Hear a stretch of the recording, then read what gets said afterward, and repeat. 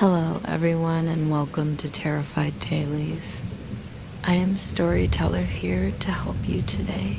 I know you use this video to fall asleep, so before that, like the video and subscribe to the channel also.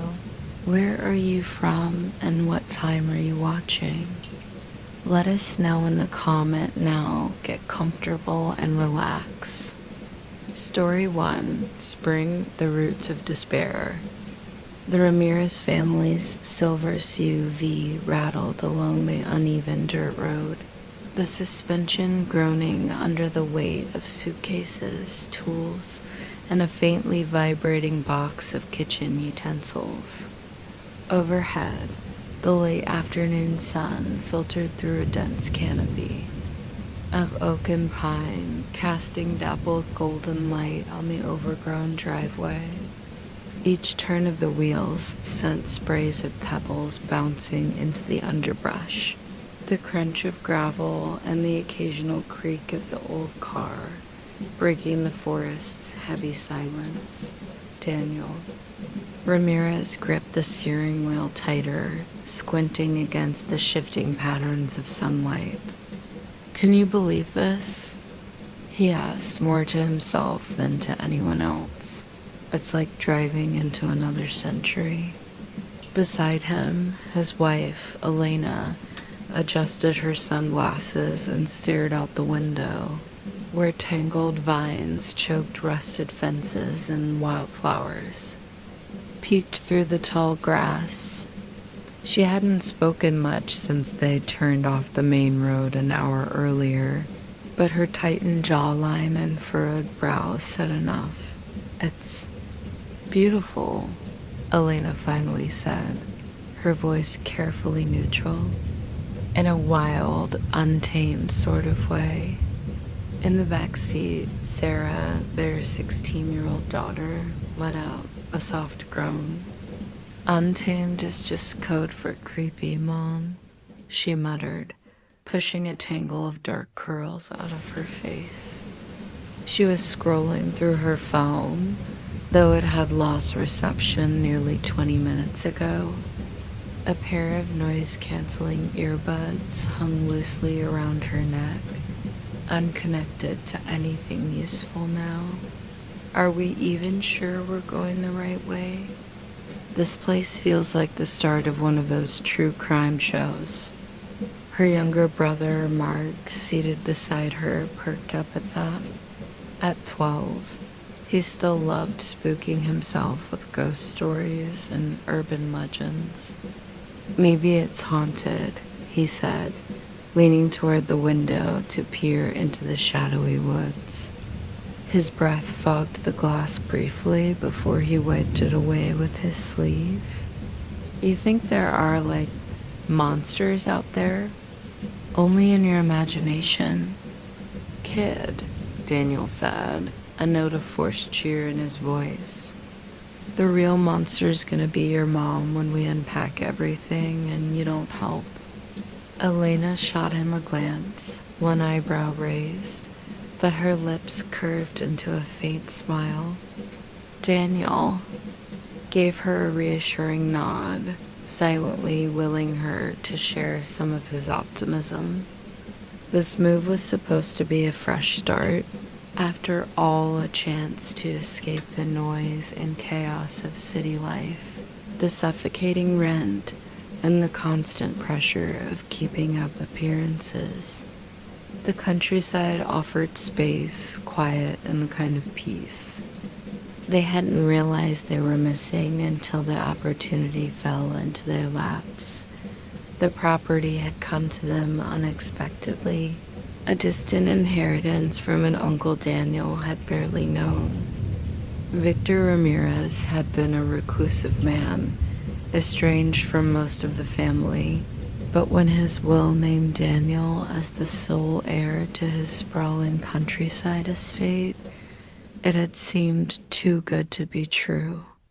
A little fixer-upper work, Daniel had told himself, and they'd have their dream home, a place to make new memories, away from the grind. But as the SUV crested a small hill and the house came into view, even Daniel couldn't quite suppress the flicker of doubt that rose in his chest. Nestled in a clearing surrounded by dense forest, the house stood like a relic from another era. Its bones were solid, 2 stories of weathered brick and timber, but the years had left their mark. The roof sagged slightly in places, and ivy clung to its walls like an old, persistent lover. The front porch leaned to one side, its railing splintered and gray. Curtains fluttered in the windows, though none of the family had been here before today. "Wow," Sarah said flatly, leaning forward to get a better look. "It's like a haunted house bingo card. Peeling paint? Check. Creepy vibe? Check. Probably smells like mold inside? Triple check." "Sarah," Elena said, her tone sharp but weary. "What?" Sarah shrugged. "I'm just saying what we're all thinking." "Alright, enough," Daniel said, cutting the engine. The car shuddered before falling silent, leaving only the distant chirp of crickets and the rustle of leaves in the breeze. He turned to face his family, his hands resting on the steering wheel. "We knew this place needed work. That's why we're here. It's a new beginning for all of us. Let's try to keep an open mind, okay?" Elena gave him a small, tight smile. Sarah rolled her eyes. Mark, however, seemed thrilled. He practically bounced out of the car as soon as the doors unlocked, his sneakers crunching on the gravel. "Look at this yard," he shouted, spinning in a slow circle with his arms outstretched. "We could play hide and seek forever out here." Daniel smiled despite himself. "That's the spirit, buddy. We've got acres of space now, no more grumpy neighbors complaining about noise. Or about you mowing the lawn at 6 in the morning," Sarah muttered under her breath. Daniel ignored her. He climbed out of the car, stretching his legs and breathing deeply. The air here was different, cooler, cleaner, with a faint floral undertone that he couldn't quite place. It was almost sweet, though not unpleasant. Elena stepped out more slowly, shielding her eyes from the sun. "It's quiet," she said, almost to herself. Too quiet. The family approached the house together, each step crunching on the gravel path leading to the front door. A rusted iron key dangled from Daniel's hand, its weight oddly satisfying. "Wait," Mark said suddenly, stopping short. "Did you see that?" Everyone froze. "See what?" Elena asked. Her voice low. Mark pointed toward the forest at the edge of the clearing. "I thought I saw ... someone over there between the trees." Daniel squinted, following his son's gaze, but the woods were still, save for the swaying of the branches. "Probably just a deer," he said, though his tone was more casual. Then he felt nothing to worry about.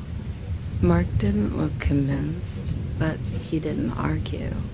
The family reached the porch, where Daniel slid the key into the lock. The mechanism clicked loudly, the sound echoing through the clearing. The door creaked open on rusty hinges, revealing a dim interior cloaked in shadows. The air inside was stale, carrying a faint hint of mildew, but also something sweeter like overripe fruit. Dust motes swirled in the sunlight streaming through the grimy windows. "Home sweet home," Daniel said, forcing a grin. Sarah wrinkled her nose. Smells like something died in here. Be nice, Elena said, stepping inside cautiously. It's old. It just needs some love. Mark darted past her, already exploring. This place is huge. He called from the next room. Daniel followed, his gaze sweeping over the high ceilings, the cracked plaster, the faded wallpaper peeling at the edges. It was clear the house had been beautiful once, but time and neglect had left their scars. Elena lingered near the doorway, staring back at the forest. She thought she saw movement, just a flicker of something out of place, but when she blinked, it was gone. Coming? Daniel called from deeper inside. She shook off the feeling and stepped inside, letting the door close behind her.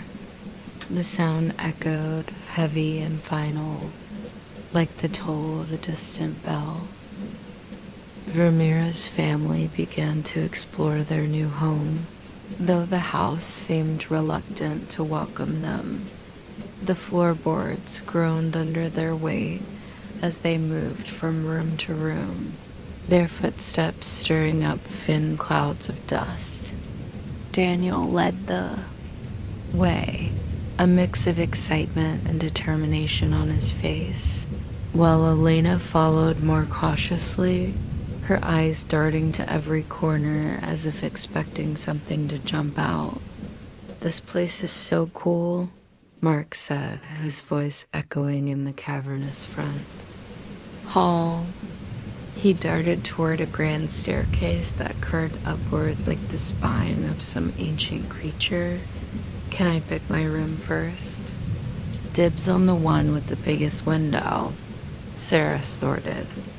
Yeah, because that'll definitely make the murder ghosts leave you alone, Sarah. Elena snapped, her voice sharp. Mark slowed his steps but still grinned. Murder ghosts aren't real, he said confidently, though his tone wavered slightly. Daniel clapped a hand on his son's shoulder as he passed. That's the spirit, kid. Let's focus on what's real, like how much work this place needs. The family split up to explore, each drawn to different parts of the house. Daniel wandered into what appeared to be a study, its walls lined with empty shelves. A heavy wooden desk sat near a window, its surface scratched and scarred with years of use. As he ran his hand along the edge, he noticed something carved into the wood, a faint looping symbol he didn't recognize. Huh, he muttered, tracing the design with his finger. It felt almost familiar, though he couldn't place where he'd seen it before. Elena, meanwhile, found herself in the kitchen. The room was spacious but dated, with cabinets painted a faded sage green and a massive cast iron stove dominating one wall. A single grimy window above the sink let in a sliver of sunlight, illuminating the dust that coated every surface. She opened a cabinet at random and immediately stepped back, coughing as a puff of dust rose into the air. Inside, she found mismatched plates, rusted cutlery, and a faded tea tin that rattled when she shook it. Opening the tin, she found it empty except for a brittle scrap of paper folded into quarters. Frowning, Elena unfolded the paper, revealing a handwritten note in shaky cursive. Beware the roots. Her stomach tightened, and for a moment the room seemed colder. Elena? Daniel's voice called from the study, making her jump. She shoved the note into her pocket and hurried to find him. Upstairs. Sarah and Mark were on their own scavenger hunt. This is so gross, Sarah muttered, stepping over a pile of dead leaves that had somehow blown into the hallway. Do you think this place even has Wi-Fi? Or, like, plumbing? Mark ignored her, peering into each room with wide-eyed wonder. Most of the doors creaked on their hinges, revealing sparsely furnished spaces with cracked walls and dusty floors. One room, however, stopped him in his tracks. "Whoa," he whispered. The room was unlike the others. Its walls were painted a deep, earthy green, and the floor was covered with an old but vibrant rug, its pattern swirling with intricate floral designs. A large bay window overlooked the backyard, where wildflowers swayed gently in the breeze. Mark stepped inside, drawn to a low shelf built into the far wall. It was empty except for a single item, a small, wooden figurine. The figure was carved into the shape of a tree, its branches reaching upward in a twisted, unnatural way. The craftsmanship was incredible, but something about it made Mark uneasy. He picked it up, turning it over in his hands, and found the same looping symbol Daniel had seen carved into the desk. "Cool," he murmured, though his hand trembled slightly as he set the figurine back down. "Mark?" Sarah's voice came from the hallway. "What are you doing in there?" "Nothing," he called, quickly stepping out and shutting the door behind him. By the time the family regrouped, the sun was dipping below the horizon, casting long shadows across the clearing. Mark was insistent on exploring the backyard before it got too dark, and despite Sarah's protests, the family followed him outside. The backyard was expansive, stretching out toward the tree line at the edge of the property. A dilapidated barn stood off to one side, its roof caved in and its doors hanging crooked on their hinges. Beyond that, the forest loomed, its edges tangled with vines and thorny bushes. "This could be amazing," Daniel said, spreading his arms as he walked. "We could put in a garden here, maybe a fire pit over there, Mark was already running toward the barn, but Sarah hung back, her arms crossed. "This whole place feels wrong," she said quietly. Elena, standing beside her, gave a small nod. "I know what you mean," she admitted. "But sometimes things feel strange because they're new. We just need time to settle in."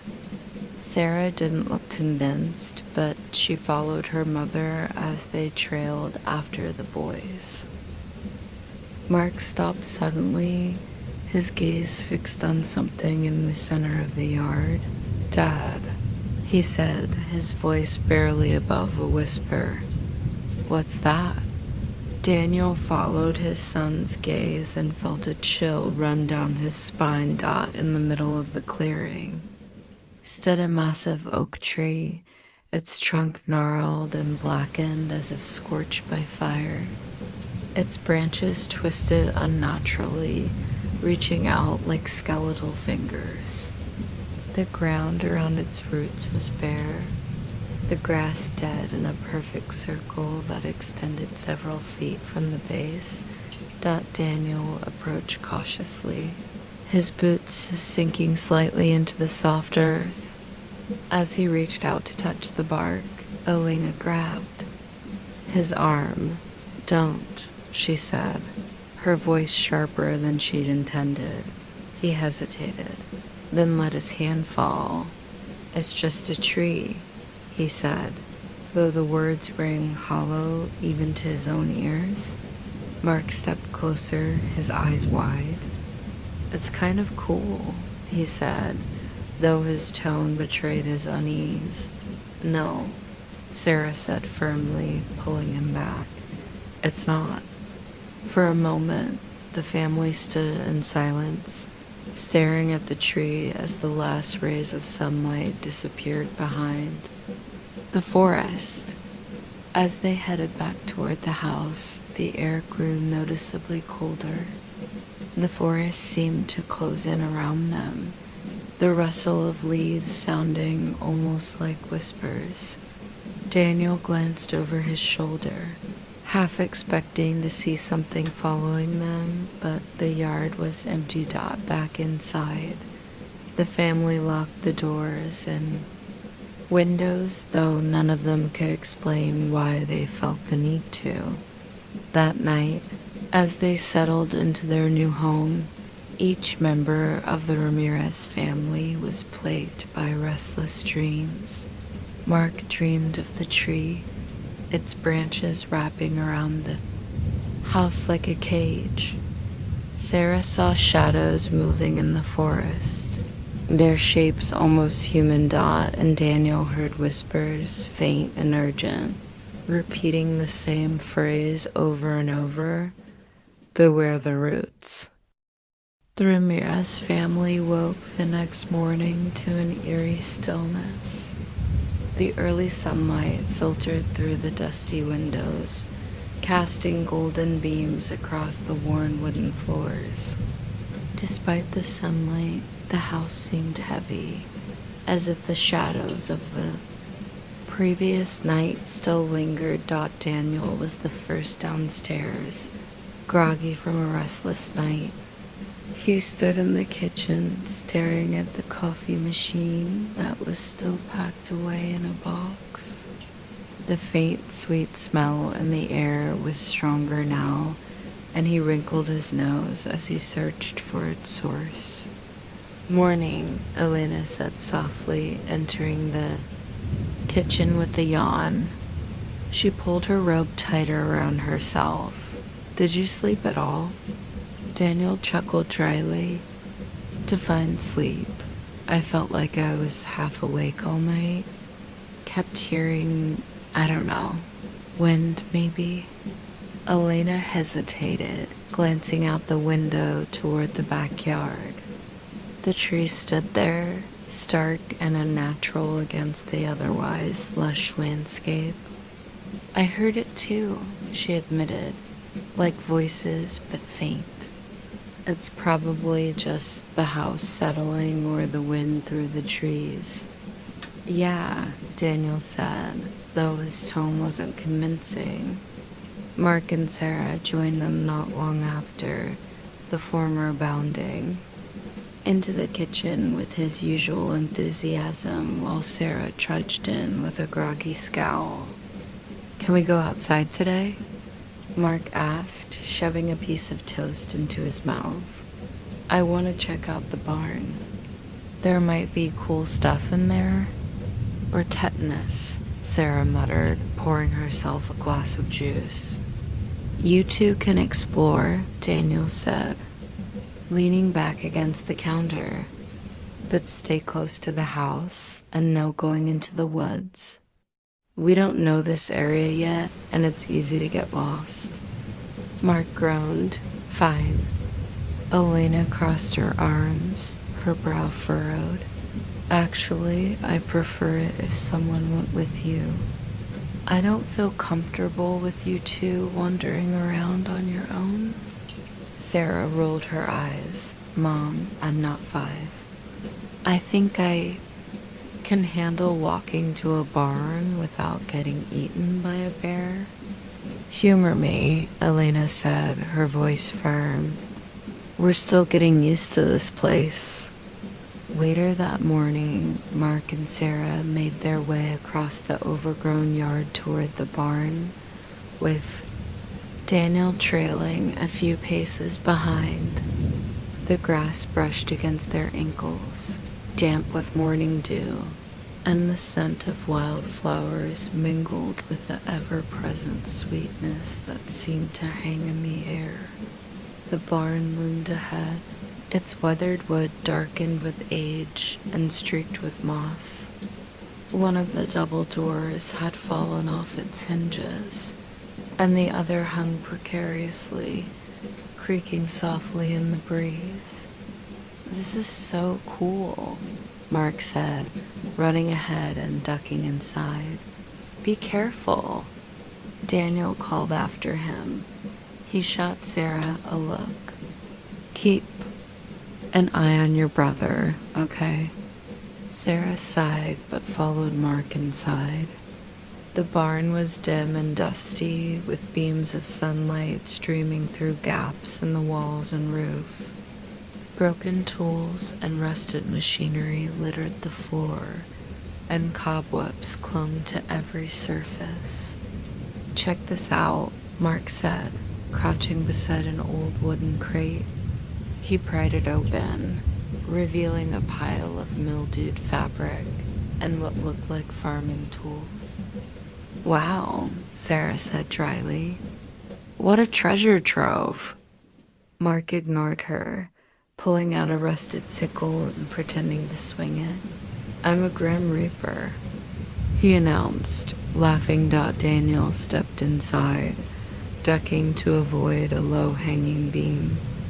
"All right, let's not play with the sharp, rusty objects," he said, taking the sickle from Mark and setting it aside. As he did, his gaze fell on something carved into one of the barn support beams.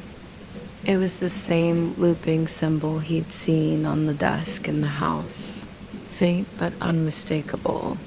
He reached out to touch it, the grooves rough under his fingertips. "Huh," he muttered. "This again." "What is it?" Sarah asked, peering over his shoulder. "Just a symbol," Daniel said. He took out his phone to snap a picture, though the barn's dim light made the image grainy. "Probably nothing." Sarah frowned. "It looks like something from a witch movie," she said. "Like a summoning symbol or whatever." Daniel chuckled nervously. "Let's not get carried away. It's probably just old graffiti." As they left the barn, Mark sprinted ahead toward the tree line, his curiosity overpowering any caution. "Mark," Daniel called, "stay out of the woods." Mark stopped at the edge of the forest, looking back over his shoulder. "I'm not going in," he said. "I just want to see." The trees stood tall and close together, their trunks gnarled and twisted like ancient giants. Vines hung from the branches, swaying slightly even though the air was still. The ground was carpeted with moss and ferns, and the shadows beneath the canopy were so thick they seemed almost solid. "Mark, get back here," Elena said, her voice sharper than usual. She had joined them outside, her arms crossed tightly over her chest. "Now." Mark hesitated, staring into the forest as if something there had caught his attention. Then he turned and jogged back to the group. "There was someone out there," he said, his voice low. Sarah rolled her eyes. "Oh, please." "You've been watching too many horror movies." "I'm serious," Mark insisted. "I saw ... I don't know. It looked like a person, but they were standing really still, like a statue." "It's probably just your imagination," Daniel said, though he glanced at the forest uneasily. "This place can mess with your head if you let it." Elena didn't say anything. She was staring at the tree line, her expression unreadable. Back inside, the family tried to shake off the morning's strange occurrences, but the atmosphere in the house felt heavier than before. Elena busied herself unpacking in the kitchen, though her mind kept drifting back to Mark's words. She couldn't help but feel he wasn't entirely wrong. There had been something about the woods a presence. Almost thought Daniel was in the living room, staring at the symbol he'd photographed in the barn. He looked up looping symbols on his phone, but the search results were inconclusive. Most were generic spirals or infinity symbols, none matching the exact design he'd seen. Meanwhile, Sarah sat on the couch, trying to get a signal on her phone. When she finally gave up, she glanced at Mark, who was sitting cross-legged on the floor with the small wooden figurine he'd found earlier. "Where did you get that?" she asked, frowning. "From the green room upstairs," Mark said, not looking. Up. He turned the figurine over in his hands, tracing its intricate carvings. "It's cool, right?" Sarah shook her head. "You're gonna get cursed or something," she muttered. "You shouldn't take stuff that doesn't belong to you." "It's just a piece of wood," Mark said, but his voice lacked its usual confidence dot as the sun set. The sweet smell in the air grew stronger, almost overpowering. Elena lit candles in the kitchen to mask the scent, but it seemed to cling to everything. That night, the whispers returned. Elena heard them first, faint and indistinct, like voices carried on the wind. She nudged Daniel awake, her heart pounding. "Do you hear that?" Daniel sat up, listening. The sound was faint but persistent, coming from somewhere outside. "Probably the wind," he said, though his voice was tense, but the wind wasn't blowing. From their rooms, Sarah and Mark also heard the whispers. Mark sat up in bed, clutching the wooden figurine tightly. The sound seemed to come from the walls, the floors, even the very air that Sarah pulled her blanket over her head, squeezing her eyes shut. She told herself it was just her imagination, but deep down she wasn't so sure. Dot in the darkness, the house seemed to hum, alive with a presence that was growing stronger. The whispers persisted into the early hours of the morning, ebbing and flowing like a tide. They seemed to come from nowhere and everywhere, fading just as the family tried to pinpoint their source. By sunrise, the house was eerily silent again, as if the night's strange events had been nothing but a collective dream. But the Ramirez family knew better. Mark was the first downstairs, yawning as he shuffled into the kitchen. He froze in the doorway, his eyes widening. The dining table, which had been completely bare the night before, was now covered in wildflowers. Bright yellow blooms, deep crimson petals, and soft white blossoms spilled across the surface, their sweet scent so overwhelming it made him dizzy. "Mom!" he shouted, stepping back. Elena hurried in, Daniel and Sarah following close behind. She stopped short, her hand flying to her mouth. "Where did those come from?" Daniel asked, frowning. "No idea," Mark said. "They weren't here when I went to bed." Elena approached cautiously, her gaze scanning the room for signs of an intruder. The windows were closed, the door locked. There was no sign of a break-in. Sarah wrinkled her nose. "Did someone, leave these for us?" "A creepy welcome gift." Elena picked up one of the flowers, a bright red bloom with velvety petals.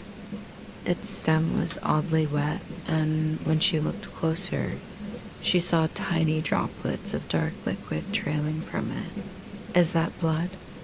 She whispered, horrified. Mark took a step back. What? No way. Daniel grabbed a tissue and dabbed at the liquid. It wasn't blood, but a thick, dark sap that smelled sickly sweet. He grimaced, tossing the tissue into the trash. All right, he said firmly, looking at his family. This is weird, but it's just flowers. Maybe they grew in through a window we left open. No windows were open, Elena said quietly. Then, maybe it's a prank, Daniel offered, though his tone was uncertain. Sarah crossed her arms. Yeah, because the local pranksters love to break into creepy old houses and leave flowers. Daniel sighed, rubbing his temples. Look, let's not jump to conclusions. I'll clean this up and we'll move on. No big deal. But as he began gathering the flowers into a trash bag, he couldn't shake the feeling that the blooms had been placed there deliberately. Later that day, the family busied themselves with unpacking and cleaning. Mark and Sarah worked on clearing the upstairs bedrooms, while Daniel and Elena focused on the kitchen and living room. By mid-afternoon, the house was beginning to feel slightly more livable, though the strange smell lingered. Daniel stepped out onto the porch to take a break. He stretched, breathing in the fresh air, and froze. The tree in the backyard, the same gnarled oak they'd seen the day before, looked different. Its branches seemed longer, thicker, as if they'd grown overnight. And beneath it, creeping across the yard, were dark green vines. The vines snaked toward the house, their tendrils curling and twisting across the ground like living things. They hadn't been there before. Elena, Daniel called, his voice tight. She appeared at the door a moment later, wiping her hands on a dish towel. What is it? Look, Daniel said, pointing to the tree. Elena squinted, then gasped. Were those vines there yesterday? No, Daniel said. At least, I didn't see them. They stepped off the porch, approaching cautiously. The vines were thick and glossy, their leaves a deep, unnatural green. Tiny flowers bloomed along their length, releasing that same cloying scent that filled the house. Elena knelt down, brushing her fingers lightly against one of the vines. It's warm, she said, pulling her hand back quickly. Plants aren't supposed to feel warm. Daniel frowned, his unease growing. I'll cut them back, he said. Maybe there's some invasive species or something. He grabbed a pair of garden shears from the barn and returned to the vines. As he cut the first tendril, a thick spray of sap oozed out, splattering onto his hands. He recoiled, wiping it on his jeans. Gross, he muttered. Elena watched nervously as he continued, the shears making quick work of the smaller vines. But as Daniel moved closer to the tree, the branches above seemed to tremble, as though reacting to his presence. Daniel, I don't like this, Elena said, her voice low. It's fine, he said, though his hands trembled as he snipped. Another vine. It's just a tree. But the moment he severed the final vine, a deep groaning sound filled the air, resonating from somewhere beneath the ground. Daniel and Elena froze, their eyes wide. What was that? Elena whispered. Daniel looked at the severed vine where sap continued to pool on the grass. I don't know, he said, but let's get inside. That evening, Sarah decided to escape the house for a while. Armed with a flashlight and her phone, she wandered into the woods behind the barn, following a narrow trail that seemed barely used. She wasn't sure what she was looking for, maybe just a break from the strange atmosphere of the house. But as she walked, the air grew cooler and the trees seemed to press closer, their branches forming a canopy that blocked out the sky dot. After about 10 minutes, she came across a small clearing. In the center was a weathered stone, its surface covered in moss. Beside it, half buried in the dirt, was something dark and rectangular. Curiosity got the better of her. Kneeling down, Sarah brushed away the soil, revealing a rotting leather cover. It was a book, a diary, by the looks of it. The pages were yellowed and brittle, but the handwriting was still legible. As she flipped through, one phrase stood out, written over and over on several pages. Do not disturb the roots. A chill ran down her spine.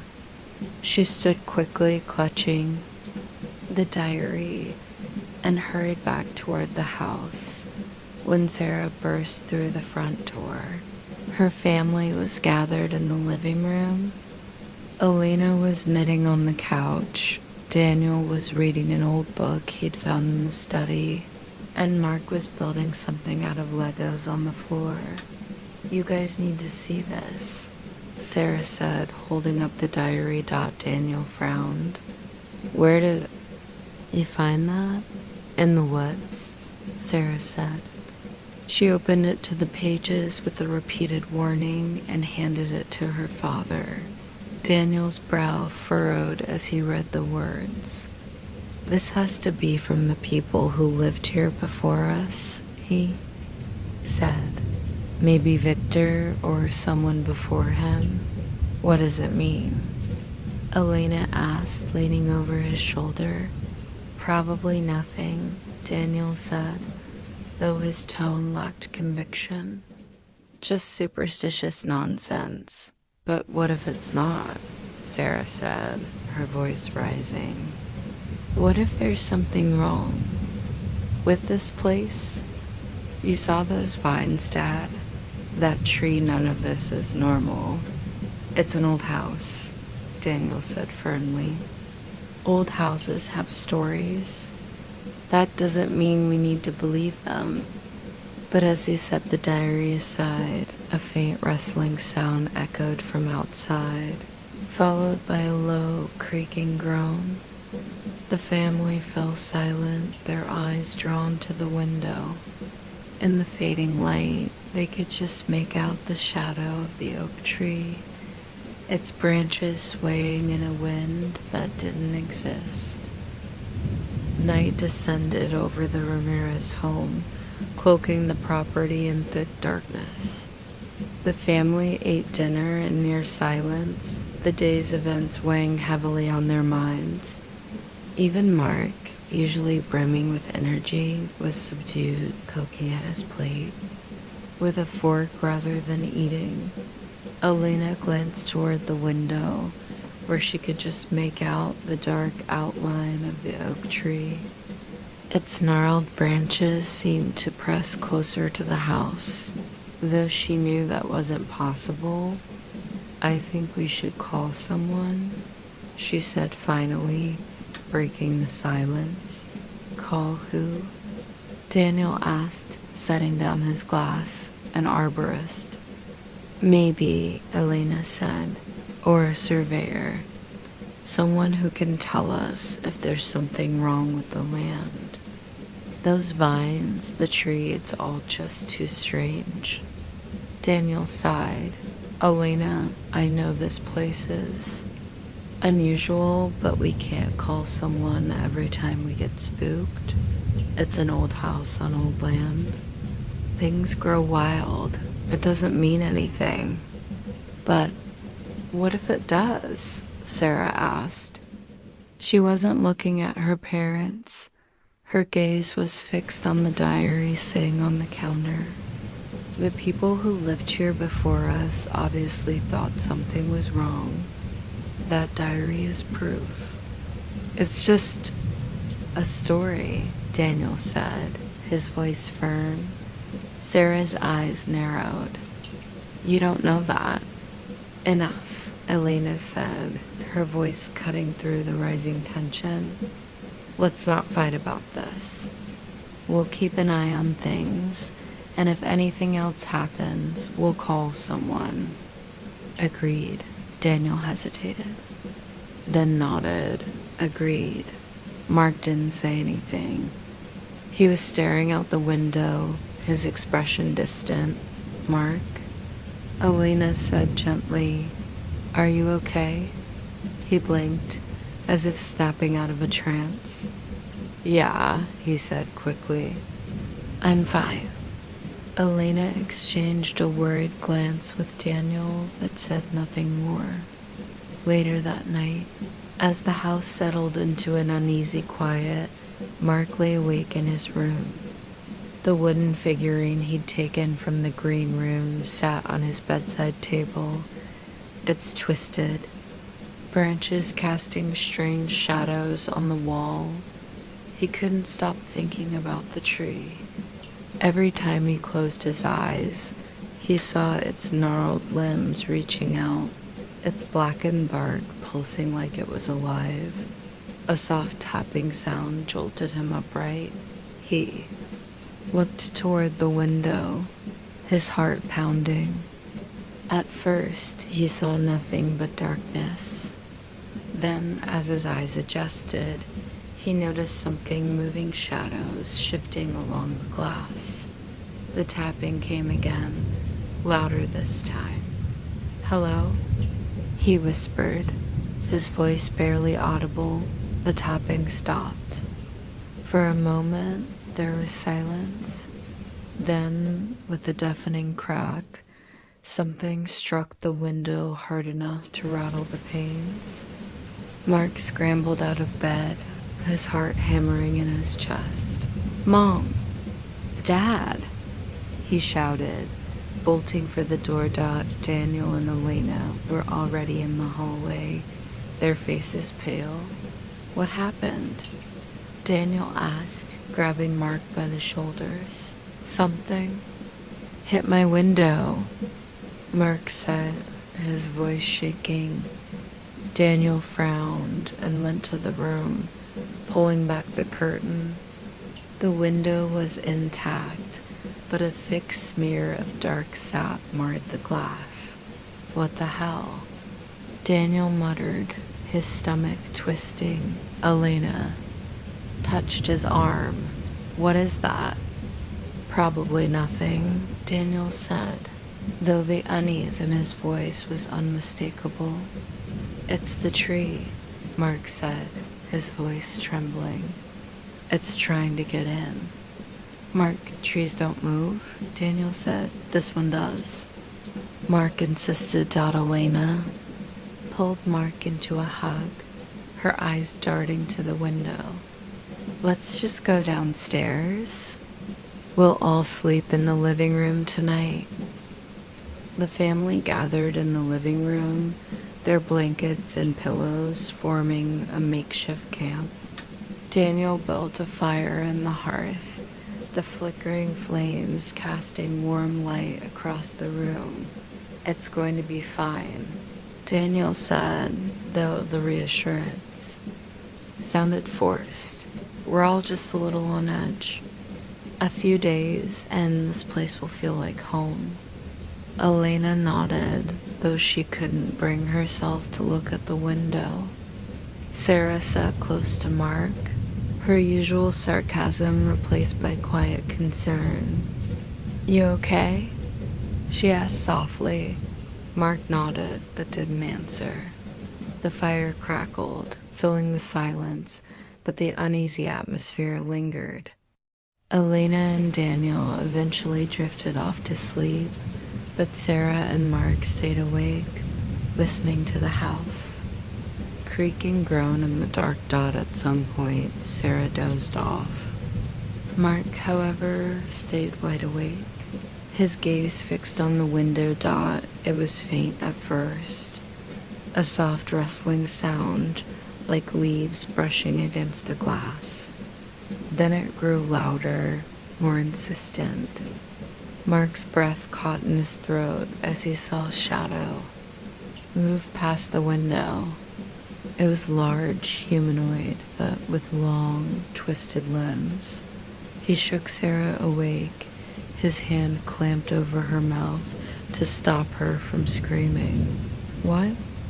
she hissed, her eyes wide. "She," Mark whispered.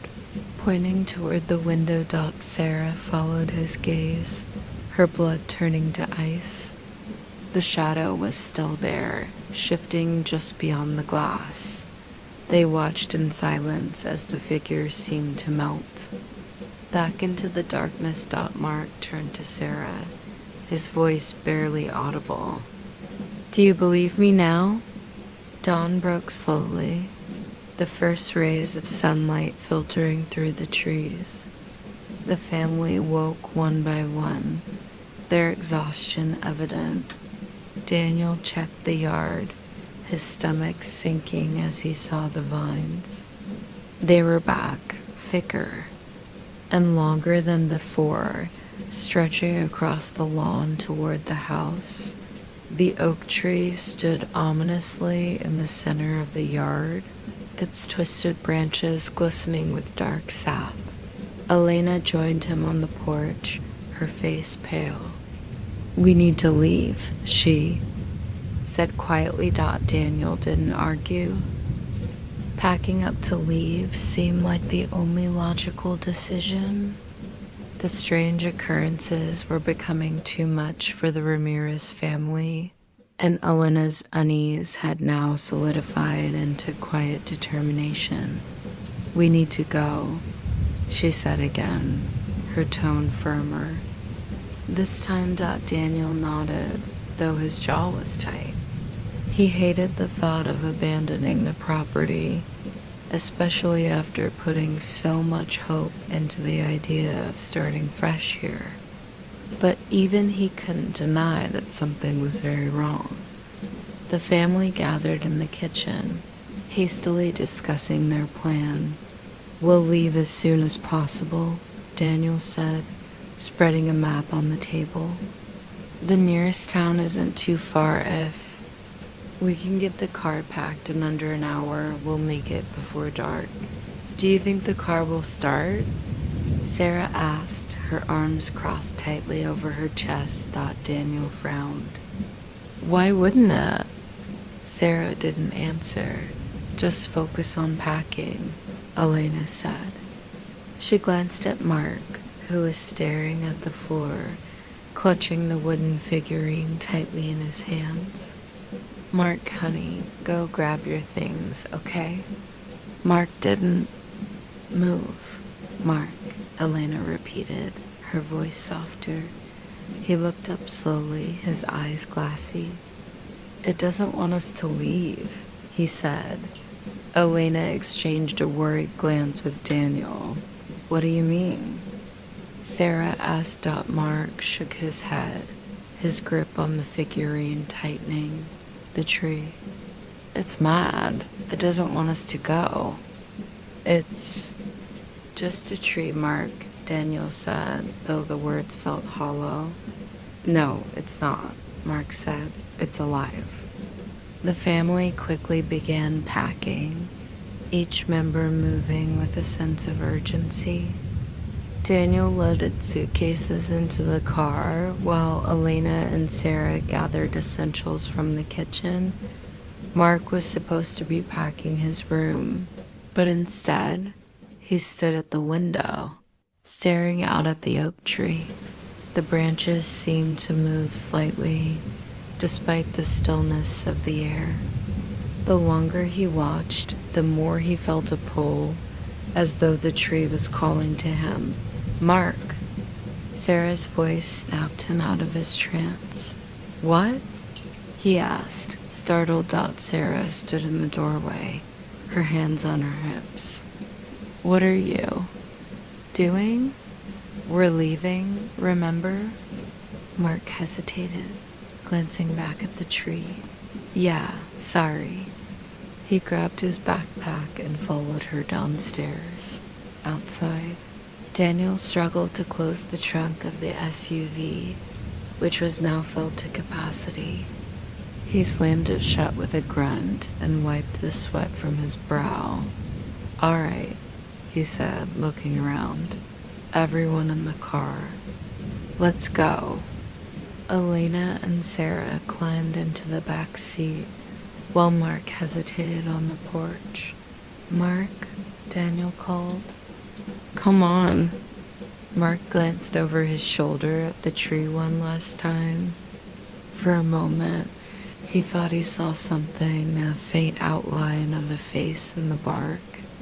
It was gone in an instant, but the image stayed with him. He turned and ran to the car, climbing into the back seat beside Sarah. The engine sputtered as Daniel turned the key in the ignition. He tried again, but the car refused to start. "No," he muttered, turning the key harder. The engine coughed and sputtered, then fell silent. "What's wrong?" Elena asked, leaning forward. "I don't know," Daniel said, his frustration mounting. "It was fine yesterday." Sarah tapped her foot nervously. "Maybe it's the battery?" "Or the tree," Mark said quietly. Daniel shot him a sharp look. "It's not the tree, it's a car. Cars don't care about trees." Mark didn't respond. "I'll check under the hood," Daniel said, stepping out of the car. Elena followed him, her arms wrapped around herself. The morning air was damp and chilly, and the sweet smell that had permeated the house now seemed stronger than ever. Daniel popped the hood and stared at the engine. Everything looked fine, but when he reached in to inspect the battery cables, his fingers came away sticky with dark sap. "What the hell?" he muttered. "What is that?" Elena asked, her voice trembling. Daniel wiped his hand on his pants and shook his head. "I don't know. Maybe it's tree sap from the yard. I'll clean it off," and a low groan interrupted him. Both of them froze, their eyes darting toward the tree. Its branches swayed slightly, though there was no wind. "Daniel," Elena whispered, "we can't stay here." Daniel nodded slowly, closing the hood. The family retreated into the house, their plan to leave thwarted for the moment. Tension hung thick in the air as they regrouped in the living room. "What now?" Sarah asked, pacing. "We'll figure something out," Daniel said, though his tone was strained. "I'll call for a tow truck." "There's no signal out here," Sarah reminded him. "Then I'll walk to town if I have to." Daniel snapped, then immediately softened. "Sorry, I just I need to think." Mark sat on the floor, staring at the wooden figurine. The carving seemed deeper now, the branches more twisted. He traced the grooves with his finger, feeling a strange warmth radiating from the wood. "Going to get worse?" he said suddenly. Everyone turned to look at him. "What are you talking about?" Sarah asked. "The tree," Mark said. "It's angry because we heard it." "No one heard anything," Daniel said, though his voice faltered. Mark looked up, his eyes wide and fearful. We cut the vines. We shouldn't have. Elena knelt beside him, placing a hand on his shoulder. Mark, listen to me. It's just a tree. It can't think or feel. I know this place is scary, but we're going to be okay. Mark didn't respond. That night, the whispers returned, louder and more insistent than before. Elena sat up in bed, her heart racing. She shook Daniel awake, her hands trembling. Do you hear that? Daniel groaned, rubbing his eyes. It's just the wind, Elena. But as he listened, his stomach twisted. The sound wasn't the wind. It was voices, faint but clear, calling their names. From down the hall, Sarah's voice rang out. Mom, Dad. They bolted out of bed, finding Sarah and Mark huddled together. In the living room, they're outside, Sarah whispered, her face pale. Daniel frowned. Who? People, she said. They're in the yard. Daniel peered out the window. The yard was empty, but the oak tree stood tall and imposing, its branches reaching out like claws. Go upstairs, he said, his voice low. Now. Elena hesitated. Daniel, now. He repeated. The family hurried upstairs, gathering in the master bedroom with the door locked behind them. Mark clutched the wooden figurine tightly, his knuckles white.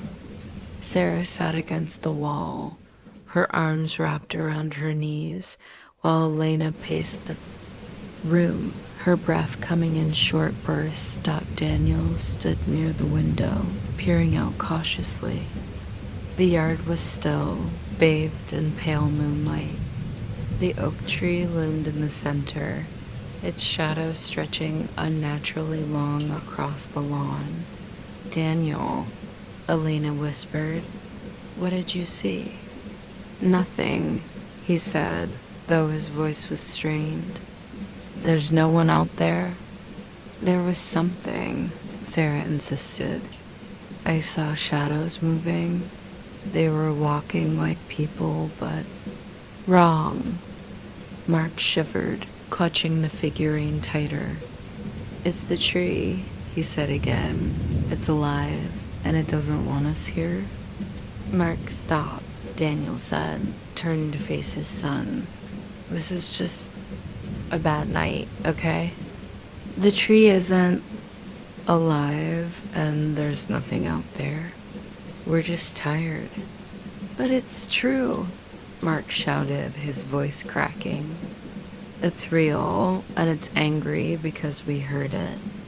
You don't believe me, but I can feel it. Enough. Daniel snapped. His patience fraying. Mark flinched, his lower lip trembling. Daniel, Elena said softly, placing a hand on his arm. He's scared, we all are. Daniel sighed, running a hand through his hair. I know. I'm sorry. I don't know what to do. The room fell silent, save for the faint creaks of the house settling. The whispers had stopped, but the tension in the air was suffocating.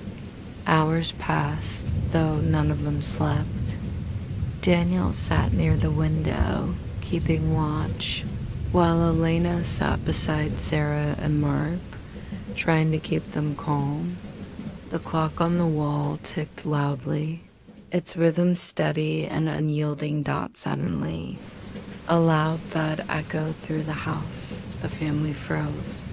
What was that?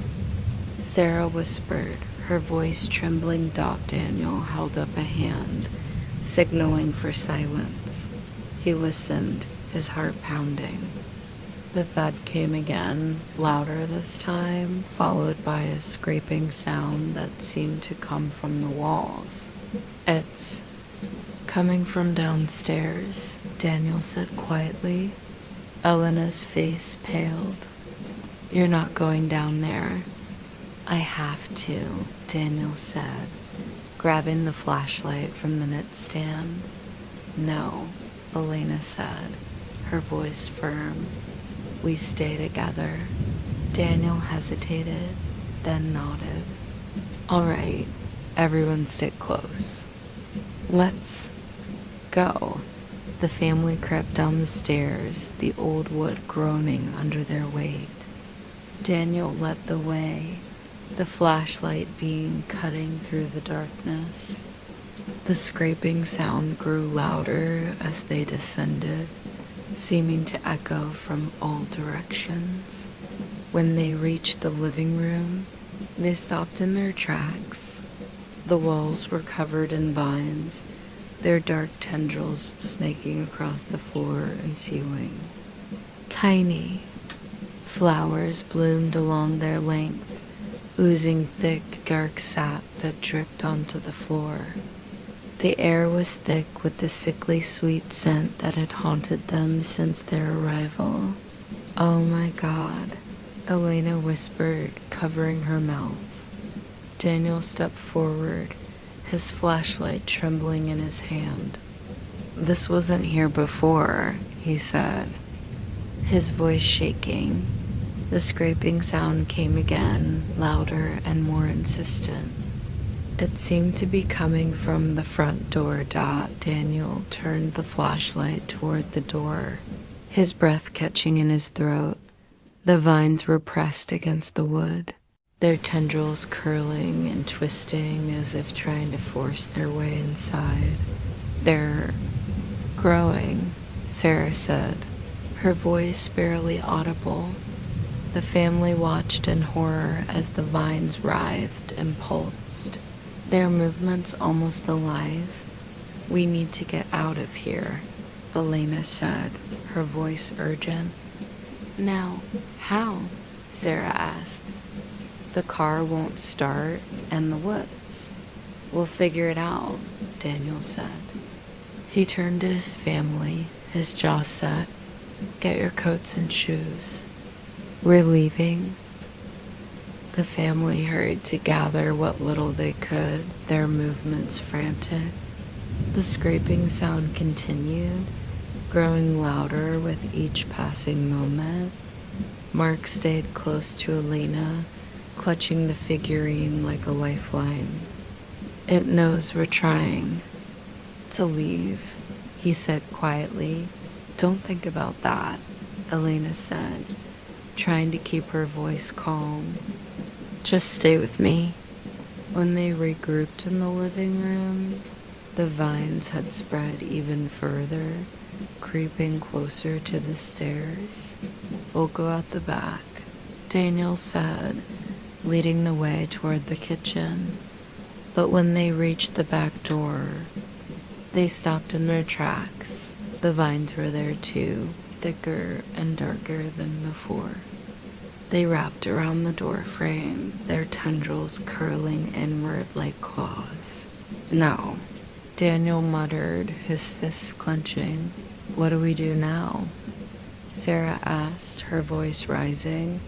We'll cut through them, Daniel said, grabbing a kitchen knife from the counter. Elena placed a hand on his arm.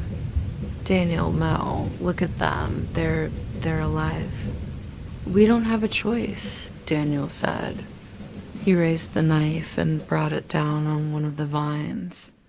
The moment the blade made contact, the house seemed to shudder. A low, guttural groan echoed through the walls, and the lights flickered. The vine writhed violently, dark sap spraying onto the floor. Go, Daniel shouted, slashing at the vines with renewed urgency. Elena grabbed Mark and Sarah, pulling them toward the door as Daniel hacked through the tangled mass. When the path was clear, they burst outside, the cold night air hitting them like a slap. The yard was silent, but the oak tree stood ominously in the center, its branches reaching out like skeletal arms. The vine seemed to retreat toward it, as if drawn by some unseen force. Daniel turned to his family. Run to the car. Now. They didn't need to be told twice. The family sprinted across the lawn, their breaths coming in ragged gasps. Behind them, the tree groaned, its branches swaying violently. When they reached the car, Daniel tried the engine again. It sputtered but didn't start. "Come on," he muttered, turning the key repeatedly. The tree let out a deafening crack, its trunk splitting open. Dark shapes began to emerge, their forms shifting and indistinct. "Dad!" Sarah screamed. The engine roared to life, and Daniel threw the car into gear. "Hold on," he shouted, flooring the accelerator. The car lurched forward, barreling down the driveway as the dark shapes swarmed behind them. The car tore down the gravel driveway, its tires kicking up loose stones as the Ramirez family sped away from the cursed property. The dark shapes that had emerged from the tree seemed to follow, their shifting forms blending with the shadows of the forest. "Faster!" Sarah cried, her voice breaking. "I'm going as fast as I can," Daniel shouted, gripping the steering wheel tightly. The headlights barely cut through the darkness ahead, the dense trees on either side of the driveway casting long, flickering shadows. Elena sat stiffly in the passenger seat, her hand gripping the door handle so tightly her knuckles turned white. Mark clung to the wooden figurine, his eyes squeezed shut. "It's not going to let us go," he murmured under his breath. "Stop saying that," Sarah snapped, though her voice trembled. "Going to make it," Daniel said, more to himself than to anyone else.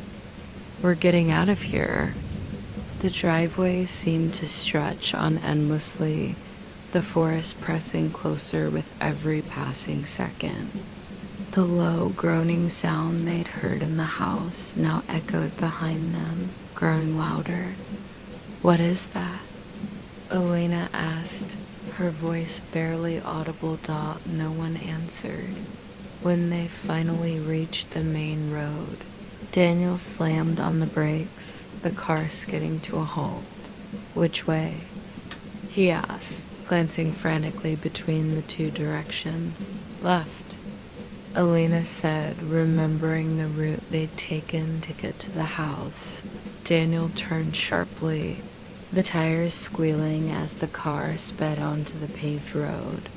For a moment there was silence, save for the hum of the engine and the rapid breathing of the family. "Are they still following us?" Sarah asked, twisting in her seat to look out the back window. Elena glanced over her shoulder, her stomach churning. The road behind them was dark and empty, but the oppressive feeling of being watched remained. "I don't see anything," Elena said, though she didn't sound convinced. Mark opened his eyes slowly, clutching the figurine tighter. "It's not over," he said quietly. Daniel's hands tightened on the wheel. "It is over. We're gone. We're not going back." The words felt hollow, even as he said them.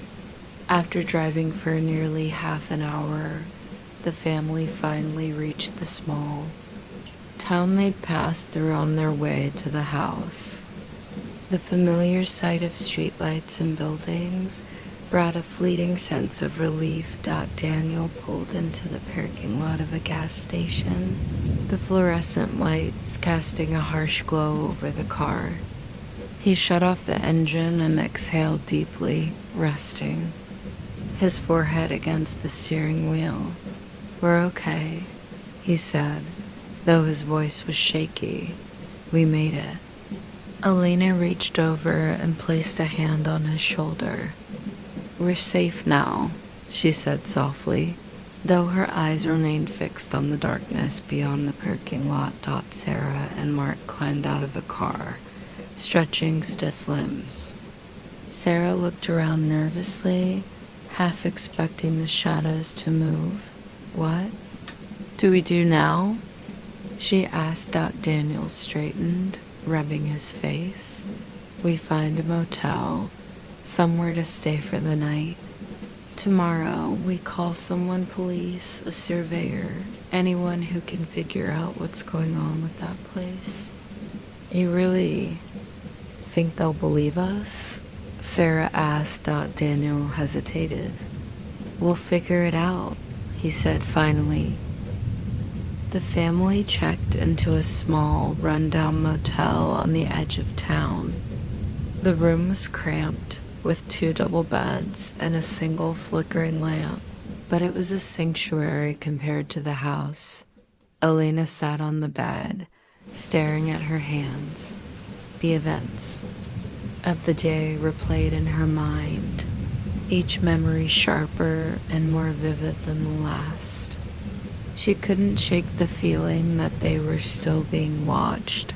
Even here, Daniel was on the phone with the tow truck company, trying to arrange for someone to retrieve their car from the property the next day. Sarah sat cross-legged on the floor, scrolling through her phone. The signal was weak, but it was enough to distract her. Mark, however, sat by the window, the figurine still clutched tightly in his hands. He stared out into the darkness, his expression unreadable. Elena noticed and walked over to him, mewing. Beside him, Mark, honey, she said gently. Are you okay? Mark didn't answer at first. His eyes were fixed on something outside. What is it? Elena asked, following his gaze. Mark pointed silently. Elena's heart skipped a beat as she saw it far down the road. Just beyond the reach of the motel's lights stood a figure. It was barely visible in the darkness, its outline blurred and shifting. Daniel, Elena said sharply, her voice trembling. Daniel looked up from the phone.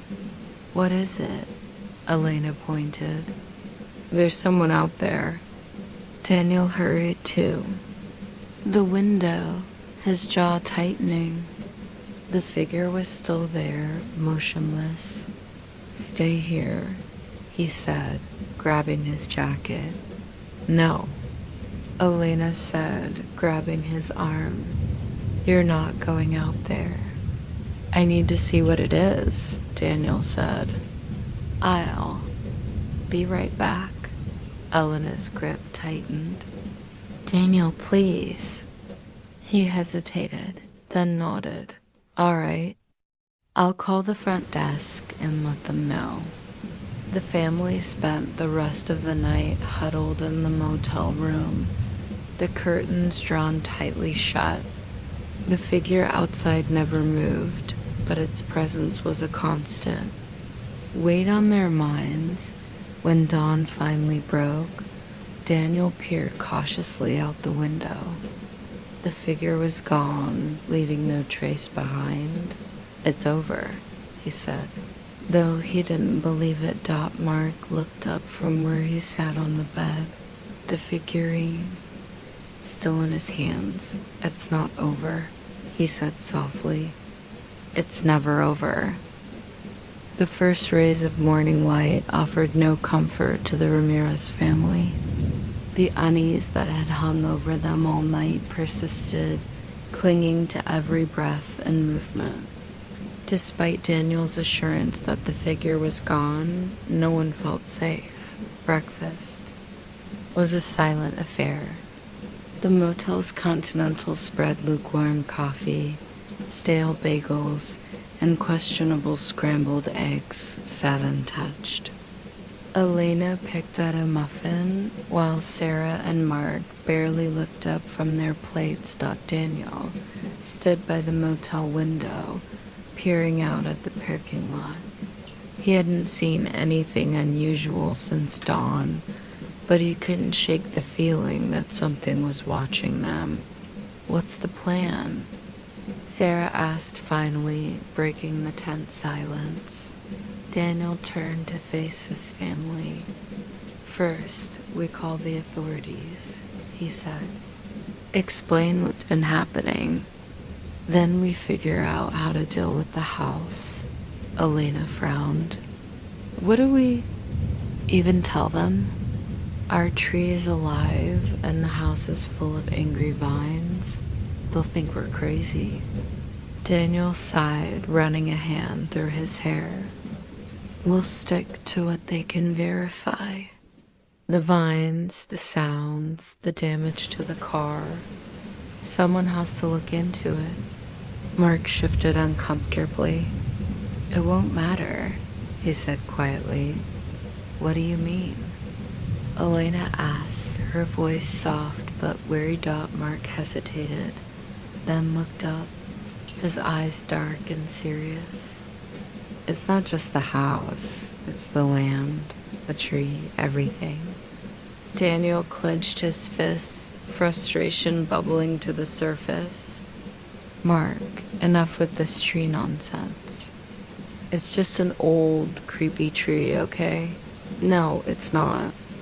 Mark shouted, his voice cracking. "I know you don't believe me, but I can feel it.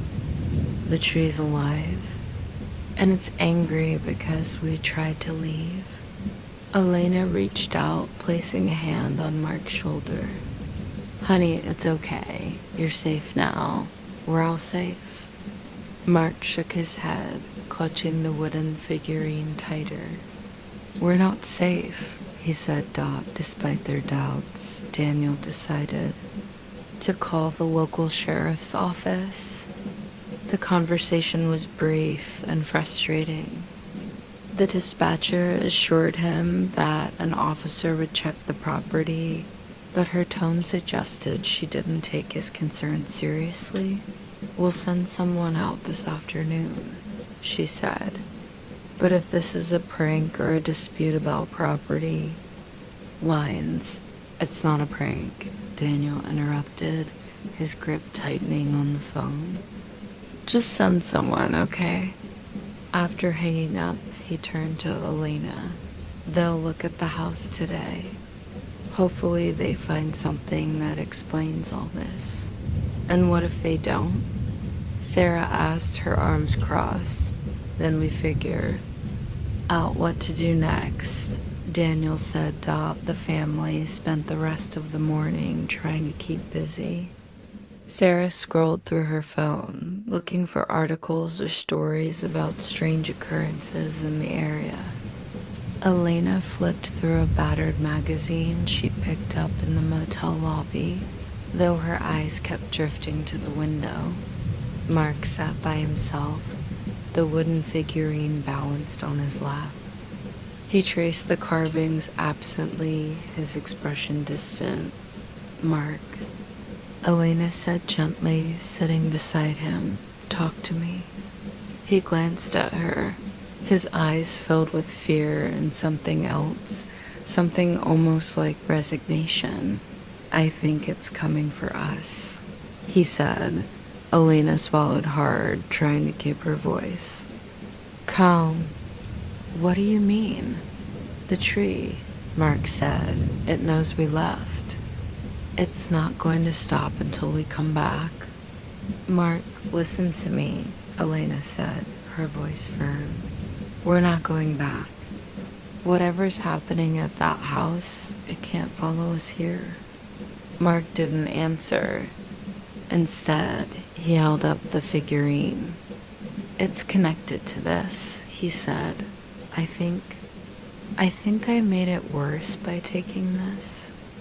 Elena stared at the figurine, unease crawling up her spine. "Maybe we should get rid of it," she said softly. "No," Mark said quickly, pulling it close to his chest. We can't. If we destroy it, it might get even angrier.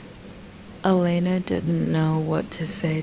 By early afternoon, Daniel decided to take a drive into town to clear his head.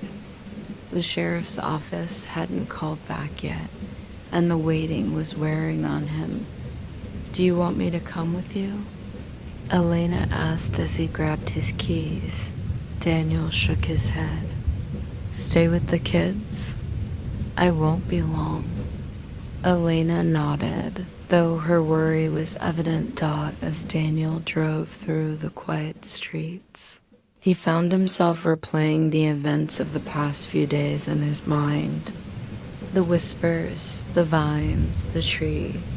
It all felt like something out of a nightmare. Pulled into the parking lot of a small diner and sat in the car for a moment, staring blankly at the steering wheel.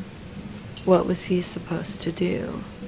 How could he protect his family from something he couldn't even understand? With a deep sigh, he stepped out of the car and went inside. Back at the motel, Elena and the kids were trying to stay calm. Sarah was on her phone, scrolling through forums about paranormal activity. Most of what she found was unhelpful stories about haunted houses and urban legends that felt too far removed from their reality. Anything? Elena asked. Sarah shook her head. Nothing useful. Just a bunch of ghost stories. Mark sat on the bed, staring at the figurine. Elena's phone buzzed, startling her. She picked it up and saw a text from Daniel. No update from the sheriff yet. Be back soon. She replied quickly, her fingers trembling. Okay, be careful. As she said. The phone down, the room grew colder. Is it just me? Sarah said, rubbing her arms. Or is it freezing in here? Elena glanced at the thermostat, but it read a normal temperature. Mark looked up suddenly, his eyes wide. It's here, he said. What are you talking about? Sarah asked, her voice rising. Mark pointed to the window. It's here. Elena ran to the window and pulled the curtain aside. At first, she saw nothing but the parking lot. But then, just at the edge of the light, she saw it. The figure. It was closer now, its shape more defined. Its limbs were unnaturally long, its head tilted at an impossible angle. Oh my God, Elena whispered, her heart pounding. Sarah scrambled back, her face pale. What is that? Mark clutched the figurine tightly. It's the tree, he said. It's in it after us. The figure stepped closer, its movement slow and deliberate. The figure stepped into the pool of light cast by the motel's flickering street lamp, revealing more of its grotesque form. Its limbs were unnaturally elongated, its body covered in what looked like cracked bark. Its head, vaguely human in shape, was featureless save for a gaping hollow where a face should have been. Elena backed away from the window, her breath coming in shallow gasps. Stay back, she whispered, grabbing Sarah and Mark and pulling them closer to her. What does it want? Sarah asked, her voice trembling. Mark's grip on the figurine tightened. It's here to take us back. The figure moved closer, its long, spindly arms dragging across the ground as it approached. The sound of its scraping limbs against the pavement sent chills down Elena's spine. We can't stay here, she said, her voice barely above a whisper. We have to go. How? Sarah asked. Dad has the car and that thing is out there. Elena's mind raced. We'll run to the office. Someone there can help us. What if it follows us? Mark asked. Elena knelt in front of him, gripping his shoulders. We'll stay together, okay? Nothing's going to happen to us if we stick together. Mark nodded reluctantly, though his eyes remained fixed on the window. Elena grabbed her phone, her hands trembling as she texted, Danielle, it's here. Come back now. The family crept to the door, their movements slow and deliberate. Elena opened it cautiously, peeking outside. The figure was closer now, standing just at the edge of the motel's parking lot.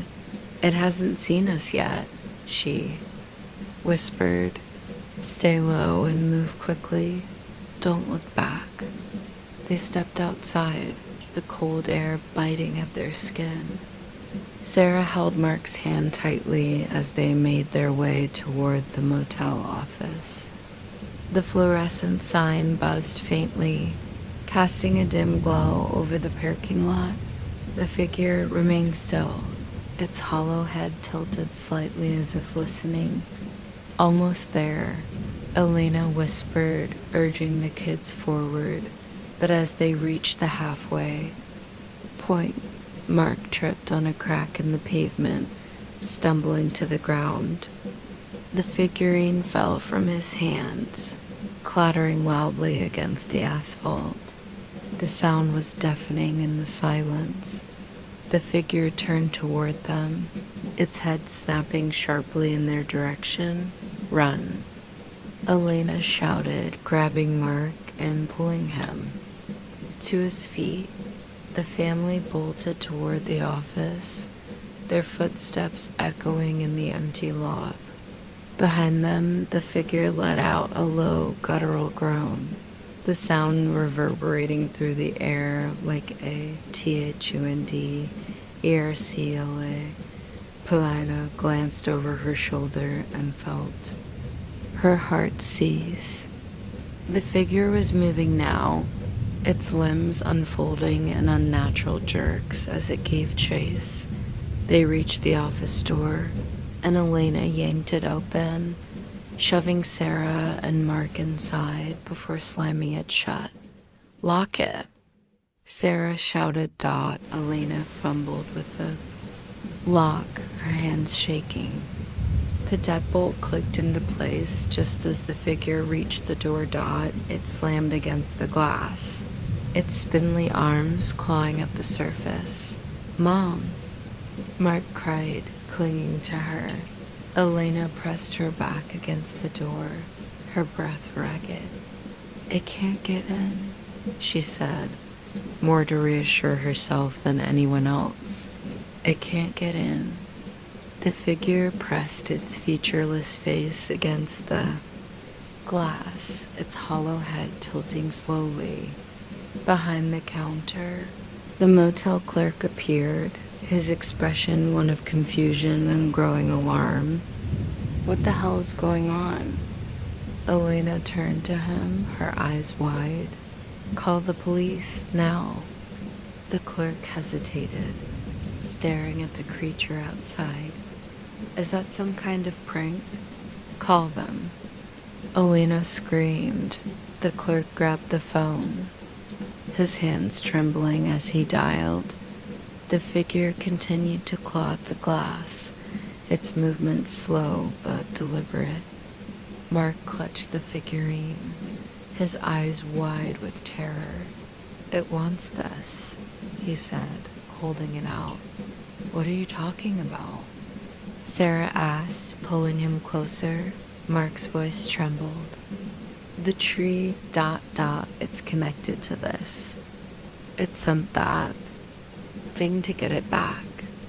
Elena crouched in front of him, gripping his shoulders. Listen to me. That thing is not getting in here.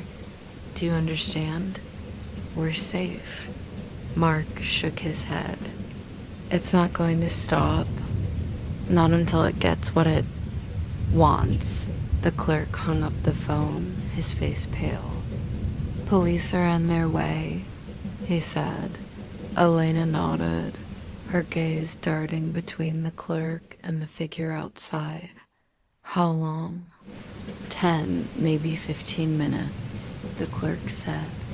We don't have that long, Sarah muttered, glancing at the door.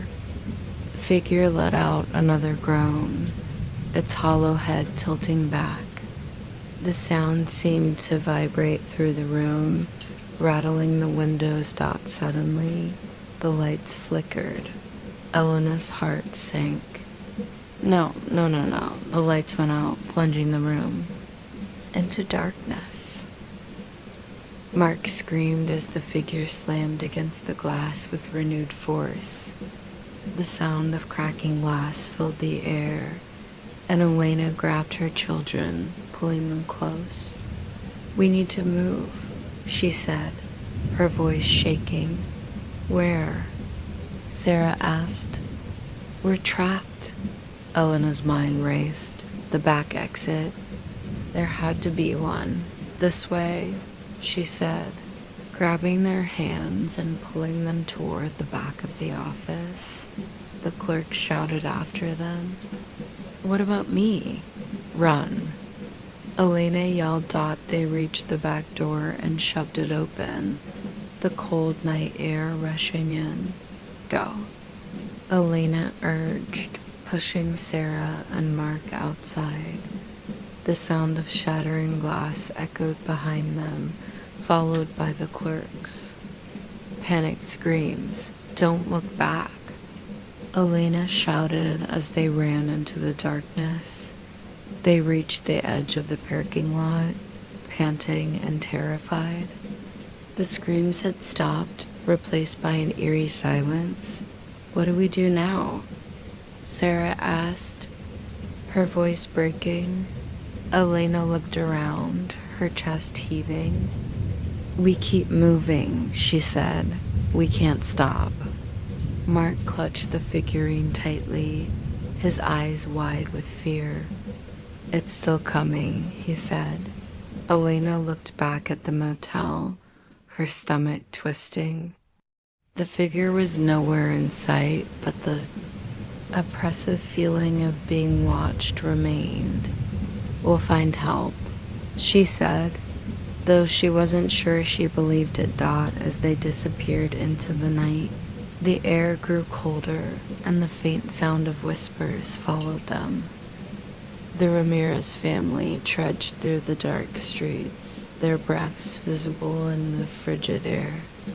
The whispers seemed to trail behind them, faint and elusive, but growing louder whenever they slowed their pace. Where are we even going? Sarah asked, her voice tight with panic. Elena glanced around, her eyes scanning the empty streets for any sign of life. The small town, which had seemed quaint and welcoming during the day, now felt alien and abandoned. The streetlights flickered overhead, casting jagged shadows that seemed to stretch unnaturally. We just need to find somewhere safe, Elena said, though her voice lacked confidence. Define safe, Sarah muttered, glancing over her shoulder. Mark clutched the figurine tightly as they walked, his small frame trembling.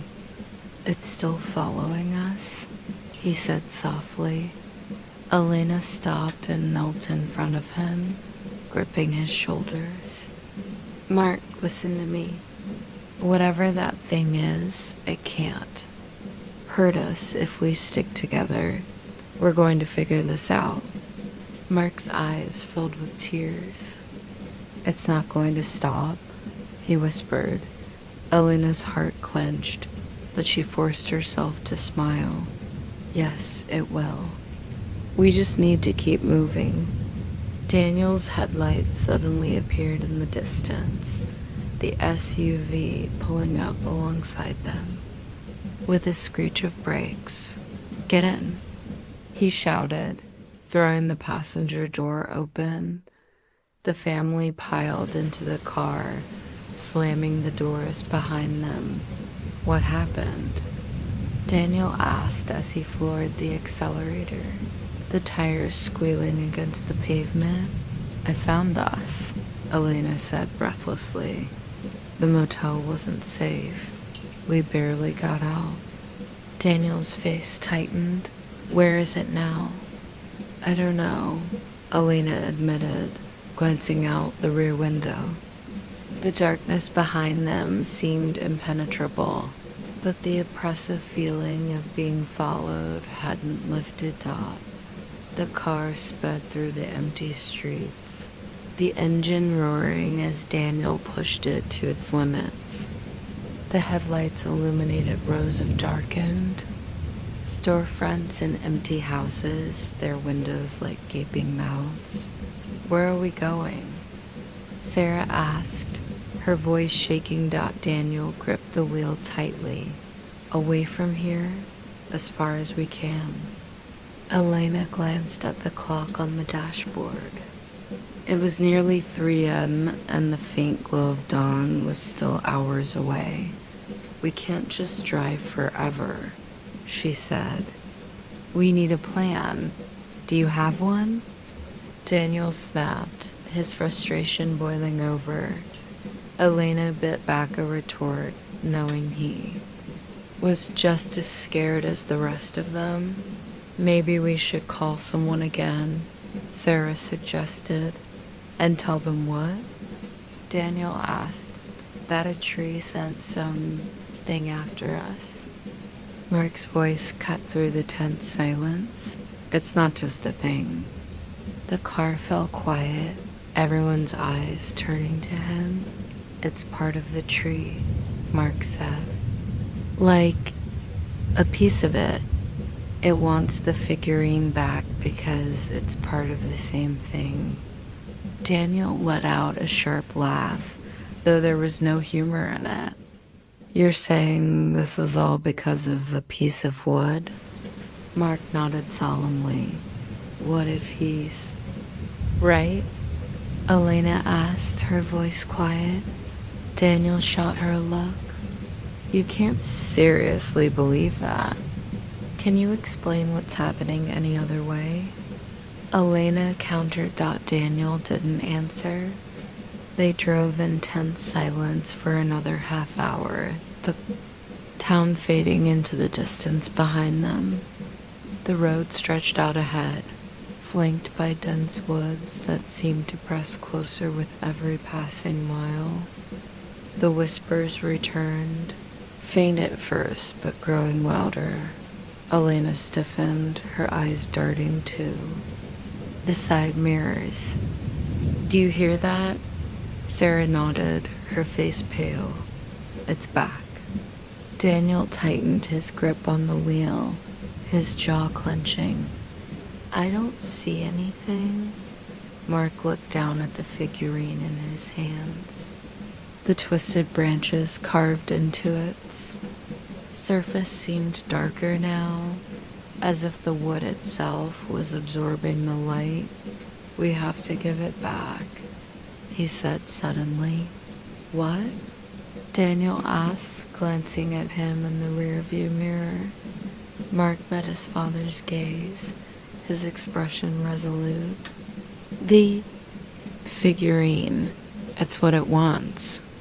If we give it back, maybe it'll leave us alone. That's not happening, Daniel said firmly. Why not? Sarah asked, her voice rising. Because it doesn't make any sense, Daniel snapped. Throwing a piece of wood into the woods isn't going to solve anything. Then what will? Elena asked, her voice trembling. Because we can't. Keep running forever, Daniel. Before he could respond, the car lurched violently, the engine sputtering. No, no, no. Daniel shouted, slamming the gas pedal. The car shuddered to a stop, the headlights flickering. What's happening? Sarah cried. I don't know. Daniel said, frantically turning the key in the ignition. Mark looked out the window, his face draining of color. It's here. The family turned to look. The figure stood in the middle of the road, illuminated by the dim glow of the headlights. Its hollow head tilted slowly as it raised one long spindly arm to point directly at the car. Don't move, Daniel said, his voice barely above a whisper. The figure took a step forward, its limbs jerking unnaturally. Mark clutched the figurine tightly. It wants this, he said. Mark, no, Elena said, grabbing his arm. We have to give it back. Mark insisted, tears streaming down his face. Mark, stop. Daniel shouted, but it was too late. Mark threw open the car door and ran toward the figure. The figurine held out in front of him. Mark. Elena screamed, scrambling to follow him. Mark stopped a few feet away from the figure, his hands trembling as he held out the figurine. Take it, he shouted. Just leave us alone. The figure froze, its hollow head tilting down to the figurine. For a moment, the world seemed to hold its breath. Then, slowly, the figure reached out and took the figurine from Mark's hands. Its long, claw-like fingers curled around the wood, and it pulled the figurine close to its chest. Mark stumbled backward, tears streaming down his face. The figure tilted its head again, then turned and began to walk away, its movements slow and deliberate. Elena ran to Mark, pulling him into her arms. Are you okay? She whispered, her voice breaking. Mark nodded, though his body trembled. The figure disappeared into the woods, the whispers fading with it. For the first time in days, the night was silent. Daniel helped Elena and Mark back to the car, his hands shaking as he opened the doors. Do you think it's over? Sarah asked, her voice barely audible. No one answered. The car started on the first try, and Daniel drove in silence, the dark road stretching out ahead. The Ramirez family drove through the early morning hours, the weight of the past few days hanging heavy in the air. The oppressive darkness of the woods eventually gave way to open fields, the faint glow of dawn painting the horizon in shades of pink and gold. No one spoke. Daniel kept his eyes fixed on the road, his hands gripping the steering wheel so tightly his knuckles turned white. Elena sat in the passenger seat, her gaze distant as she rubbed Mark's back. Sarah stared out the window, her reflection flickering faintly in the glass. Mark sat between Elena and Sarah, his small frame trembling. Though the figurine was gone, its presence seemed to linger, as if the memory of it had taken root in his mind. Are we safe now? Sarah asked, breaking the silence. Her voice was soft, almost hesitant, as if she was afraid of the answer. I think so, Daniel said, though his tone lacked conviction. It's gone. Whatever that thing was, it got what it wanted. But why? Sarah pressed. Why did it happen? The tree, the whispers, the thing, what did it want with us? Daniel shook his head, his jaw tightening. I don't know, Sarah, and honestly, I don't care. We're away from that place. That's all that matters. Elena's brow furrowed. We can't just leave it like this, Daniel. That house, it's dangerous. What if someone else moves in? What if it happens to them? Daniel exhaled sharply, glancing at her. What do you want me to do? Go back there and burn the whole place down? Elena didn't answer, her lips pressing into a thin line. Hours later, they reached the outskirts of a larger town.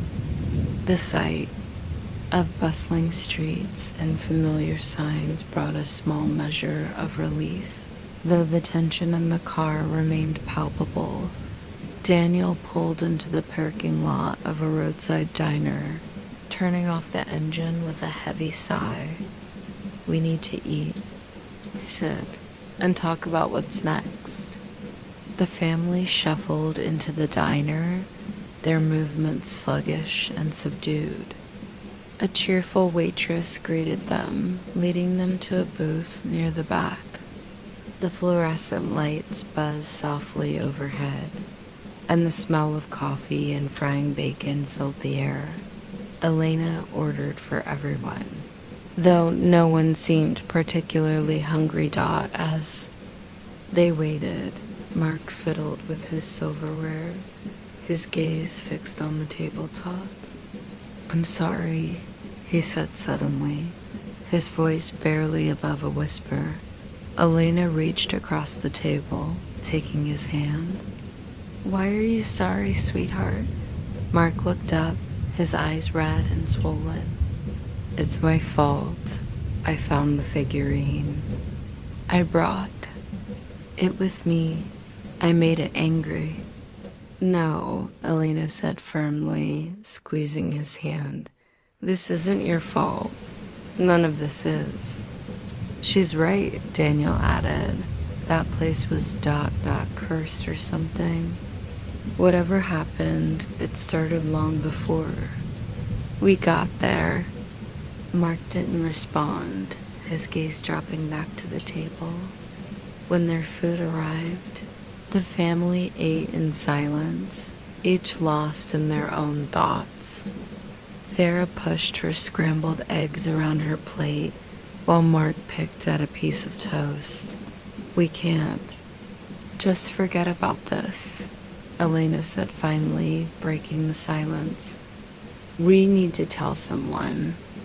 The police, the town, anyone who can do something about that property. And say what? Daniel asked, his voice low. That the house is haunted? That a tree sent a monster after us? Elena frowned. We can stick to the facts. The vines, the sounds, the way the car wouldn't start until Mark gave back the figurine. There's enough to make them look into it. Daniel shook his head. No one's going to believe us. They have to, Elena insisted. We can't let this happen to someone else. Sarah looked up from her plate, her expression grim. Mom's right, she said. That house isn't just dangerous, it's evil. If someone else moves in, they might not make it out. Daniel sighed, leaning back in his seat. Fine, he said reluctantly. We'll report it, but don't expect anyone to take us seriously. Elena nodded, relief washing over her. Thank you. After finishing their meal, the family found a nearby motel where they could rest. The room was small but clean, with 2 double beds and a faint smell of bleach lingering in the air. Mark lay down immediately, curling up under the blankets. Sarah sat on the edge of the other bed, scrolling through her phone. Elena and Daniel sat at the small table by the window, their voices low as they discussed their next steps. We should talk to someone from the town, Elena said. Maybe there's a historical society or something that knows about the house's history. Sure, Daniel said. though his tone was distracted. He stared out the window, his jaw clenched. "Are you okay?" Elena asked, touching his arm. Daniel nodded, though his expression was tight. "Yeah, I just ... I feel like it's not over." Elena's stomach twisted. "You think it's still following us?" Daniel shook his head. "No, but I can't shake the feeling that ... that it's still there, waiting." Elena didn't respond. She knew exactly what he meant. That night, the family slept fitfully. The motel room was quiet, but every creak of the building made them jump. Every shadow seemed to move. At one point, Elena woke to find Mark standing by the window, staring out into the darkness. "Mark?" she whispered, sitting up. "What are you doing?" Mark didn't answer. Elena got out of bed and approached him, her heart pounding. "Mark, talk to me." He turned to her slowly, his eyes wide and fearful. "It's not over," he said. "What do you mean?" Elena asked, her voice trembling. Mark pointed to the window. "It's still there." Elena looked outside, her breath catching in her throat. At first, she saw nothing but the empty parking lot. But then, just beyond the edge of the streetlights, she saw it, the outline of a tree, its twisted branches reaching toward the sky. Elena froze. Her breath caught in her throat as she stared out the window. The tree stood at the edge of the motel parking lot, its twisted branches outlined in stark contrast against the faint glow of the streetlights. It was unmistakable. "Mark," she whispered, her voice trembling. "Go wake your dad." Mark hesitated, his wide eyes fixed on the tree. "Now," Elena said firmly, gripping his shoulders and turning him toward the bed. Mark nodded and hurried to Daniel's side, shaking him awake. "Dad," Mark said, his voice shaking. "It's here." Daniel sat up gradually, his brow furrowing. "What are you talking about?" "The tree," Elena said, her voice tight. "It's outside." Daniel swung his legs over the side of the bed, rubbing his face before standing. He crossed the room to the window, his stomach sinking when he saw the dark outline of the tree. "That's impossible," he muttered. "It's not," Elena said, her arms crossed tightly over her chest. "We have to leave now." Sarah, who had woken during the commotion, sat up in bed, her expression pale. "What's going on?" "The tree," Mark said simply, pointing to the window. Sarah scrambled over to look, her mouth dropping open. When she saw it, "How did it get here?" "We don't know," Elena said, grabbing her coat. "But we're not staying to find out." "Get your things." The family moved quickly, gathering their belongings and stuffing them into bags. Daniel grabbed the car keys, his hands trembling. "We'll head for the highway," he said, his voice strained. "Put as much distance between us and that thing as possible." "What if it follows us again?" Sarah asked, her voice rising. Daniel didn't answer. Elena placed a hand on her daughter's shoulder. "We'll figure it out. Just stay with you." As they prepared to leave, the room grew colder. The faint scent of sweetness that had haunted them at the house now filled the air, stronger and more cloying than ever. "It's coming," Mark whispered, clutching Elena's hand. The motel. Room lights flickered, casting jagged shadows across the walls. Outside, the wind picked up, howling as if carrying voices with it. "Let's go," Daniel shouted, throwing the door open. The family ran to the car, the frigid air stinging their faces. The tree loomed in the distance, its branches swaying unnaturally. "Get in," Daniel yelled, unlocking the doors. They piled into the car, slamming the doors shut. Daniel jammed the key into the ignition, turning it quickly. The engine sputtered but didn't start. "No," Daniel muttered, trying again. The engine coughed and sputtered, but it refused to turn over. "Not again," Sarah cried, her voice breaking. Elena looked out the window, her heart racing. The tree was closer now, its branches moving as if reaching toward the car. "Daniel," she said urgently, "hurry. I'm trying." He shouted, turning the key frantically. The whispers began again, louder this time, filling the air with their eerie, unintelligible chorus. The tree's shadow stretched across the parking lot, reaching toward the car like a living thing. "Mom," Mark whispered, clutching her arm. Elena turned to him, her stomach dropping when she saw his expression. "What is it, sweetheart?" she asked. Mark's voice trembled. "It's not going to stop." The car jolted suddenly, the engine roaring to life. Daniel didn't wait. He slammed the car into gear, the tires screeching as they sped out of the parking lot. "Hold on," he shouted, gripping the wheel tightly.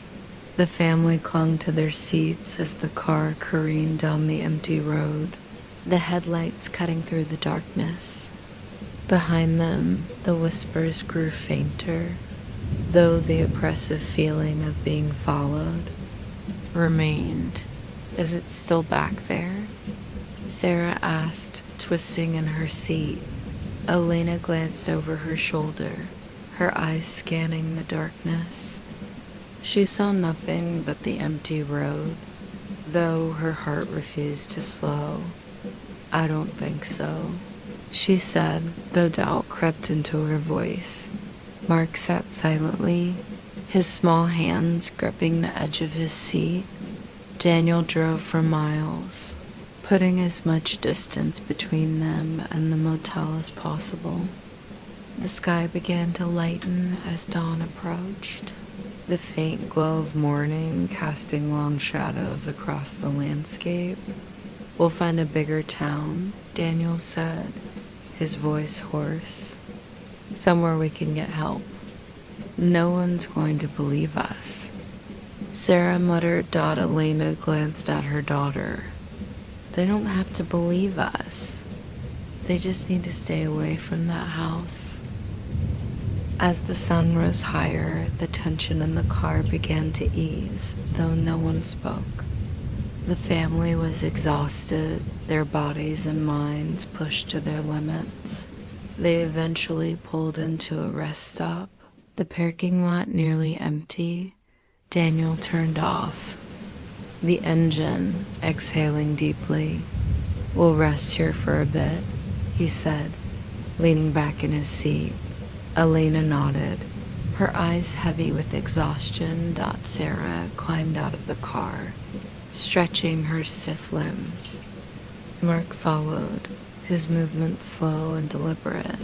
Elena watched him closely, worry etched into her features. "Are you okay, sweetheart?" she asked. Mark nodded, though he didn't meet her eyes. As the family sat on a bench near the car, a sense of calm began to settle over them. The whispers were gone, and the oppressive presence of the trees seemed to have lifted. "Do you think it's really over?" Sarah asked, her voice quiet. Daniel hesitated, then nodded. "Yeah," he said. "I think it is. But as the words left his mouth, Mark looked up sharply, his eyes wide with fear.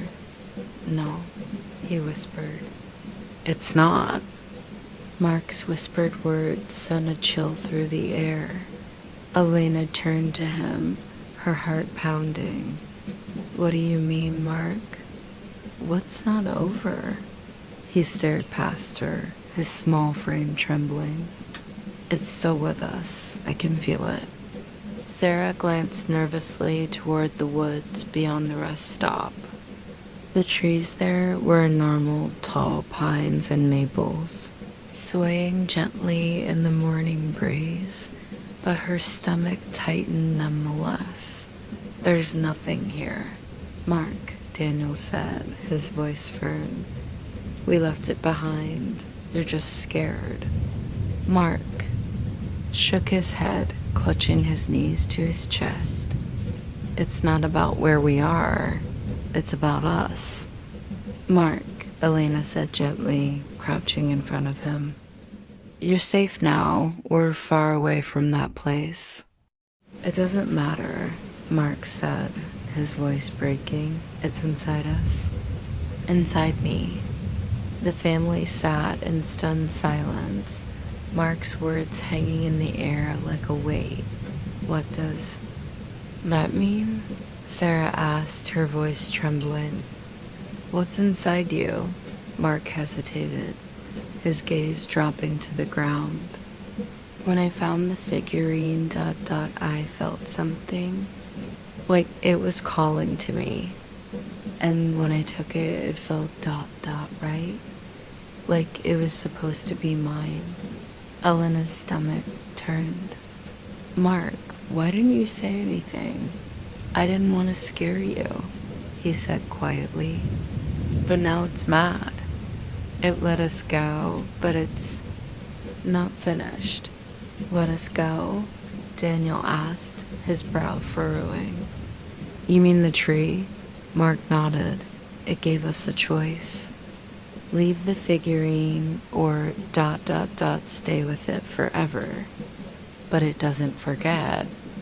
Elena reached out, brushing a strand of hair from his face. Sweetheart, it's gone now.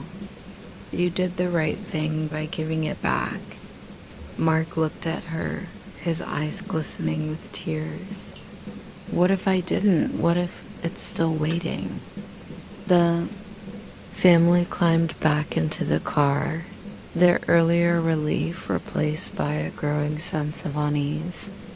We need answers, Elena said as Daniel started the engine. We can't just keep running from this thing. And where do we get those? Daniel asked. No one's going to believe us, and even if they did, what could they do about it? There has to be someone who knows about that house. Elena said, a historian or a local expert. We need to understand what we're dealing with.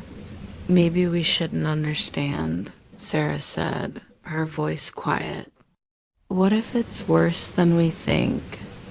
Elena looked at her daughter, her expression softening.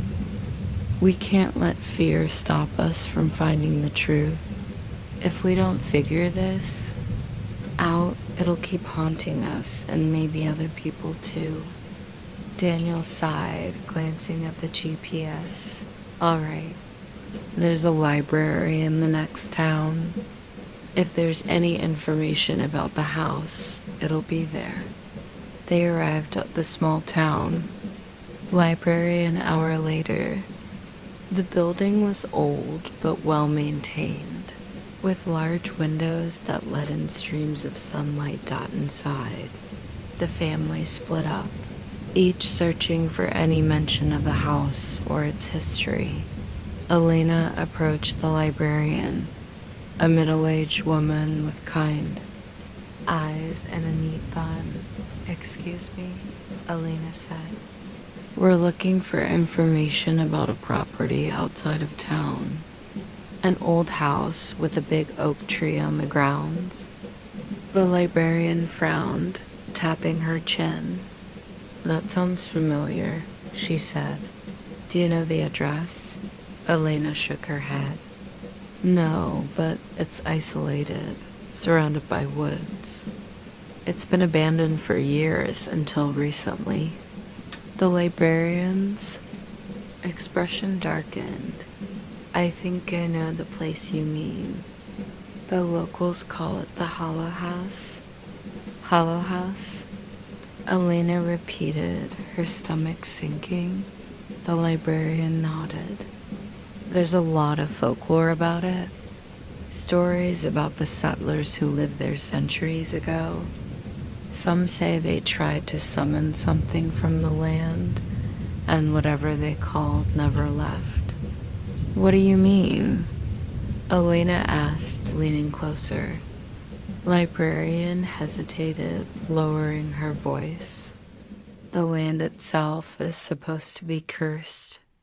They say the settlers used rituals to bring a spirit into the oak tree, hoping it would protect their crops and keep them alive through harsh winters. But instead, it turned on them.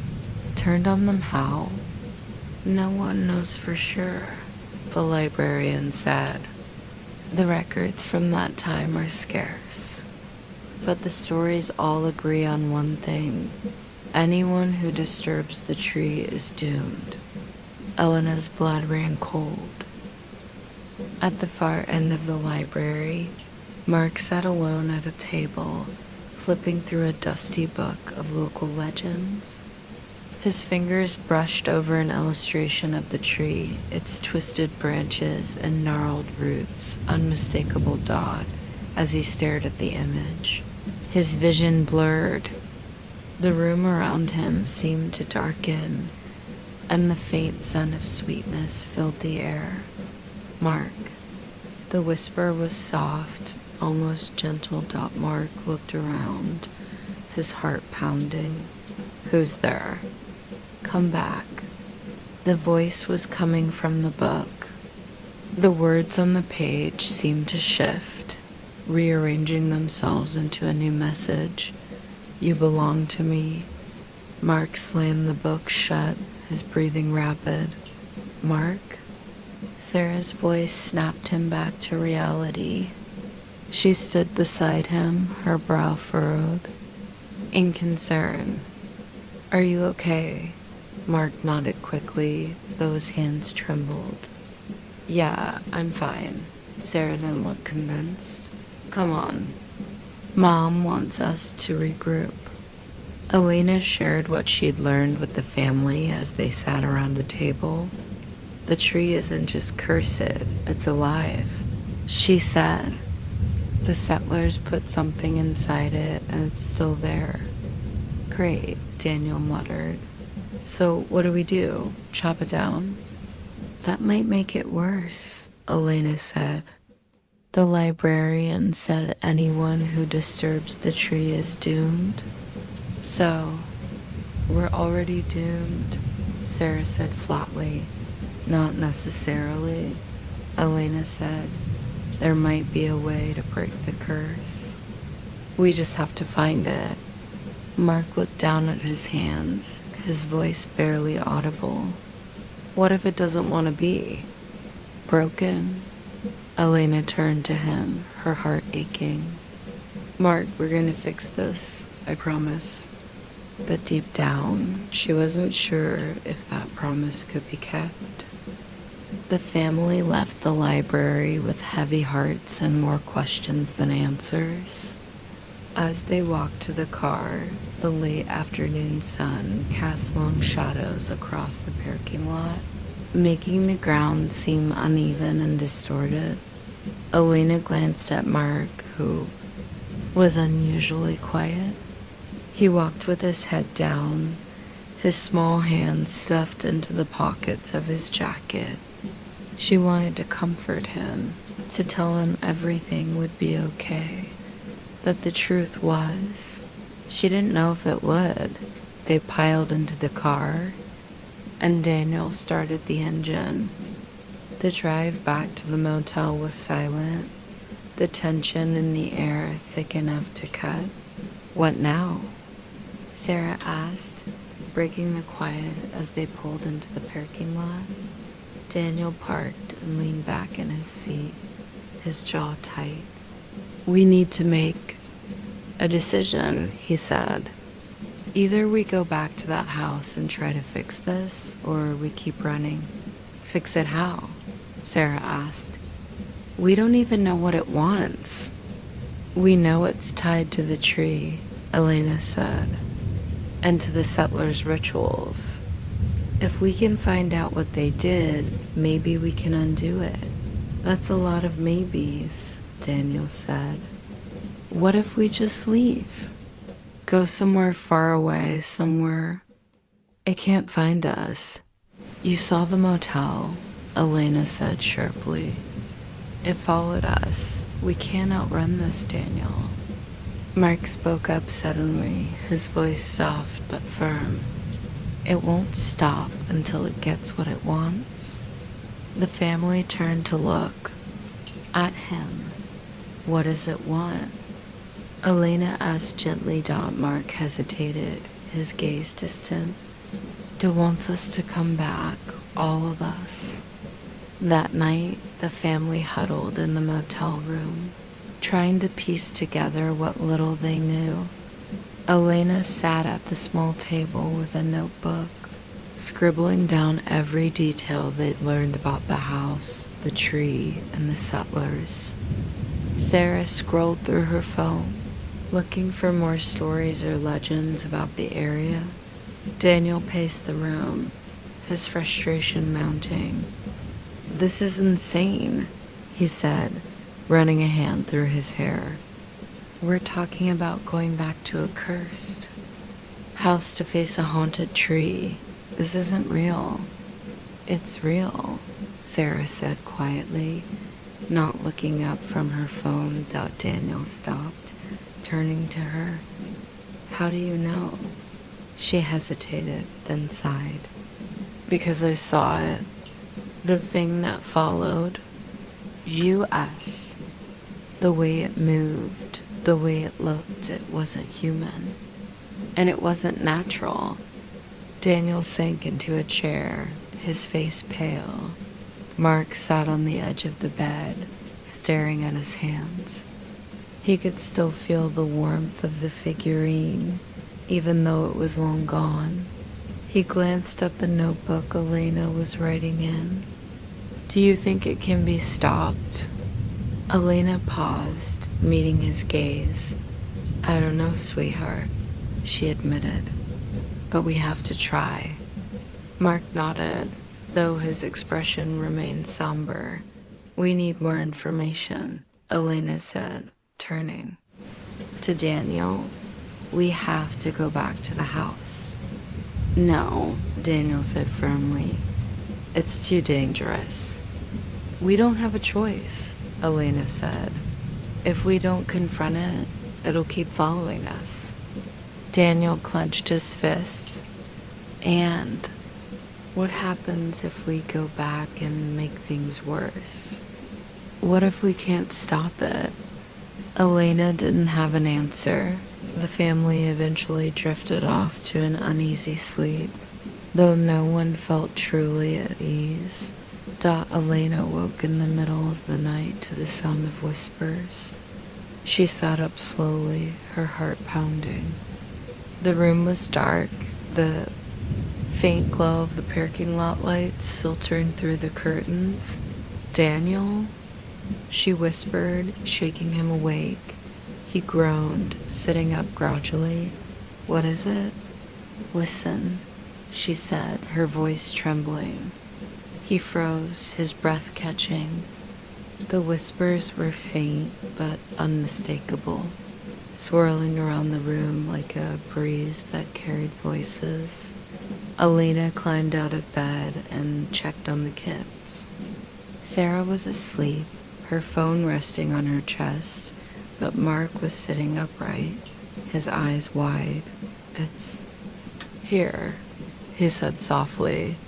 Elena swallowed hard. "What's here, sweetheart?" Mark pointed toward the window. "It's waiting for us." Daniel pulled back the curtain slightly, peering outside. The parking lot was empty, but the oppressive feeling of being watched was stronger than ever. "We can't stay here," he said, his voice low. Elena nodded, her fear mounting. Then, "We go back." Daniel hesitated, his face pale. "Are you sure?" Elena glanced at Mark, then back at Daniel. "We don't have a choice." At dawn, the family packed their bags and loaded into the car. The drive back to the house was tense, the silence broken only by the hum of the engine. The road wound through dense woods, the trees growing closer together the farther they went. As they approached the property, the sky darkened, thick clouds gathering overhead. When the house came into view, Elena's breath caught in her throat. The oak tree stood taller than before, its branches spreading wide and gnarled. The ground around it was covered in vines, their dark tendrils twisting and writhing like snakes. Daniel parked the car, his hands trembling on the wheel. "This is a bad idea," he said. "Just stay close," Elena said. Opening the door, the family stepped out, the air thick with the sickly scent that had haunted them since their first night. Mark stared at the tree, his small frame trembling. "It knows we're here," he whispered. Elena placed a hand on his shoulder. "Then let's finish this." The family approached the tree cautiously, the ground beneath their feet soft and damp. The whispers grew louder, swirling around them like a storm. Elena held the notebook tightly, her fingers trembling as she flipped through its pages. "There has to be something," she muttered, scanning her notes. "What are we even looking for?" Sarah asked, her voice shaking. "A way to break the curse." Elena said. Mark stepped forward, his eyes fixed on the tree. "It's not a curse," he said softly. Elena turned to him, her stomach tightening. "What do you mean?" Mark hesitated, then looked up at her. "It's not trying to hurt us. It's trying to protect itself." "What?" Daniel asked, his brow furrow. Mark pointed to the tree. "The settlers trapped it here. They forced it to stay. It's been trying to get free ever since."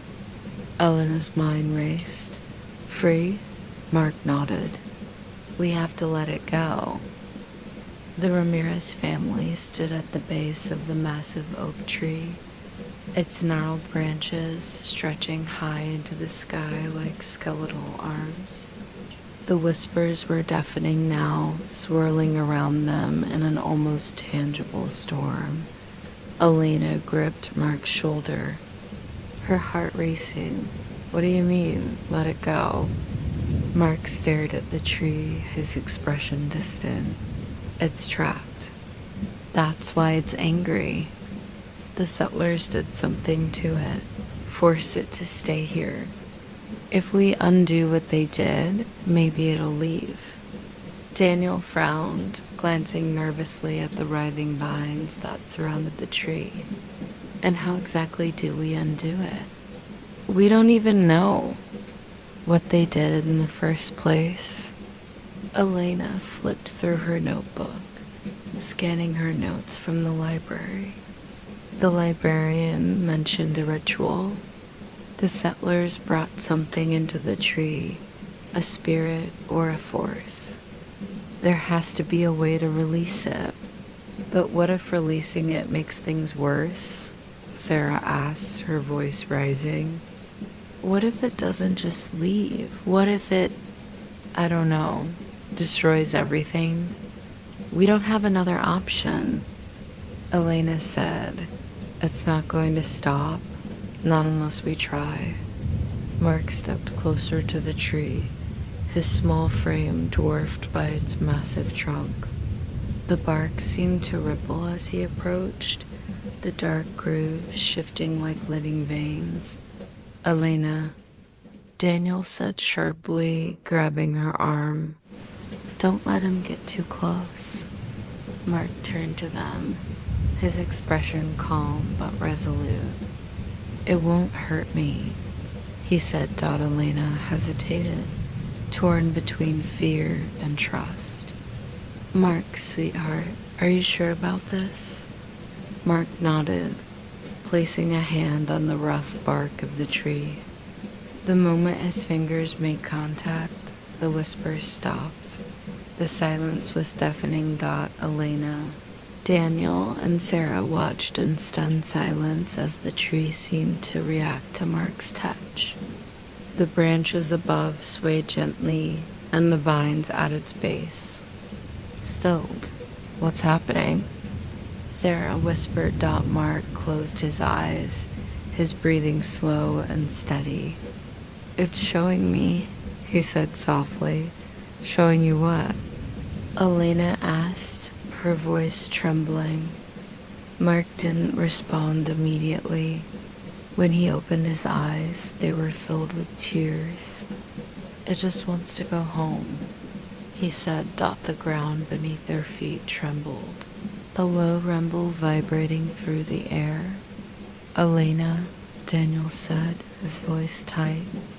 We need to get out of here. No, Mark said firmly.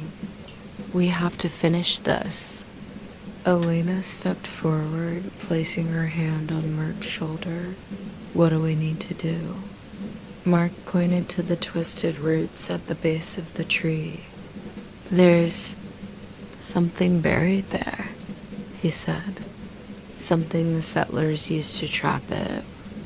We have to dig it up and destroy it. Daniel stared at the ground, his stomach twisting. You're saying we need to dig ... there? The vines shifted slightly, as if responding to his words. Yes, Mark said. It's the only way. The family retrieved shovels from the barn, their movements hurried and tense. When they returned to the tree, Daniel took a deep breath and drove his shovel into the soft earth. The ground was damp and heavy, the soil clinging to the blade with every strike. Elena and Sarah joined him, the three of them working in silence as Mark stood nearby, watching the tree with wide eyes. After several minutes of digging, Daniel's shovel hit something solid.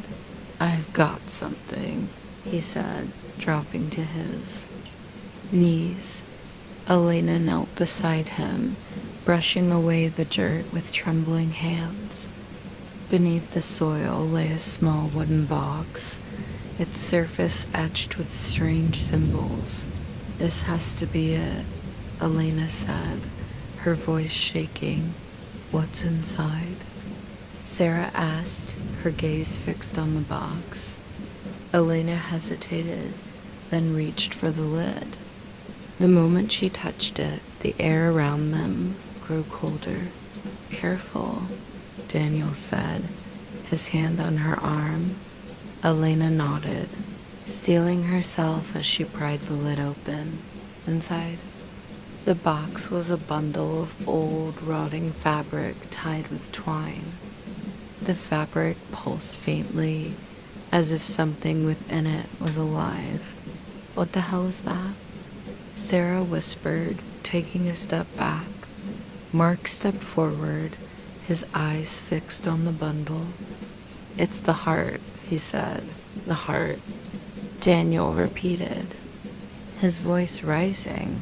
What does that mean? It's what they gave the tree, Mark said, to bind it. We have to destroy it.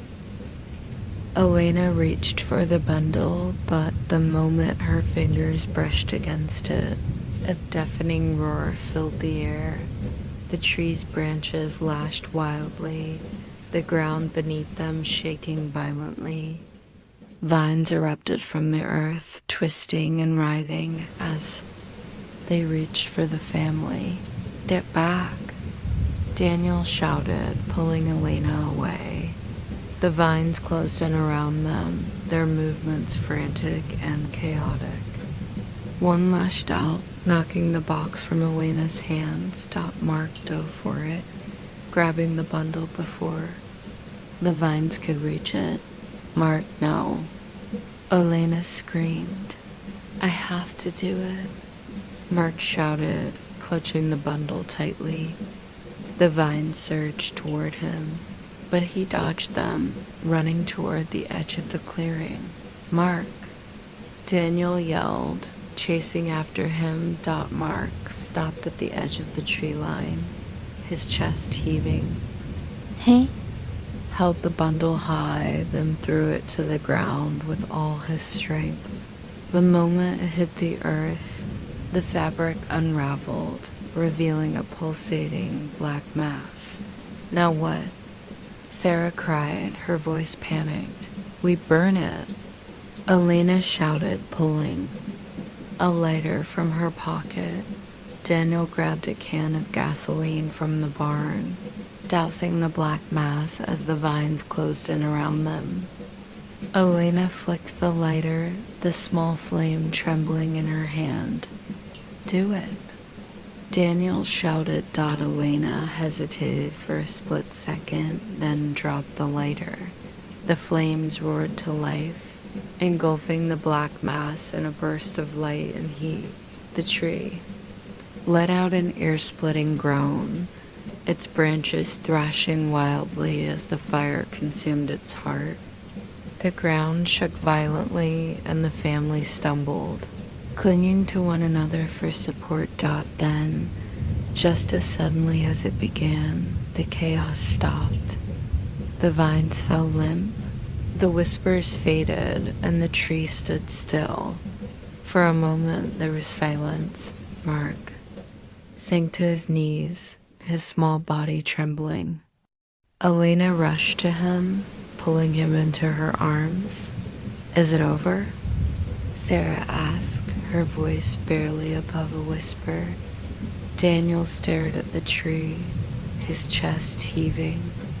"I think so," he said. The family stood together in the clearing, the weight of the past days pressing down on them. The tree, though still massive and gnarled, seemed different, less menacing, more peaceful. "We did it," Elena said, her voice trembling. Mark looked up at the tree, his eyes filled with tears. "It's free," he whispered. The clearing was quiet now, the oppressive weight that had hung over the Ramirez family finally lifting. The once ominous oak tree stood still, its branches no longer writhing, its presence no longer suffocating. Elena knelt beside Mark, brushing the dirt from his face. "You were so brave," she said softly. Mark leaned into her, his small body trembling. "I was scared," he whispered. "So were we," Elena said, her voice cracking. "But you did it. You set it free." Daniel approached cautiously, his gaze fixed on the tree. "Do you think it's really over?" "I think so," Elena said, though her voice carried a note of uncertainty. "The tree, it feels different now." Sarah stood a few feet away, her arms crossed tightly over her chest. "Different doesn't mean safe," she said. "I don't ever want to come back here." "You won't have to," Daniel said, placing a hand on her shoulder. The family gathered their things and made their way back to the car. The air felt lighter, almost fresh, though the faint scent of sweetness lingered like a memory. As they loaded into the car, Mark hesitated, glancing back at the tree. "What is it, sweetheart?" Elena asked, her brow furrowed. Mark's gaze was distant, his voice soft. "I think it's happy now." Elena exchanged a glance with Daniel, her stomach twisting. She wanted to believe him, to believe that they had done the right thing, but the uncertainty gnawed at her. Daniel climbed into the driver's seat and started the engine. The car hummed to life without hesitation, and the family pulled away from the house for the last time. The drive back to town was quiet, the tension in the car gradually giving way to exhaustion. Sarah leaned her head against the window, her eyes half closed. "What happens now?" she asked. "We move on," Daniel said. "We go back to our lives and put this behind us, can we?" Sarah asked, her voice barely audible. Elena reached back, placing a hand on her daughter's knee. "We'll try," she said gently. Mark sat silently, his gaze fixed on the passing trees. He didn't speak, but his hands fidgeted in his lap, his mind clearly elsewhere. When they reached the edge of town, Daniel pulled into a gas station to refuel. The family climbed out of the car, stretching their stiff limbs. Elena bought coffee and snacks from the convenience store, her movements automatic. She felt like she was moving through a haze, the weight of everything they had been through pressing down on her. Mark lingered near the car, staring at the horizon. "Are you okay?" Sarah asked, walking up beside him. Mark nodded slowly. "I think so." Sarah hesitated, then nudged his shoulder gently. "You did good, you know. I was scared out of my mind, but you didn't even flinch." "I was scared too," Mark said. "Well, you didn't show it," Sarah said with a small smile. Mark looked up at her, his expression softening. "Thanks." The family resumed their journey, the miles slipping away as they put more distance between themselves and the cursed property. By the time they reached a new motel for the night, the sun was setting, casting the sky in hues of orange and pink. The warm light seemed to wash away some of the lingering tension, and for the first time in days, the family felt a glimmer of hope. "We'll rest here," Daniel said as they unpacked. "Tomorrow, we figure out what's next." Elena nodded, her gaze drifting to Mark. "We'll be okay," she said, though she wasn't sure if she was reassuring him or herself. That night, the family slept soundly for the first time in days. The whispers were gone, the oppressive presence of the tree a distant memory. But in the quiet moments before dawn, Mark stirred in his sleep. He dreamed of the tree, its massive branches stretching across the sky. In the dream, the tree was no longer threatening, it was calm, its gnarled bark smooth, its roots spreading peacefully into the earth. Mark stood beneath it, his small hand resting against its trunk. "Thank you," a voice whispered, soft and distant. Mark woke with a start, his heart pounding. The room was quiet, the faint sound of his family's breathing filling the space. He sat up slowly, glancing toward the window. For a moment, he thought he saw the faint outline of branches swaying in the distance, but when he blinked, the image was gone. The next morning, the family loaded back into the car and continued their journey. They didn't talk much about what had happened, but the silence between them was comfortable, not strained out as they drove. Mark stared out the window, watching the landscape pass by. He wasn't sure what lay ahead for them, but for the first time in days, he felt a sense of peace. The tree was gone, its grip on their lives broken, and though the memory of it would linger, Mark knew that they were finally free.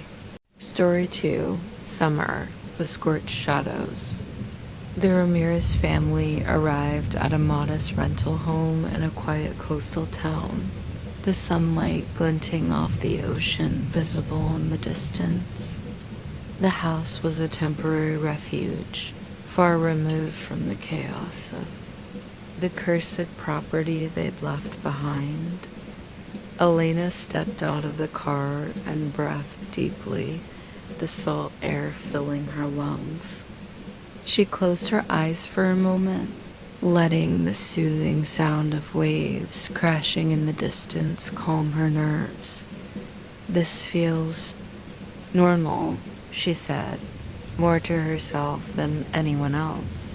Sarah leaned against the car, squinting up at the house. "It's small," she said. "It's safe," Daniel said firmly, his voice carrying an edge that silenced any further complaints. Mark climbed out of the back seat, clutching his backpack tightly. He hadn't said much since they'd left the motel that morning, his quiet demeanor unnerving Elena. "Mark, sweetheart, how are you feeling?" Elena asked, kneeling beside him. Mark shrugged, his gaze fixed on the gravel driveway. "It's better here," he said softly. Elena exchanged a glance with Daniel, who nodded reassuringly. "Let's get settled," he said. "The sooner we unpack, the sooner we can start fresh." The house was modest but comfortable, with whitewashed walls, creaky wooden floors, and large windows that let in ample sunlight. The warm, airy atmosphere was a stark contrast to the heavy, oppressive energy of the cursed property. Sarah claimed the room closest to the backyard, its window overlooking a small garden filled with wildflowers. Mark chose the smallest bedroom at the end of the hall, where the sunlight streamed through thin curtains, casting soft patterns on the walls. Elena and Daniel unpacked quickly, their movements efficient but tense. Though the house felt safe, the memories of the oak tree and its horrors lingered like shadows at the edge of their minds. "This place is a fresh start," Daniel said as he arranged dishes in the kitchen cabinets. "We'll get through this." Elena nodded, though the unease in her chest hadn't completely faded. That evening, the family gathered in the living room, eating takeout pizza and trying to settle into their new environment. The windows were open, letting in the cool evening breeze and the sound of distant waves. Mark sat cross-legged on the couch, eating quietly. He glanced at the shadows on the walls, his brow furrowing slightly. "What's wrong?" Sarah asked, noticing his expression. "Nothing," Mark said quickly, though his gaze lingered on the shifting shapes. Sarah rolled her eyes but didn't press further. The first night in the new house was calm. The family slept soundly, the silence of the coastal town a welcome reprieve from the chaos they'd endured. But as dawn approached, Mark woke with a start.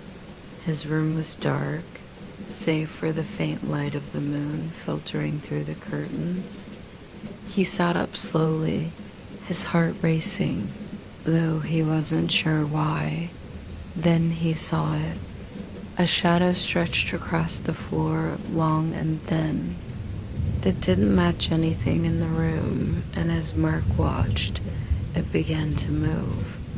The shadow crept along the floor, like a living thing, its edges rippling unnaturally. Mark's breath caught in his throat, his body frozen with fear. "Mom?" he whispered, his voice barely audible. The shadow stopped, its elongated form quivering slightly. Mark squeezed his eyes shut, clutching his blanket tightly. When he opened them again, the shadow was gone.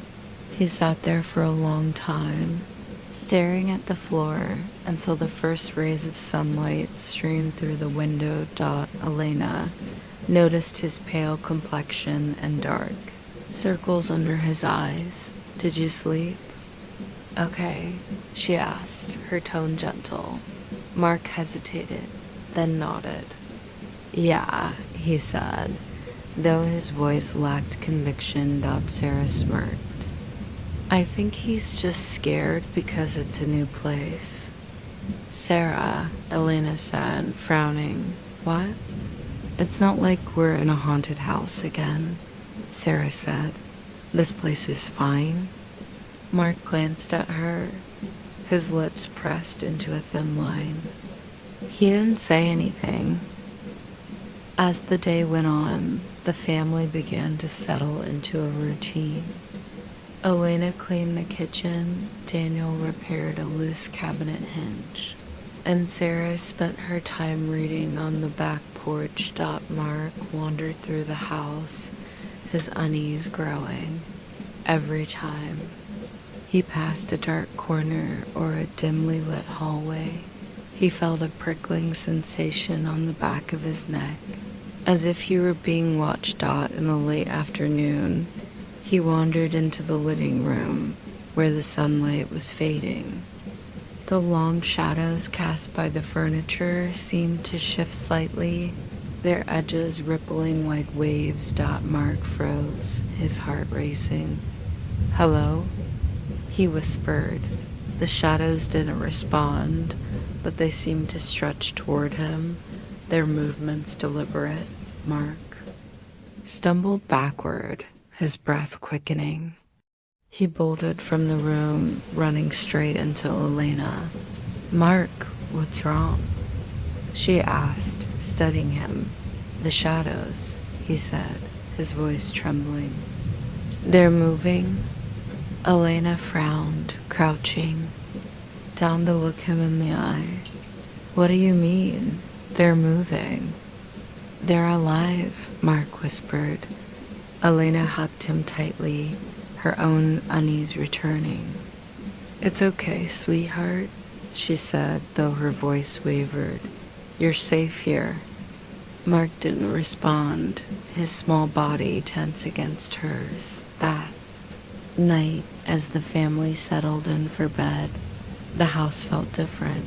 The warm, inviting atmosphere of the day seemed to fade, replaced by a subtle chill.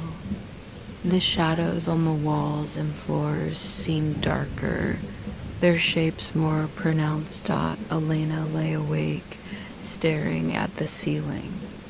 Daniel slept beside her, his steady breathing a small comfort, but the stillness of the house felt oppressive, and her nerves were on edge. In the hallway, a faint creak echoed through the silence. Elena sat up, her heart pounding. "Hello?" she called softly. There was no response. She climbed out of bed, moving toward the door. The hallway was empty, but the shadows seemed to ripple slightly, as if disturbed by an unseen force. Elena took a deep breath, stepping back into the room and locking the door behind her. Something wasn't right. The following morning, Elena woke to find Mark sitting at the kitchen table, staring blankly at his untouched bowl of cereal. The sunlight streaming through the windows gave the kitchen a warm glow, but it did little to dispel the tension in the air. "Good morning, sweetheart," Elena said, Forcing a smile as she sat down beside him, Mark didn't respond. His eyes were fixed on the table, his small hands gripping the edge tightly. Elena reached out, placing a hand on his shoulder. "Mark, are you feeling okay?" He blinked slowly, as if coming out of a trance. "The shadows," he murmured. Elena's stomach tightened. "What about them?" "They're getting closer," Mark said. Elena glanced around the bright kitchen, her heart racing. The shadows on the floor were normal, cast by the morning sun through the windows. "Sweetheart, there's nothing here," she said gently. Mark shook his head, his voice trembling. "You can't see them." "Not like I can." Daniel entered the kitchen a moment later, yawning as he poured himself a cup of coffee. "Morning," he said, glancing at the table. Elena shot him a meaningful look, her lips pressed into a thin line. "What's wrong?" Daniel asked, frowning. "Mark had another experience last night," Elena said softly. Daniel sighed, setting his mug down. "Mark, buddy, we talked about this. This place is safe. Nothing's going to hurt you here." Mark didn't respond, his small frame tense. "Daniel," Elena said quietly, "maybe we should..." "What?" Daniel interrupted, his voice sharper than he intended. "Indulge this? We just got here, Elena. We can't keep running every time someone gets spooked." Mark stood abruptly, his chair scraping against the floor. "You don't believe me?" he said, his voice quivering. "Mark, wait," Elena said, but he ran out of the kitchen before she could stop him. Mark retreated to his room, closing the door behind him. He sat on the bed, his knees drawn to his chest. The sunlight streaming through the curtains did little to comfort him. He glanced at the corner of the room, where the shadows from the dresser and desk overlapped. They seemed darker than they should be, their edges rippling like water. Mark's breath quickened. "Go away," he whispered. The shadows didn't move, but their presence felt heavier, almost suffocating. Mark closed his eyes tightly, clutching his knees. "Please, just go away." A soft whisper brushed against his ear, faint and indistinct. Mark bolted upright, his heart pounding. The shadows were still there, but now they seemed to shift slightly, as if reacting to his fear. In the living room, Elena and Daniel sat in tense silence. Sarah was outside on the porch, scrolling through her phone and trying to distract herself. "We need to talk about this," Elena said finally. "Something isn't right, Daniel." "I know," he admitted, running a hand through his hair.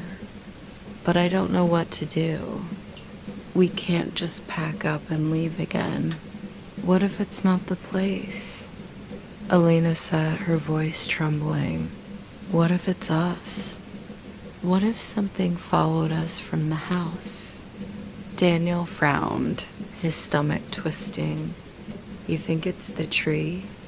Or ... whatever was in it?" Elena nodded slowly. "Mark was the one who gave back the figurine.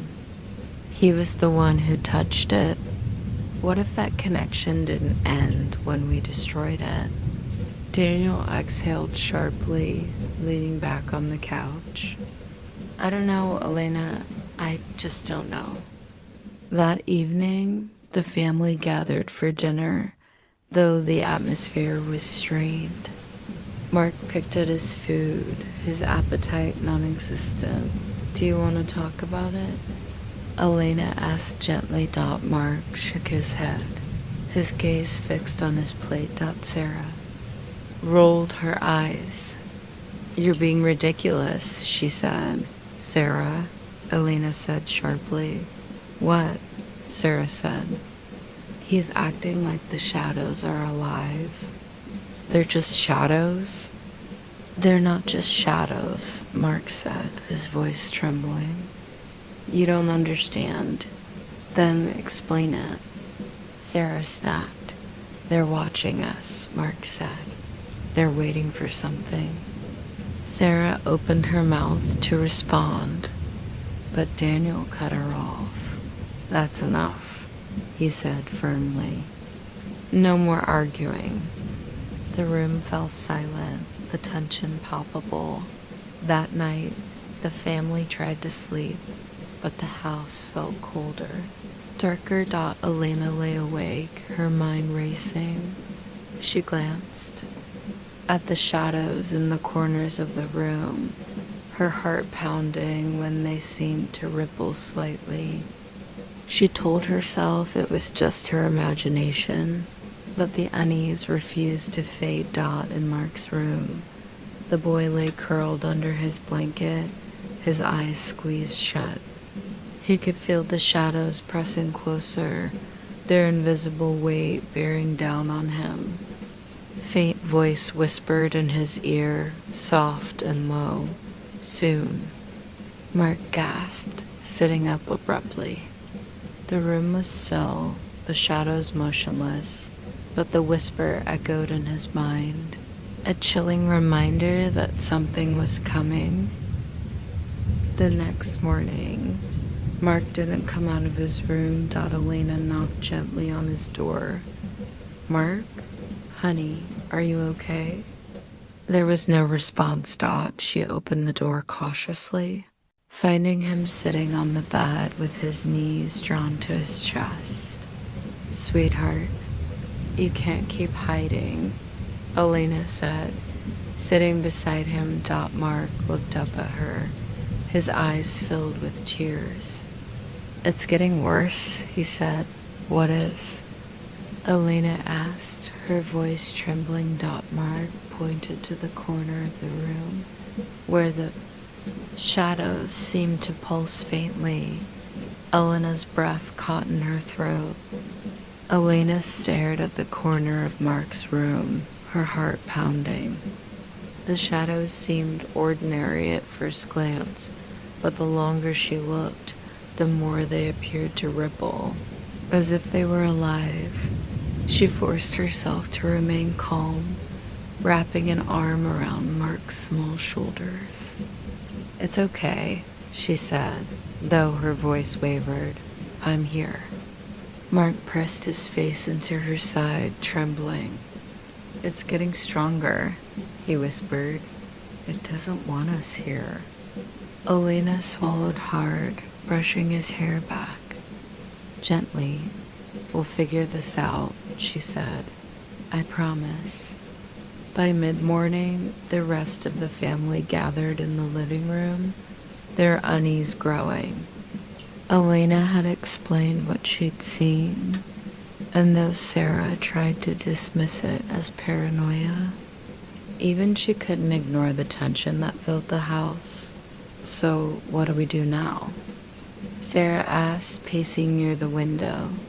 "We figure out what this thing wants," Elena said. "Assuming it wants anything," Daniel muttered. "What if it's just here? Like a bad memory that won't go away?" Elena shot him a look. "You think this is just a memory? Shadows don't move on their own, Daniel."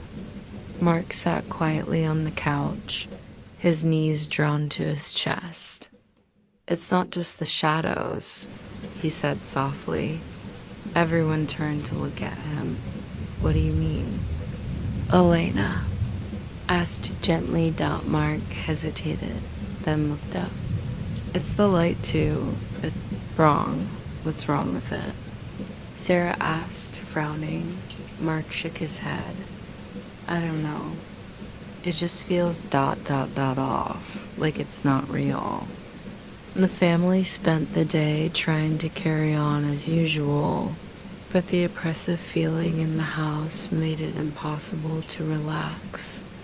Daniel busied himself repairing a loose hinge on the front door, though his hands shook slightly as he worked. Sarah stayed outside on the porch, scrolling through her phone and pretending not to notice the way the shadows shifted on the walls behind her. Elena stayed with Mark, her worry growing with each passing hour. He was quieter than usual, his gaze distant, as if he were listening to something no one else could hear. "Do you want to go outside for a while?" Elena asked, hoping the fresh air might help. Mark shook his head. "It's everywhere," he said softly. Elena frowned. "What's everywhere?" Mark didn't answer Dot as the afternoon sun began to dip lower in the sky. The shadows in the house grew longer. They stretched across the floors and walls, their edges unnaturally sharp. Dot Elena stood in the kitchen, washing dishes when she felt it, the faint sensation of being watched. She glanced over her shoulder, her heart skipping a beat when she saw a shadow move out of the corner of her eye. She turned quickly, but nothing was there. "Elena?" Daniel's voice startled her, and she nearly dropped the plate she was holding. "What?" she asked, her voice tight. He frowned, his brow furrowed. "Are you okay?" She hesitated, then nodded. "Yeah, just Dot tired." Daniel didn't look convinced, but he didn't press the issue. That evening, the family gathered in the living room for dinner, though the mood was tense. The shadows on the walls seemed darker, their movements subtle but deliberate. Mark sat close to Elena, his small frame tense. "It's closer," he whispered. Elena looked at him, her stomach twisting. "What is?" Mark pointed to the corner of the room, where the shadows seemed to pull unnaturally. "Okay, that's enough," Daniel said, his frustration bubbling over. "We can't keep feeding into this. It's shadows, nothing more." Mark's eyes filled with tears. "You don't believe me?" "Mark, the lights flickered, cutting Daniel off mid-sentence. Everyone froze, their eyes darting to the ceiling as the lights dimmed, then brightened again. "Power surge?" Sarah suggested. Though her voice wavered, the lights flickered again, then went out completely. The room was plunged into darkness, the faint glow of the moon the only source of light. "Stay calm," Daniel said, though his voice carried a hint of panic. A faint rustling sound echoed through the room, followed by the soft creak of floorboards. "Who's there?" Elena called, her voice trembling. There was no response. Mark clung to her tightly, his breathing shallow. "It's here," he whispered. "What's here?" Sarah asked, her voice rising before Mark could answer. A low, guttural whisper filled the air. "I see you." Elena's blood ran cold. "Daniel," she whispered, clutching Mark tightly. "I've got it," Daniel said, fumbling for his phone to use its flashlight. The small beam of light illuminated the room, but the shadows seemed to recoil from it. Unnaturally, their movements fluid and alive. "What the hell?" Daniel muttered, his voice trembling. The whisper came again, louder this time. "You cannot hide." Sarah grabbed Elena's arm, her eyes wide with fear. "Mom, what is that?" Elena shook her head, her mind racing. I don't know, she said. The shadows began to converge, pooling in the center of the room. Their dark forms twisted and writhed, growing larger and more defined. Get upstairs, Daniel said, his voice firm. But Sarah started. Now, he shouted. The family scrambled up the stairs, their footsteps echoing in the narrow hallway. They locked themselves in the master bedroom, Daniel barricading the door with a dresser. Mark sat on the bed, his small hands gripping the blanket tightly. It's not going to stop, he said softly. Elena knelt beside him, brushing his hair back. We'll figure this out, she said, though her voice shook. Daniel paced the room, his jaw tight. What do we do now? Elena glanced at the window, her mind racing. We need to find out what this thing wants, she said. And how do we do that? Daniel asked. Mark spoke up suddenly, his voice barely above a whisper. It wants us to see. Elena turned to him, her stomach tightening. See what? Mark's gaze was distant, his eyes unfocused. What's hiding in the light? The family huddled together in the master bedroom, the door barricaded with a dresser and a knit stand. Outside, the shadows continued to ripple and shift, their movements faint but deliberate. Daniel sat by the window, gripping a flashlight tightly. The beam cut through the darkness, illuminating the room, but it did little to ease the suffocating tension. Elena sat on the bed beside Mark, her arm wrapped around his small shoulders. Mark, sweetheart, she said gently, what do you mean by what's hiding in the light? Mark hesitated, his gaze fixed on the floor. I don't know exactly, he said softly, but it's like the shadows aren't just shadows. They're coming from something we can't see yet. Daniel frowned, glancing at the shifting darkness under the door. If we can't see it, how do we stop it? Mark looked up, his face pale. I don't think we can stop it. Not until it shows itself. The family sat in tense silence, the faint creak of the house the only sound. Sarah paced near the far wall, her arms crossed tightly. This doesn't make sense, she said. Shadows don't just move on their own. There has to be an explanation. Elena turned to her daughter, her expression tired. Do you have one? Sarah hesitated, then shook her head. No, but maybe we're just imagining things. We're not imagining this, Daniel said, gesturing toward the door. The shadow beneath it pulsed faintly, like a heartbeat. Sarah's face paled, and she stopped pacing. Suddenly, the whispering began again, faint but unmistakable. The voices were layered, overlapping in a chorus of unintelligible words. They seemed to come from everywhere and nowhere, growing louder with each passing moment. Elena held Mark closer, her heart pounding. What do you want? She called out, her voice trembling. The whispering stopped abruptly. For a moment, the silence was deafening. Then, a single word echoed through the room. Look. The family exchanged uneasy glances, their fear mounting. What does that mean?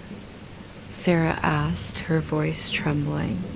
It wants us to see something, Mark said. See what?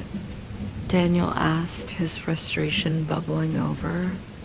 What are we supposed to do? Just wait for it to attack us? Elena shook her head. No, she said firmly. We need to stay together. Whatever this thing is, it's trying to scare us, to divide us. Mark looked up at her, his eyes wide. But it's not just trying to scare us, he said. It's trying to show us something. Before anyone could respond, the lights in the room flickered and went out. The darkness was complete, pressing, and around them like a living thing. Daniel flicked on his flashlight, the beam cutting through the blackness. Everyone stay close, he said, his voice low but steady. Elena grabbed her phone, using its flashlight to illuminate the room. Sarah stood near the bed, her breathing shallow, while Mark clung to Elena's side. The shadows in the room shifted, their edges rippling unnaturally. Do you see that? Sarah whispered, pointing to the far corner. The family turned their flashlights toward the spot she indicated.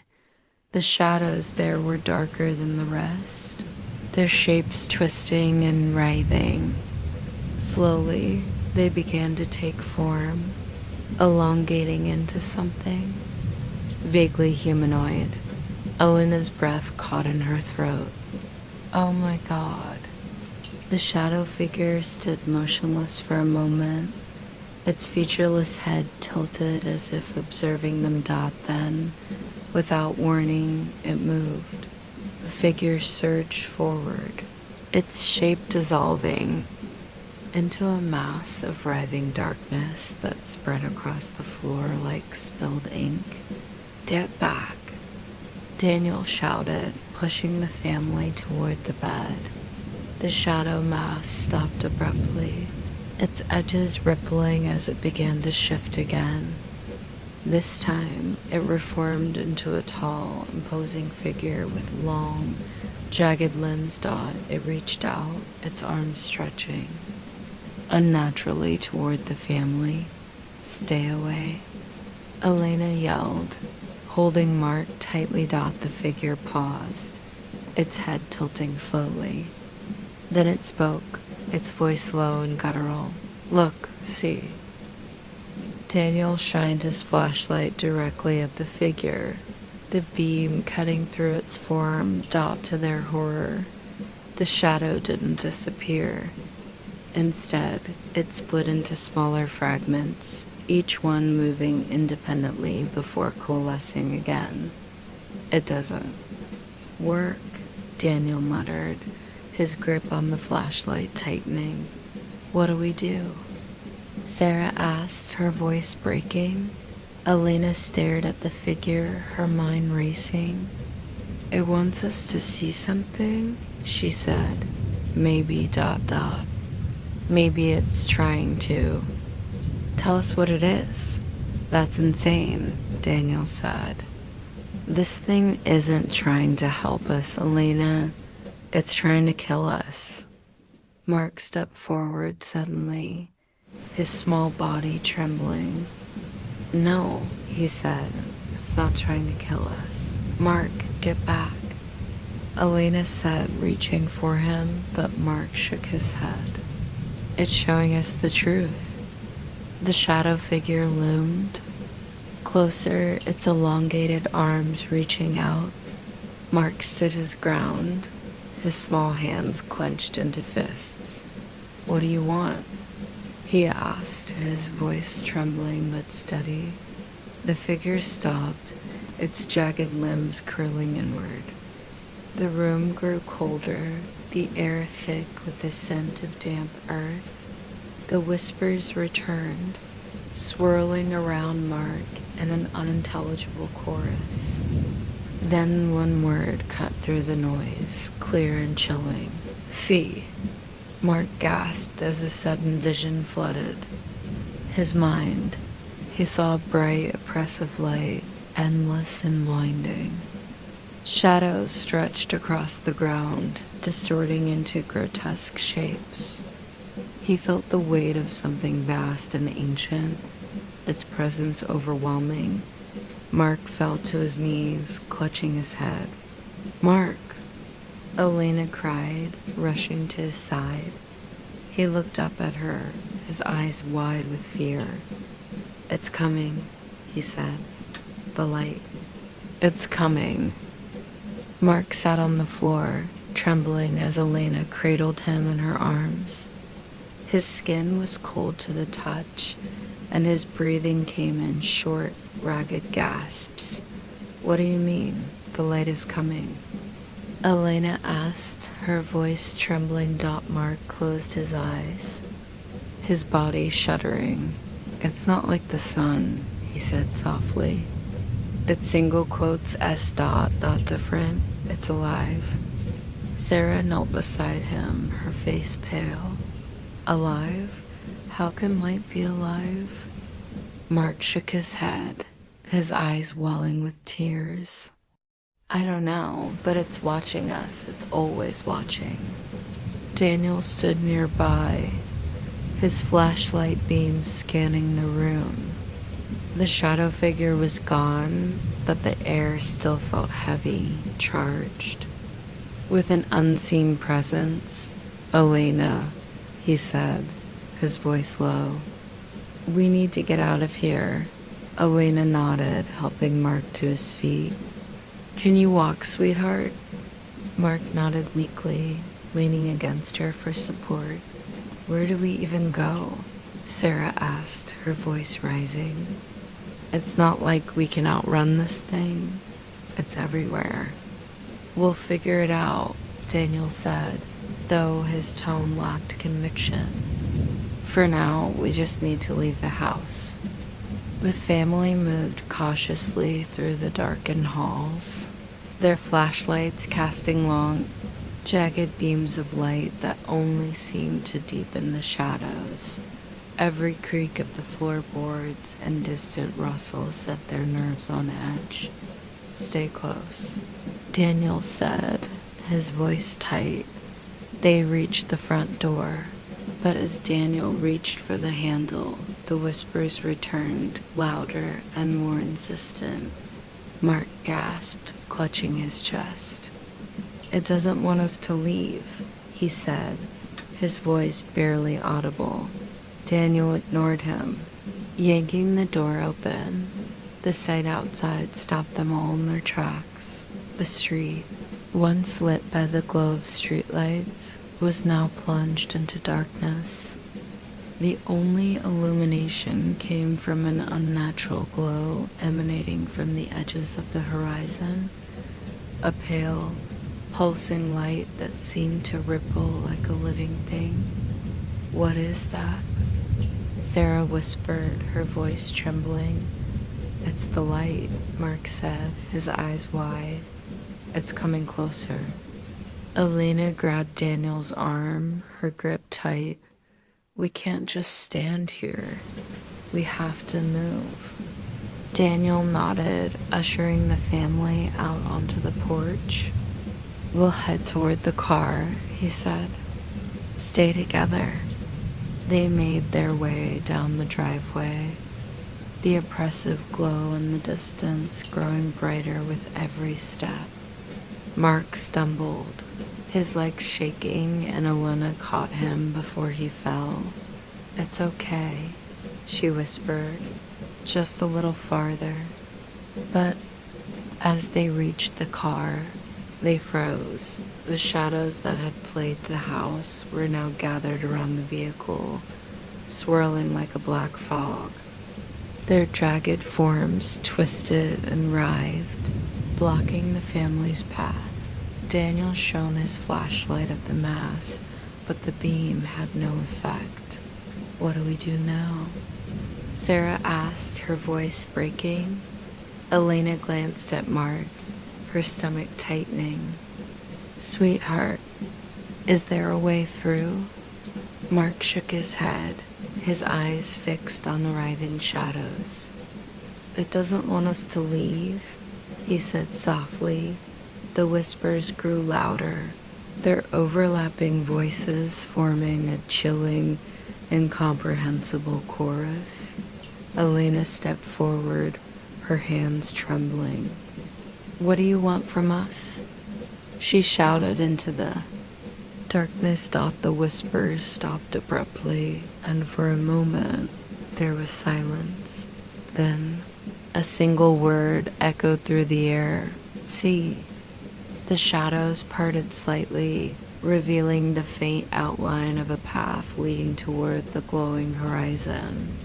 Daniel frowned, his grip tightening on the flashlight. "It wants us to go toward it." "That's insane," Sarah said, shaking her head. "Why would we do that?" "Because we don't have a choice," Elena said, her voice firm. "If we stay here, it'll trap us." The family followed the shadowy path, their movements slow and cautious. The air grew colder as they walked, the unnatural glow in the distance growing brighter. Mark stumbled again, and Elena knelt beside him. "Do you need to rest?" she asked. He shook his head, his expression resolute. "We have to keep going." As they approached the source of the light, the whispers returned, softer now, as if guiding them. The landscape around them began to change, the ground beneath their feet turning soft and spongy. The glow grew brighter, revealing a massive circular clearing surrounded by towering trees. In the center of the clearing stood a pillar of light, its surface rippling like water. The family stopped at the edge, their fear palpable. "What is that?" Sarah whispered. "It's the source," Mark said. The pillar of light pulsed faintly, its glow casting long, unnatural shadows across the clearing. Elena stepped forward, her heart pounding. "Mark, what do we do now?" Mark hesitated, then looked up at her. "It wants us to understand," he said. "Understand what?" Daniel asked, his voice sharp. Mark pointed to the light. "What it is, why it's here." Elena exchanged a glance with Daniel, her stomach churning. "If we go in there, will we be able to come back?" Mark didn't answer. Sarah grabbed Elena's arm. "You can't be serious," she said. "We don't even know what that thing is. It could kill us." Elena looked at her daughter, her expression resolute. "If we don't do this, it'll never stop. We have to know." The family stood in silence, the decision weighing heavily on them. Finally, Mark took a deep breath and stepped forward. "I'll go first," he said. "No," Elena said, grabbing his arm. "You're not doing this alone." She turned to Daniel, her eyes filled with determination. "We go together." Daniel hesitated, then nodded. "All right," he said, "but we stay close. No one gets left behind." The family linked hands, their fear palpable as they stepped into the glowing light. The moment they entered, the world shifted. The air around them grew thick and heavy, and the glow of the pillars seemed to envelop them completely. Shapes and colors twisted and blurred, their forms impossible to define. Voices echoed in their minds, a chorus of whispers that seemed to speak directly to their thoughts. Mark gasped, clutching Elena's hand tightly. "It's showing me," he said. "What do you see?" Elena asked, her voice trembling. Mark's eyes filled with tears. "Everything." The pillar's light began to pulse faster, its glow growing more intense. The voices in their minds became clearer, forming a single chilling message. You brought the shadow, now bring the light. Elena's breath caught in her throat. What does that mean? Mark looked up at her, his face pale. It means we're part of this now. The Ramirez family stood enveloped by the glowing pillar, its light pulsating in waves that seemed to pierce through their very beings. The air inside was thick and heavy, and the voices that filled their minds grew louder, overlapping into an overwhelming cacophony. Elena gripped Mark's hand tightly, her heart pounding in her chest. Mark, what do you mean we're part of this? Mark's eyes darted around the shifting light, his small body trembling. It's been waiting, he said, for us. Daniel stepped forward, his jaw tight. Waiting for what? What does it want us to do? Mark looked up at his father, his expression filled with both fear and certainty. It wants us to fix what was broken. The light shifted suddenly, and the voices in their minds stilled. The swirling colors around them gave way to images, fleeting, fragmented scenes that flashed before their eyes. They saw a small group of settlers standing in a darkened forest, their faces gaunt and desperate. The settlers carried torches, their light casting long shadows that seemed to twist and writhe unnaturally. One of the settlers, a man with wild eyes and a shaking hand, held a crude wooden figure above his head. He chanted words in a language none of the family could understand, his voice echoing through the clearing. The shadows around the settlers grew darker, converging on the wooden figure. Elena gasped as the scene shifted again, revealing the oak tree they had left behind. Its gnarled branches stretched toward the sky, its roots pulsing with a dark energy that spread out like veins across the ground. The settlers surrounded the tree, carving symbols into its bark and burying the wooden figure at its base. The whispers began then, faint and distant, carrying with them a sense of dread. Mark's voice trembled as he spoke. They made a deal, but they didn't understand what they were bringing here. The images dissolved, and the family found themselves back in the glowing light. Daniel ran a hand through his hair, his expression grim. So the settlers caused this? They brought this thing here? They thought it would protect them, Mark said. But it didn't. It used them to anchor itself. Sarah shook her head, her voice rising.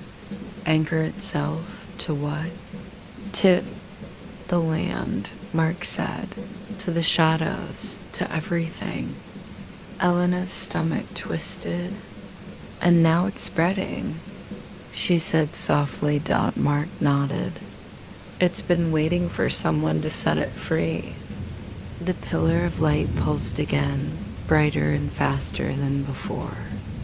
The voices returned, clearer now, forming a single unified message. Bring balance. Return the shadow to the light. Daniel frowned, his frustration bubbling over. What does that even mean? How are we supposed to bring balance? Elena stared into the light, her mind racing. The shadow and the light are connected, she said. The settlers used the shadow to trap it. Maybe that's why it's so angry, because it's incomplete. Sarah crossed her arms, her fear masked by sarcasm. Great. So how do we fix something that's been broken for centuries? Mark stepped forward, his small frame resolute. We have to bring the shadow into the light, make it whole again. The light around them began to shift, growing dimmer as the shadows crept in. The swirling colors faded, leaving only a stark contrast between the glowing pillar and the encroaching darkness. Elena knelt beside Mark, her voice trembling. "Are you sure about this, sweetheart?" Mark nodded, though his eyes were filled with tears. "It's the only way." Daniel gripped his flashlight tightly, his jaw clenched. "If this goes wrong, it won't," Elena said, her voice firm. "We've come too far to stop now." The family moved toward the center of the pillar, their movements slow and deliberate. The light and shadow converged around them, twisting and writhing like living things. Mark reached out, his small hand trembling as he touched the core of the light. The moment his fingers made contact, the pillar erupted with energy, sending shockwaves through the clearing. Elena grabbed Mark, pulling him close as the ground beneath them trembled. The shadows surged forward, colliding with the light in a blinding explosion of color and sound. The family cried out, shielding their eyes as the two forces merged, their chaotic movements slowing until they became one. When the light faded, the family found themselves standing in the center of the clearing. The oppressive glow and writhing shadows were gone, replaced by a soft, golden light that bathed the area in warmth. The air felt lighter, cleaner, as if a weight had been lifted. Elena looked around, her heart pounding. "Is it over?" Mark nodded slowly, his expression calm. "It's home now. It won't hurt anyone anymore." Daniel exhaled deeply, his shoulders slumping with relief. "Thank God." Sarah stared at the sky, her lips trembling. "It's gone," she whispered. "It's really gone." The family made their way back to the house, their steps slow and unsteady. Though the night had been harrowing, there was a sense of peace that hadn't been there before. As they reached the porch, Mark stopped, turning to look back at the woods. Elena knelt beside him, her brow furrowed. "What is it, sweetheart?" Mark smiled faintly, his eyes glistening. "It's free now." "So are we." Elena pulled him into a hug, tears streaming down her face. "You were so brave," she whispered. Daniel placed a hand on Mark's shoulder, his voice soft. "You saved us, buddy." Mark looked up at his father, his smile growing. "We saved each other." That night, the family slept peacefully for the first time in weeks. The house was quiet, the shadows no longer menacing, and as the first light of dawn broke through the windows, the Ramirez family knew they had found their way back to the light. The first rays of morning sunlight filtered through the windows of the Ramirez family's home, casting warm patterns on the walls. For the first time in days, the air felt calm, and the oppressive weight that had lingered over them seemed to have vanished. Mark was the first to wake. He sat up in bed, his heart no longer racing, his breathing steady. The shadows in the corners of his room were still, behaving as shadows should. The overwhelming sense of being watched was gone. He slid out of bed and walked to the window, the morning breeze carrying the scent of salt and fresh earth. For a moment, he stood there, letting the warmth of the sun wash over him. Elena knocked softly on his door. "Good morning, sweetheart," she said, Her voice gentle. Mark turned to her and smiled faintly. Good morning, Mom. She stepped inside, crouching to his level. How are you feeling? Better, Mark said. It's quieter now. Elena pulled him into a hug, her relief palpable. I'm so proud of you, she whispered downstairs. Daniel was brewing coffee, the rhythmic sound of the machine filling the kitchen. Sarah sat at the table, scrolling through her phone with a tired expression. Anything interesting? Daniel asked, pouring 2 cups of coffee. Sarah shook her head. Just normal stuff for once, she said, though she looked unconvinced. It feels weird, doesn't it? Like ... too quiet. Daniel sat across from her, sipping his coffee. Quiet's not a bad thing, he said. We've had enough chaos to last a lifetime. Sarah frowned, tapping her fingers on the table. Do you think it's really over? Daniel hesitated, then nodded. Yeah, he said. I think Mark was right. Whatever that thing was, it's gone now. By mid-morning, the family gathered in the living room. Elena and Daniel sat on the couch, while Sarah and Mark occupied the floor, a small pile of board games between them. I don't think I've played this since I was 10, Sarah said, holding up an old box of Scrabble. You used to cheat all the time, Mark said with a grin. I did not. Sarah shot back, though her smile betrayed her. Let's play, Elena said, her voice light. It'll be nice to do something normal. The family spent the next hour playing, laughter filling the house as they bickered over points and challenged each other's words. For the first time in weeks, they felt like themselves again. That afternoon, Daniel suggested a walk along the beach. The sand stretched out before them, the waves crashing gently against the shore. Mark ran ahead, his small footprints trailing behind him as he chased seagulls and picked up seashells. Sarah followed, her shoes in one hand, her phone forgotten. For once, Elena and Daniel walked side by side, their fingers loosely intertwined. You were amazing last night, Daniel said softly. The way you held us all together. I don't know how you did it. Elena smiled, though her eyes were tired. We did it together, she said. All of us. Daniel nodded, his gaze drifting to the horizon. Do you think it'll stay this way? Peaceful? I hope so, Elena said. But even if it doesn't, we'll face it. Together. As the sun began to set, the family returned home, their spirits lighter.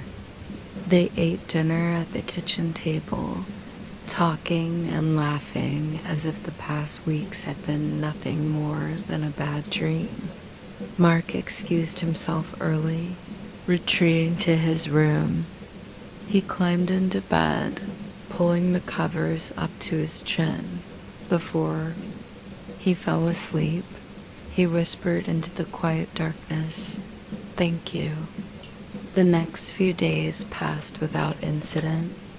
The family settled into their new routines, their confidence in the safety of their home growing with each sunrise. But late one night, as the house lay in silence, Mark woke suddenly. The room was dark, save for the faint glow of the moon filtering through the curtains. He sat up slowly, his heart pounding. At first, he thought he'd imagined it. Then he heard it again, a faint whisper, soft and distant, drifting through the room. Mark froze, his breath catching in his throat. The whisper grew louder, forming a single chilling word. Remember.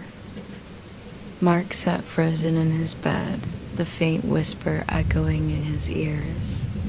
The room was still, the moonlight casting soft patterns on the walls. Yet the word lingered in the air like a shadow. Remember. He clutched the blanket tightly, his heart pounding. "Who's there?"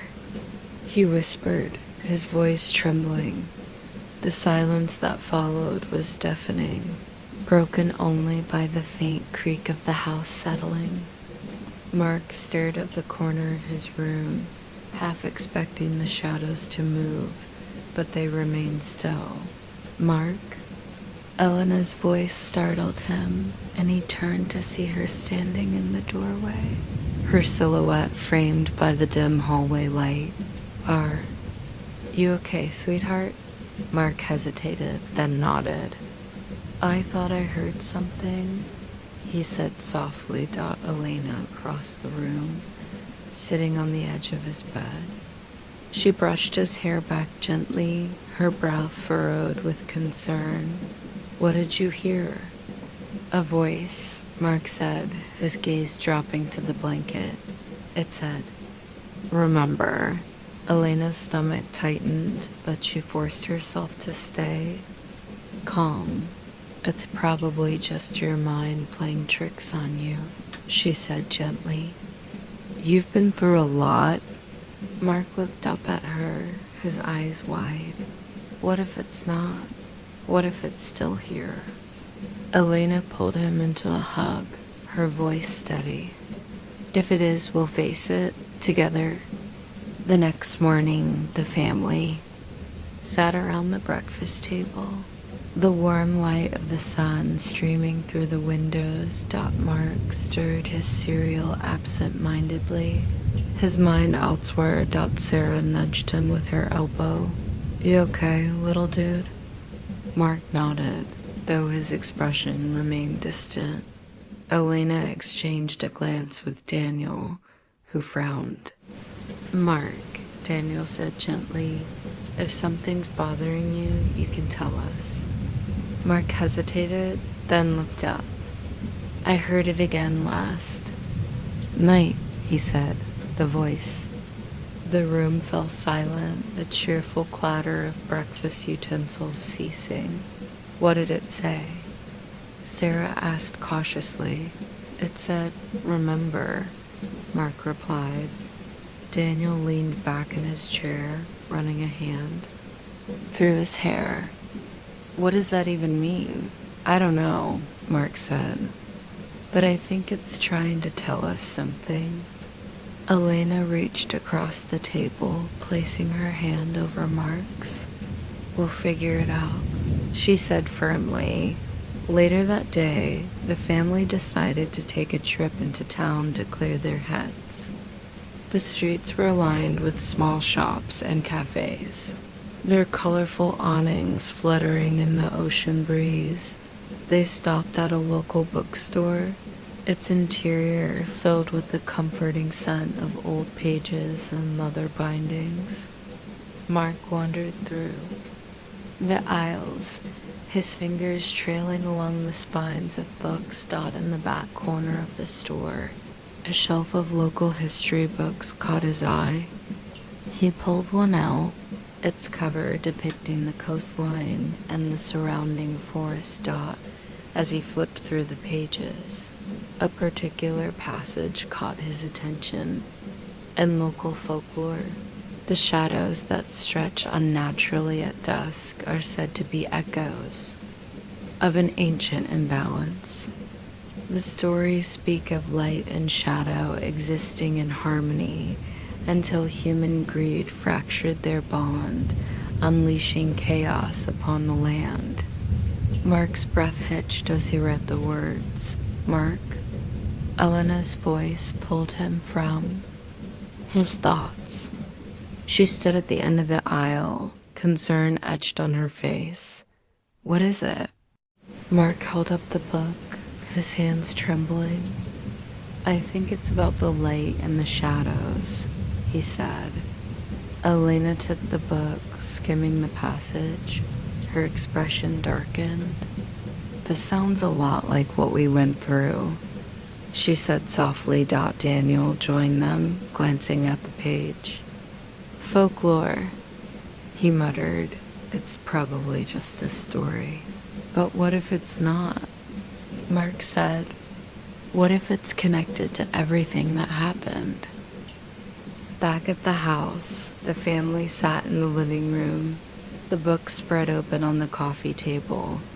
"This part here," Elena said, pointing to a section, "talks about a rift caused by human interference.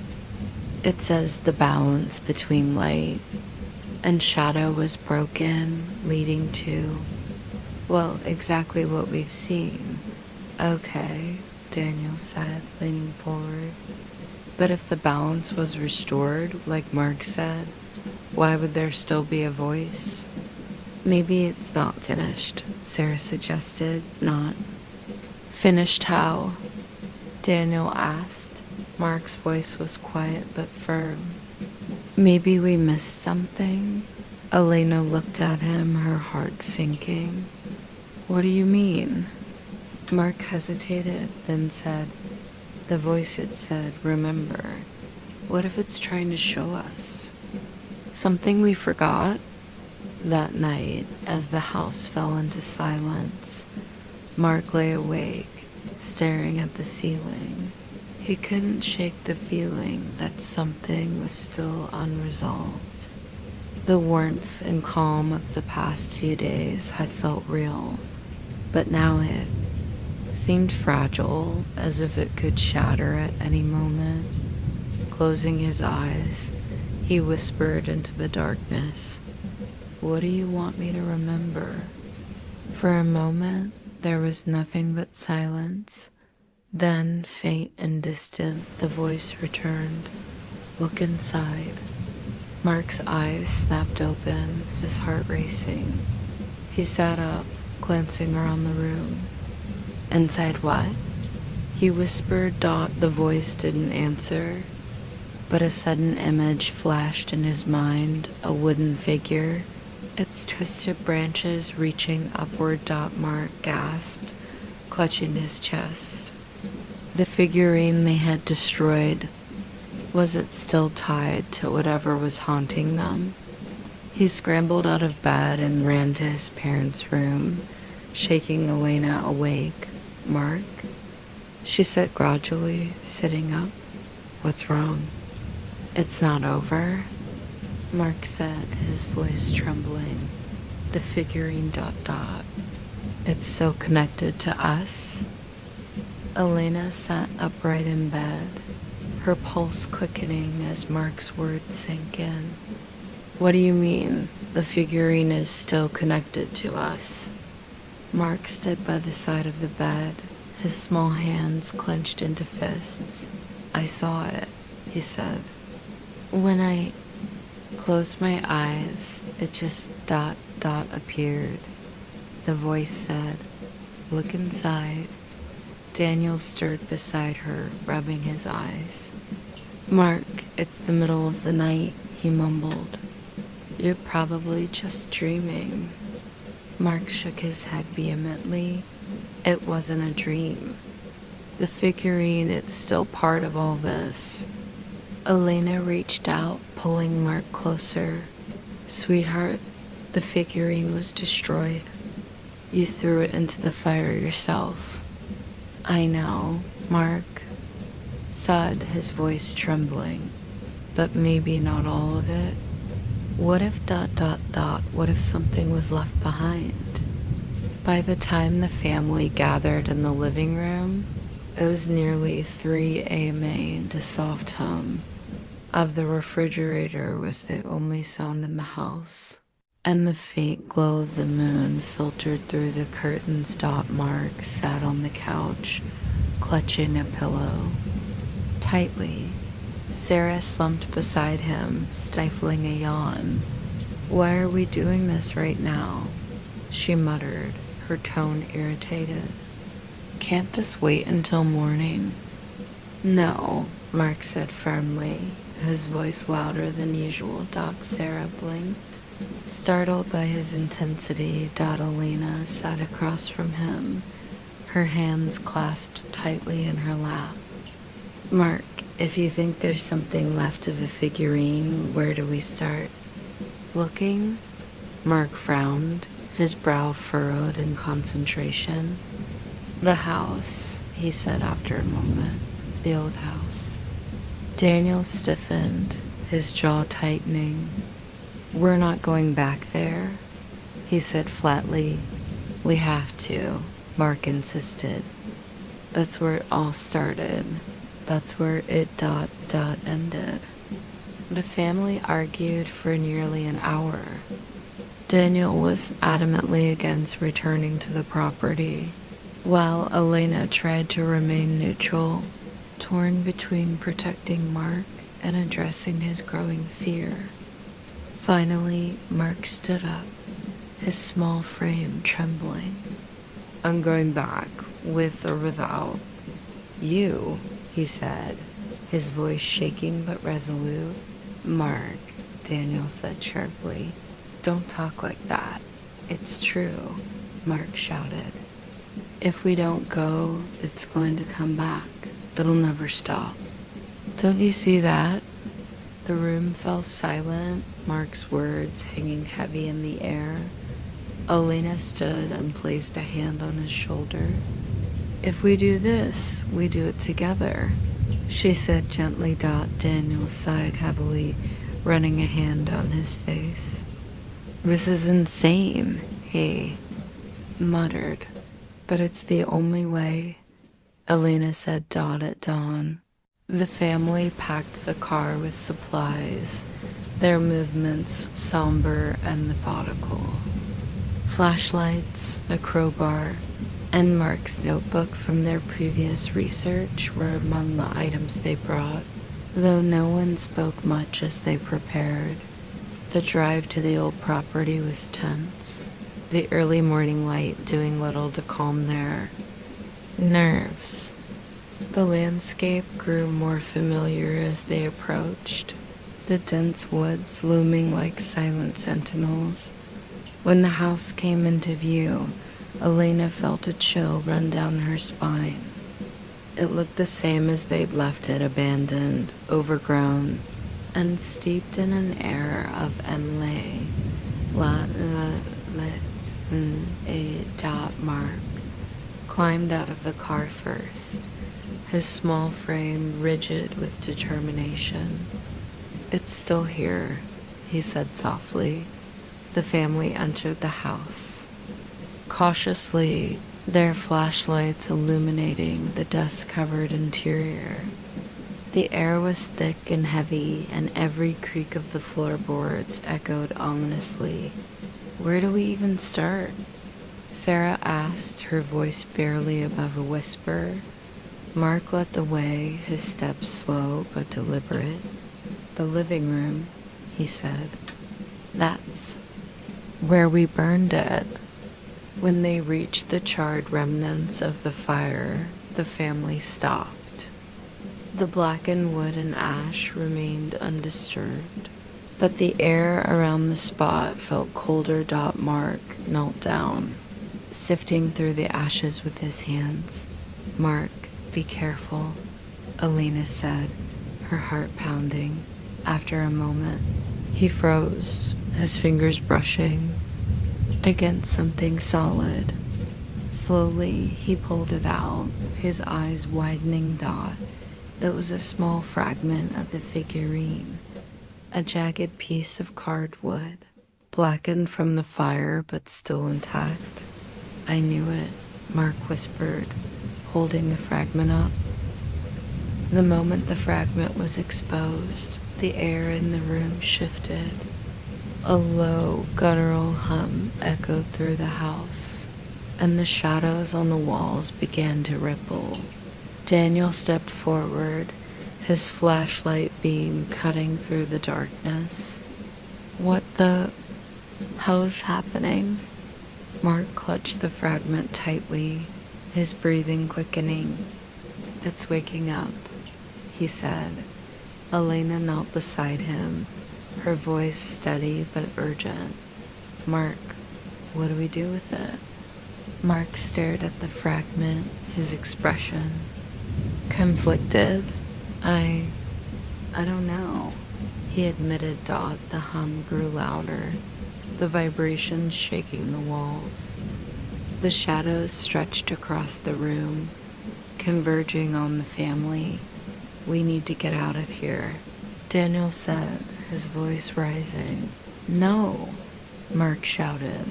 If we don't stop it now, it'll never stop. The shadows coalesced into a single mass, a dark, shifting figure that towered over them. Its jagged limbs reached out, its hollow head tilting unnaturally. Elena grabbed Mark's shoulders. Sweetheart, think. What do we do? Mark's eyes filled with tears. It wants to be whole, he said. Sarah frowned. What does that mean? Whole how? Mark hesitated, then looked at the fragment in his hand. The fire broke it, he said. We have to put it back together. Daniel stared at him, incredulous. Back together? Are you saying we're supposed to fix this thing? Mark nodded. It's the only way. The family moved quickly, gathering the remaining fragments of the figurine from the ashes.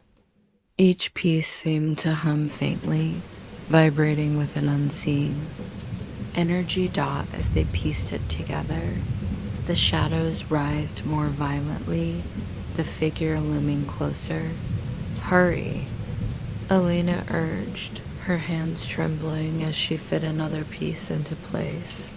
When the last fragment was added, the figurine glowed faintly, its twisted branches and carved grooves pulsing with light. Mark held it up, his small hands shaking. The shadow figure froze, its jagged limbs curling inward as it stared at the completed figurine. What now? Sarah whispered, her voice trembling. Mark stepped forward, his eyes locked on the shadow. Take it, he said softly. The shadow extended a long, spindly arm, its claw-like fingers brushing against the figurine. The moment it made contact, the room was filled with blinding light. The family shielded their eyes as the light grew brighter, consuming the shadow and the figurine. In a burst of energy. When the light faded, the room was still. The shadows were gone. The oppressive air lifted. Mark stood in the center of the room, his hands empty. He turned to his family, a faint smile on his face. It's over, he said. Elena pulled him into a tight hug, tears streaming down her face. You did it, she whispered. You saved us. The family stood together in the silent house, the weight of their ordeal finally lifting. The Ramirez family stood together in the quiet, dust-filled living room of the old house. The oppressive energy that had once suffused the space was gone, leaving behind an eerie calm. The shadows no longer writhed or loomed. They were just shadows, benign and ordinary. Elena knelt beside Mark, brushing a tear from his cheek.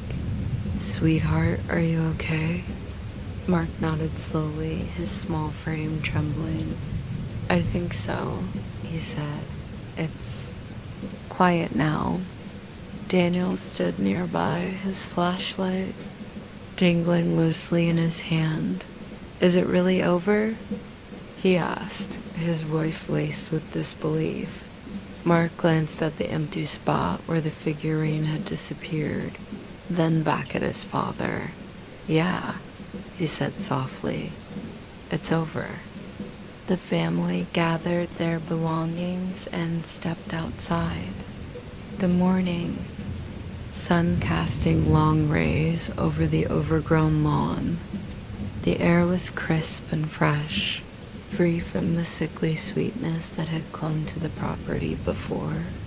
Elena paused on the porch, her gaze drifting back to the house. Its peeling paint and sagging roof still gave it an air of desolation, but it no longer felt malevolent. "It's just a house now," she said quietly. Daniel placed a hand on her shoulder. "Good," he said, "because I never want to see it again." Mark stood at the edge of the driveway, staring at the oak tree in the distance. Its gnarled branches stretched skyward, but the sense of menace that had once surrounded it was gone. "Thank you," he whispered. The drive back to their temporary home was quiet but calm, a stark contrast to their earlier journeys. Sarah leaned, her head against the window, watching the trees blur past. "Do you think anyone will ever live there again?" she asked. Daniel shook his head. "I hope not," he said firmly. "It's not dangerous anymore," Mark said from the back seat. Elena glanced at him in the rearview mirror.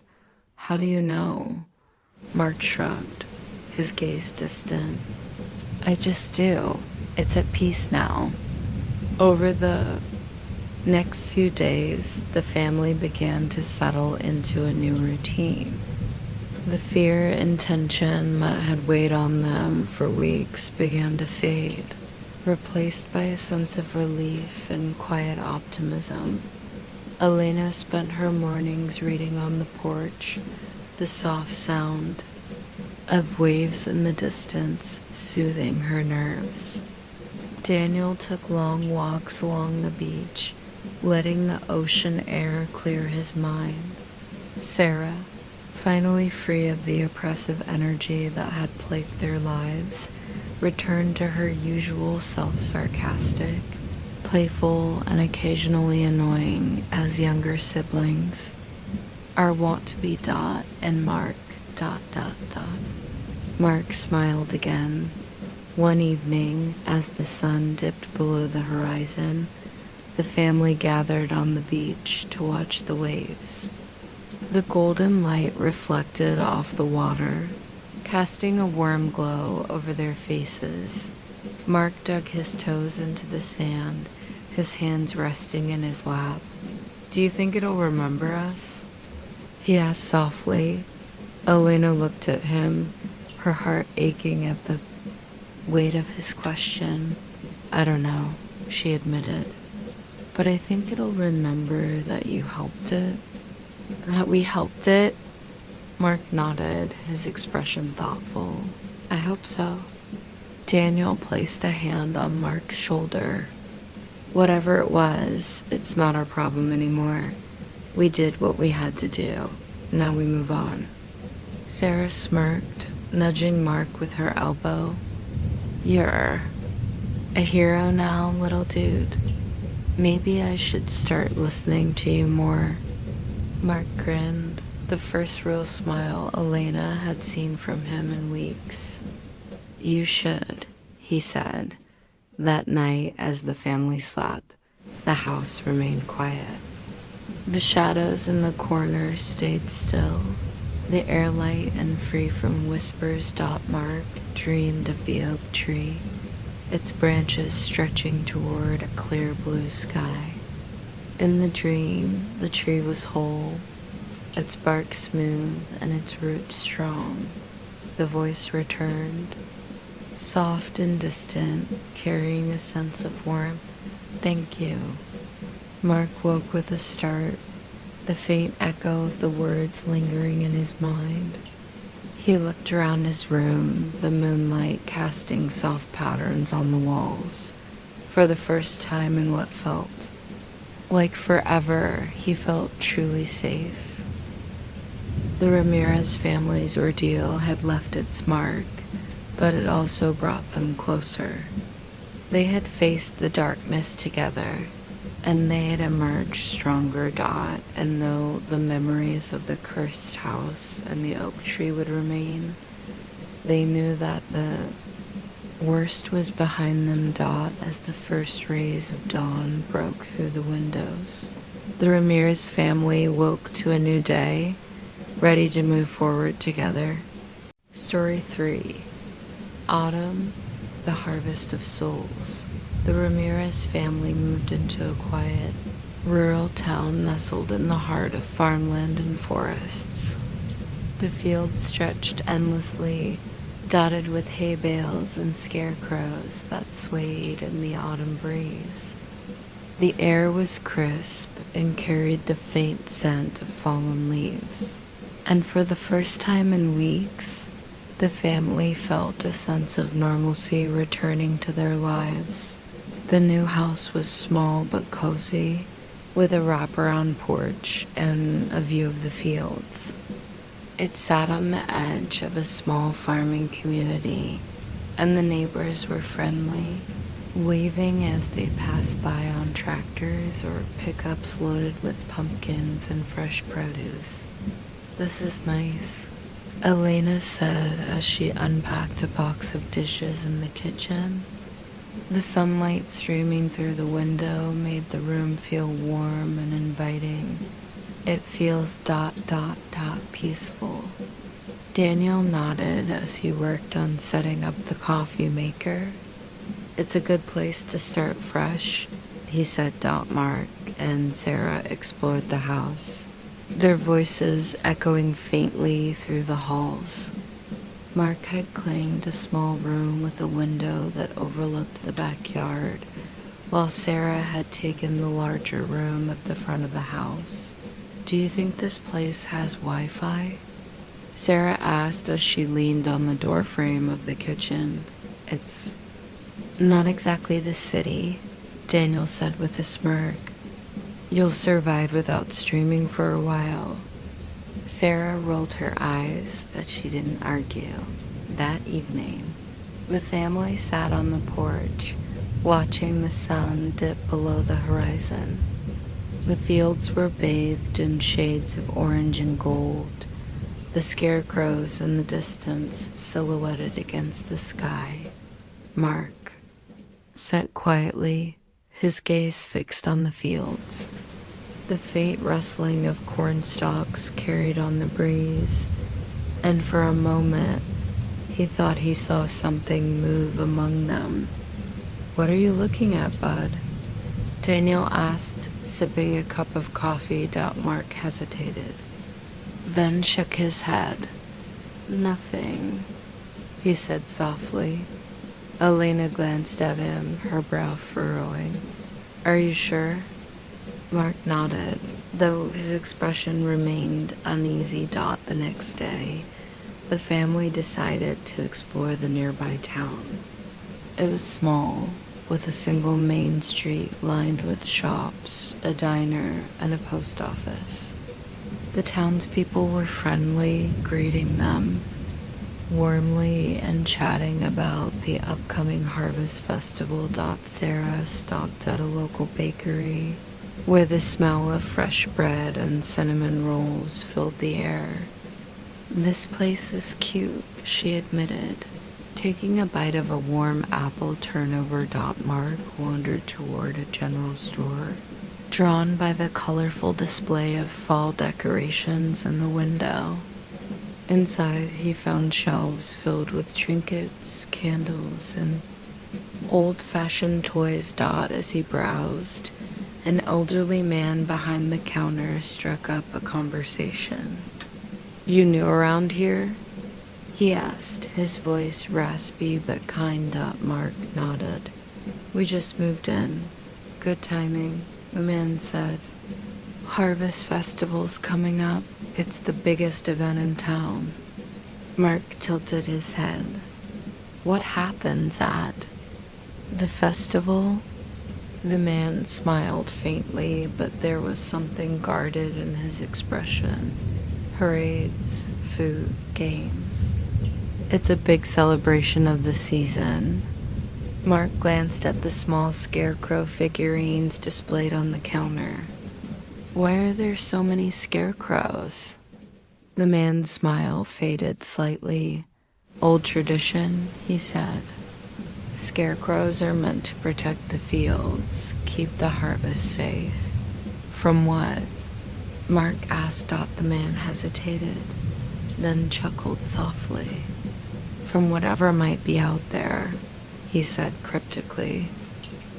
That night, as the family settled in, Mark couldn't shake the man's words from his mind.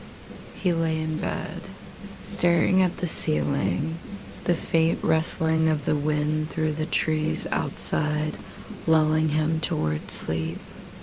Just as his eyes began to close, a soft tapping sound startled him. He sat up, his heart racing. The tapping came again, faint but deliberate, like fingers drumming against glass. Mark turned toward the window, his breath catching in his throat. A figure stood just outside, its outline barely visible in the moonlight. It was tall and thin, its head tilted at an unnatural angle. Mark froze, unable to look away. The figure moved, its jerky motions unnatural and unsettling. As it stepped closer, the faint glow of the moon revealed its form a scarecrow, its burlap, face stitched into a crooked grin. Mark gasped, scrambling back against the headboard. The scarecrow raised a hand, its fingers made of twisted straw, and tapped on the window again. "Mom! Dad!" Mark shouted, his voice trembling. Footsteps thundered down the hall, and Daniel burst into the room, followed closely by Alina and Sarah. "What is it?" Daniel asked, flipping on the light. Mark pointed to the window, his hand shaking.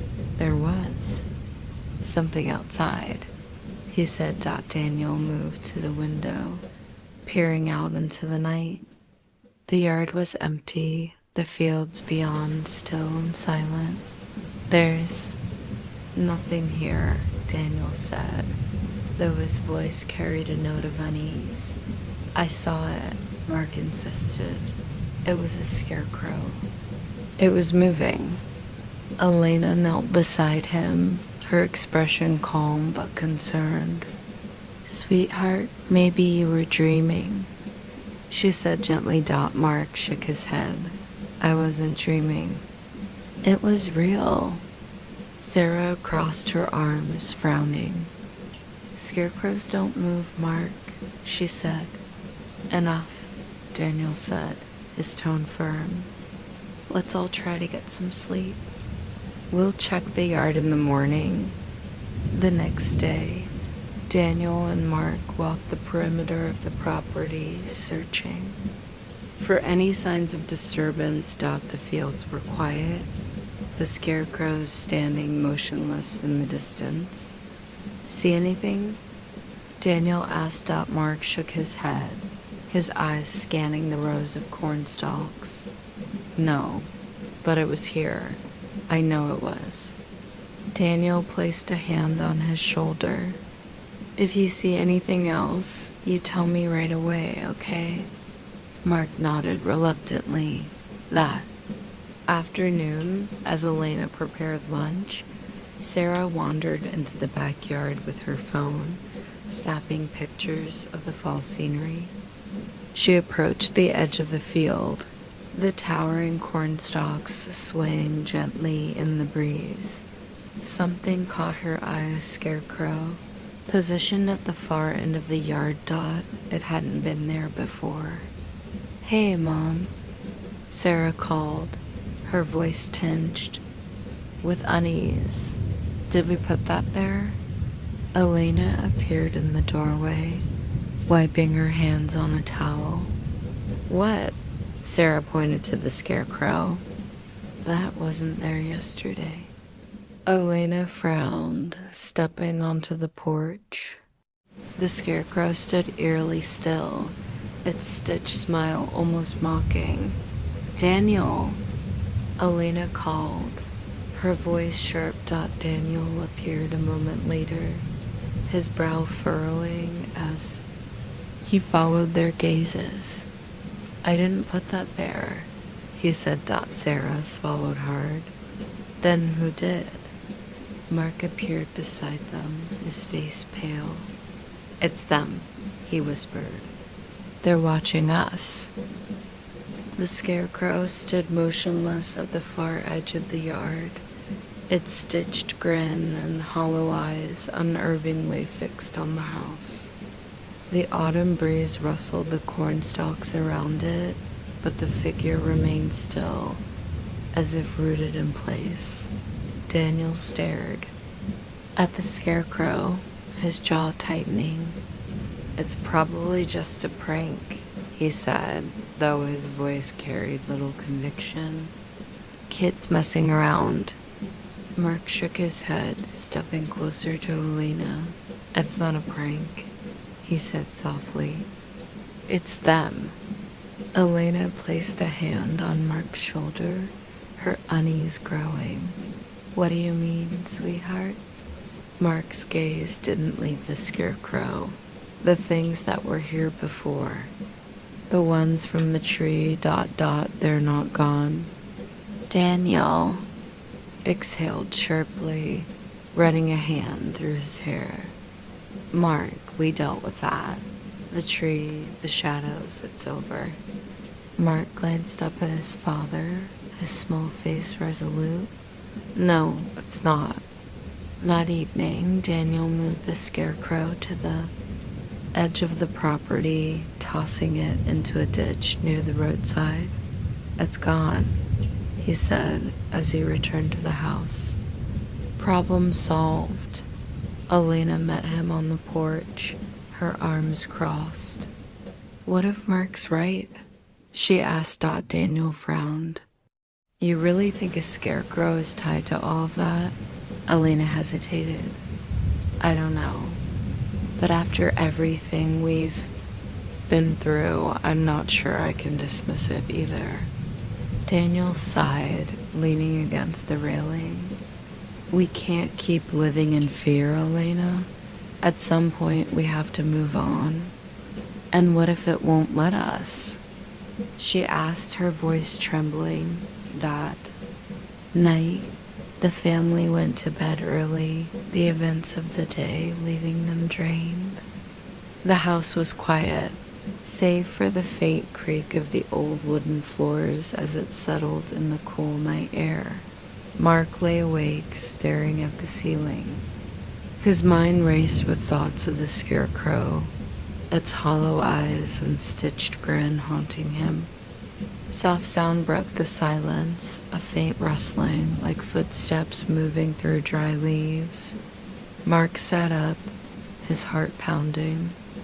The sound grew louder, coming from just outside his window. Slowly, he slid out of bed and approached the glass, his breath fogging the pain as he peered outside. The scarecrow was back. It stood in the exact spot it had been that morning. Its tattered clothing swaying gently in the breeze. Mark stumbled backward, his hands shaking. "Mom, Dad," he shouted, his voice cracking. Daniel and Elena burst into the room, followed closely by Sarah. "What is it?" Daniel asked, flipping on the light. Mark pointed to the window, his voice trembling. "It's back." Daniel strode to the window, his movements stiff with frustration. He looked outside, his expression darkening when he saw the scarecrow. "Are you kidding me?" he muttered. Elena joined him, her stomach sinking at the sight. "I don't understand." "You said you got rid of it." "I did," Daniel said, his voice tight. "I threw it into the ditch." Sarah crossed her arms, her face pale. "So how did it get back?" Mark's voice was barely audible. "It walked." The family stood together in the living room, their nerves frayed as they tried to make sense of what was happening.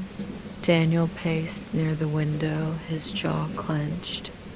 "I'll deal with it in the morning," he said. "Whatever this is, it's not going to ruin our lives again." "What if it's not something you can deal with?" Elena asked, her voice trembling.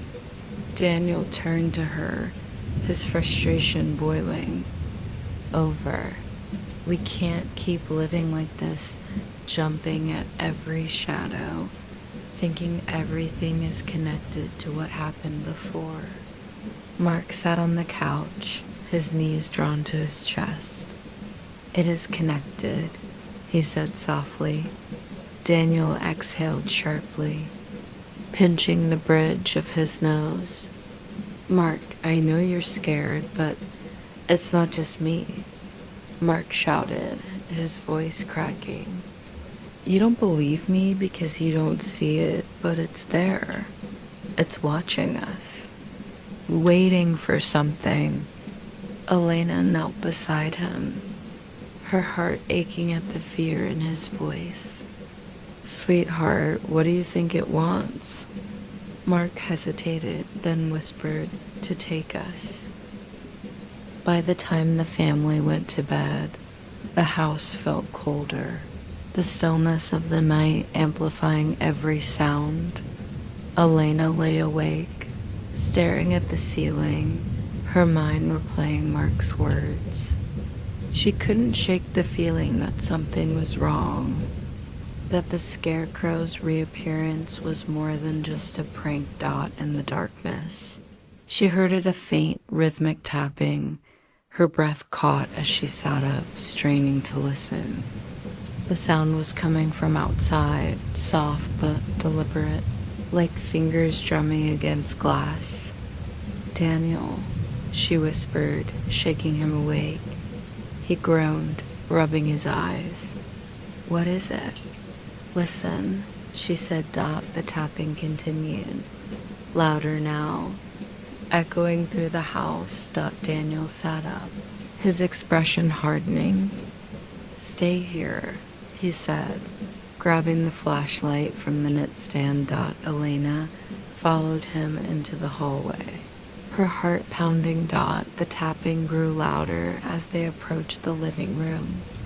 When Daniel shone the flashlight toward the window, they froze. The scarecrow was pressed against the glass, its burlap face tilted toward them. One straw-filled arm was raised, its fingers tapping steadily on the pane. Elena gasped, her hand flying to her mouth. "What the hell?" Daniel muttered, his voice trembling. The scarecrow's stitched grin seemed to widen, its hollow eyes glinting faintly in the light. In the room upstairs, Mark woke to the sound of his parents' voices. He climbed out of bed and crept to the top of the stairs, peering down into the living room. The sight of the scarecrow made his stomach drop. "It's them," he whispered. The scarecrow suddenly turned its head, as if hearing him. "It's hollow." Eyes locked onto Mark, and the boy froze, unable to move or speak. "Elena," Daniel said urgently, snapping her out of her trance. "Get the kids. We're leaving. Now." But before they could move, the scarecrow stepped back from the window. Then it raised its arms, and the shadows in the room seemed to come alive. The shadows in the living room twisted unnaturally, stretching and rippling as though responding to the scarecrow's movements. They slid across the floor and walls, their edges sharp and jagged. Daniel stood frozen, the flashlight trembling in his hand as the beam swept across the room. "Elena, get the kids," he said, his voice tight with fear. Elena nodded, her pulse racing as she hurried up the stairs. "Sarah, Mark," she called, her voice shaking. "We need to leave now." Mark was already at the top of the stairs, his face pale. "It's not going to let us leave," he said softly. Elena knelt in front of him, gripping his shoulders. "Don't say that," she whispered. "We're going to be okay. Just stay with me." Sarah appeared in her doorway, rubbing her eyes. "What's going on?" she asked, her irritation giving way to alarm as she noticed her mother's panicked expression. "Get your shoes and jacket," Elena said quickly. "We're leaving." Downstairs, Daniel watched as the shadows coalesced in the center of the room, forming a dark, writhing mass. The scarecrow stepped back into the corner, its burlap face tilted unnaturally, as if it were observing the spectacle. "What the hell are you?" Daniel muttered, his knuckles white as he gripped the flashlight. Massive shadows shuddered, then began to take form. Limbs stretched out, jagged and thin, and a hollowed head emerged. Featureless except for the faint suggestion of eyes that glowed faintly red dot, Daniel took a step back, his breathing quickening. "Elena," he shouted. "Hurry up." "Elena, Sarah." And Mark descended the stairs in a rush, their footsteps echoing through the house. Sarah stopped abruptly when she saw the figure in the living room. "What is that?" she whispered, her voice trembling. Elena grabbed her arm, pulling her toward the front door. "No questions, just move." The family reached the door, but as Daniel reached for the handle, the shadows surged forward, blocking their path. "Go through the back," Daniel said. Ushering them toward the kitchen, they moved quickly, the sound of their footsteps drowned out by the low hum that filled the air. Growing louder with every passing moment, the back door swung open with a creak, and the family spilled out onto the porch. The cold night air stung their faces as they hurried toward the car. Mark glanced over his shoulder, his breath hitching when he saw the scarecrow standing in the doorway, its hollow eyes fixed on them. "It's watching us," he whispered, clutching Elena's hand tightly. "Keep moving," Elena said, her voice steady despite the fear gripping her. Daniel unlocked the car and ushered everyone inside, slamming the doors behind them. He started the engine, the headlights cutting through the darkness as the car pulled out of the driveway. Mark turned to look out the rear window. The scarecrow stood motionless in the middle of the yard, but the shadows around it seemed to ripple and writhe, as if alive. The family drove in tense silence, the only sound the hum of the engine and the occasional crackle of static from the radio. "Where are we going?" Sarah asked, her voice breaking the silence. "Anywhere but here," Daniel said, his hands gripping the wheel tightly. Mark sat quietly in the back seat, staring out the window. The fields outside were eerily still, the rows of cornstalks swaying slightly in the breeze. "It's not going to stop," Mark said softly. Elena turned to him, her expression pained. "Sweetheart, don't say that. We'll figure this out." Mark looked up at her, his eyes filled with tears. "It followed us before. It'll follow us again." Daniel pulled into the parking lot of a small motel on the edge of town. The building was old and weathered, its neon vacancy sign flickering faintly. The family checked in quickly, the clerk barely glancing at them as he handed over a set of keys. The room was small and sparse, with 2 double beds and a faded carpet that smelled faintly of mildew. Sarah flopped onto one of the beds, her face pale. "What the hell is happening?" she asked, her voice shaking. Elena sat beside her, placing a comforting hand on her knee. "I don't know," she admitted, "but we're safe here for now." Mark sat on the edge of the other bed, his small frame trembling. "It's not over," he said quietly. Daniel sat beside him, his brow furrowed. "Mark, what do you mean?" Mark hesitated, then said, "It's not just one scarecrow. There are more. A lot more." As the family tried to settle in, the night outside grew colder, the wind howling faintly against the windows. Mark sat by the window, staring out into the darkness. His fingers tapped nervously against the sill as he scanned the empty parking lot.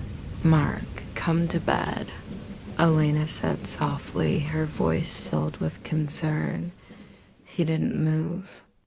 "They're coming," he said, his voice barely audible. Elena approached him, her stomach twisting. "Sweetheart, there's nothing out there?"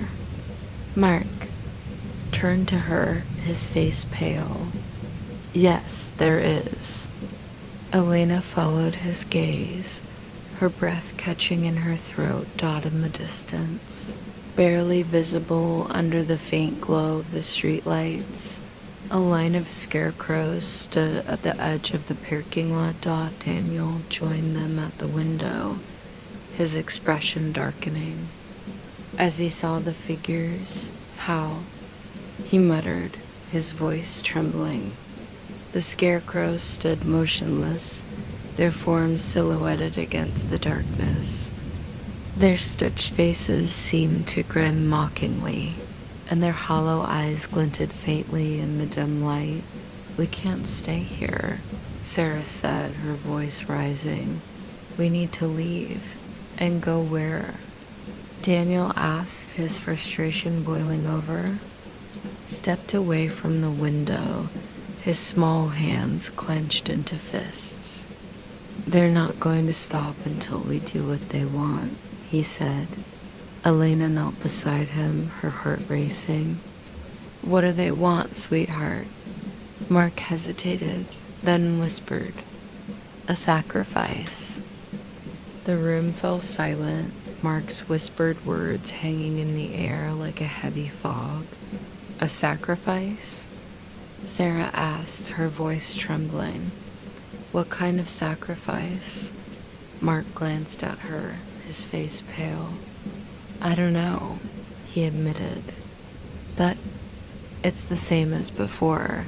The settlers, they gave something to keep the harvest safe. That's what it wants now." Daniel stood by the window, his jaw tight as he watched the line of scarecrows standing motionless at the edge of the parking lot. "We're not sacrificing anything," he said firmly. "There has to be another way." Elena knelt beside Mark, her hand resting gently on his shoulder. "Do you think they'll leave us alone if we figure out what they want?" she asked. Mark hesitated, then nodded. "Maybe, but we have to go back to where it started." Sarah's eyes widened in disbelief. "You mean the house? You want us to go back there?" "No," Mark said softly. "Not the house. The barn." The family left the motel early the next morning, their fear outweighing their exhaustion. The line of scarecrows was gone, leaving only empty fields and a faint sense of unease. As Daniel drove toward the old property, the landscape seemed to shift, the bright morning sun doing little to dispel the creeping dread that lingered in the air. Elena sat in the passenger seat, flipping through Mark's notebook. The pages were filled with sketches and notes about the settlers, the rituals, and the scarecrows. "What's so important about the barn?" she asked, glancing back at Mark. Mark stared out the window, his small hands clenched in his lap. "It's where they kept the harvest god," he said. Daniel frowned, his grip on the wheel tightening. "The harvest god? What's that supposed to mean?" Mark looked at him, his eyes wide. "It's what they called it, the thing they worshipped. They thought it would protect their crops, but it didn't. It just took." When they reached the property, the barn loomed in the distance, its weathered red paint peeling and its roof sagging under the weight of time. The fields surrounding it were overgrown, the cornstalks standing like silent sentinels. The family stepped out of the car, their movements slow and cautious. Sarah shivered, wrapping her arms around herself. "This place is worse than the house," she muttered. Daniel grabbed a crowbar from the trunk, his jaw set. "Stay close," he said. They approached the barn, the sound of their footsteps muffled by the soft earth. The large sliding doors were slightly ajar, revealing only darkness inside. Mark hesitated, his small frame trembling. "It's in there," he said softly. Elena placed a comforting hand on his shoulder. "We're with you," she said. "You're not alone." Inside the barn, the air was heavy and damp, carrying the scent of decay and old wood. The faint rustle of leaves outside only added to the eerie silence. The family's flashlights cut through the darkness, illuminating rows of old farming tools and rusted equipment. "What are we looking for?" Daniel asked, his voice echoing faintly. Mark walked ahead, his flashlight shaking in his hand. "There's a cellar," he said. "That's where they kept it." "How do you know that?" Sarah asked, her voice edged with fear. Mark glanced back at her. "I just do," he said. The family moved deeper into the barn, their footsteps echoing on the uneven wooden floor. Mark stopped near the far wall, where a trapdoor lay hidden beneath a tattered rug. Daniel knelt down, pulling the rug aside. The trapdoor was reinforced with iron hinges, its surface covered in strange carvings. Elena crouched beside him, tracing the symbols with her fingers. "These are the same symbols from the tree," she said softly. Mark stepped closer, his small hand resting on the trapdoor. "It's down there," he said. Daniel glanced at Elena, his expression grim. "Are we really doing this?" "We have to," she said firmly. With a deep breath, Daniel pried open the trapdoor. A rush of cold air rose from the opening, carrying with it the faint scent of rot.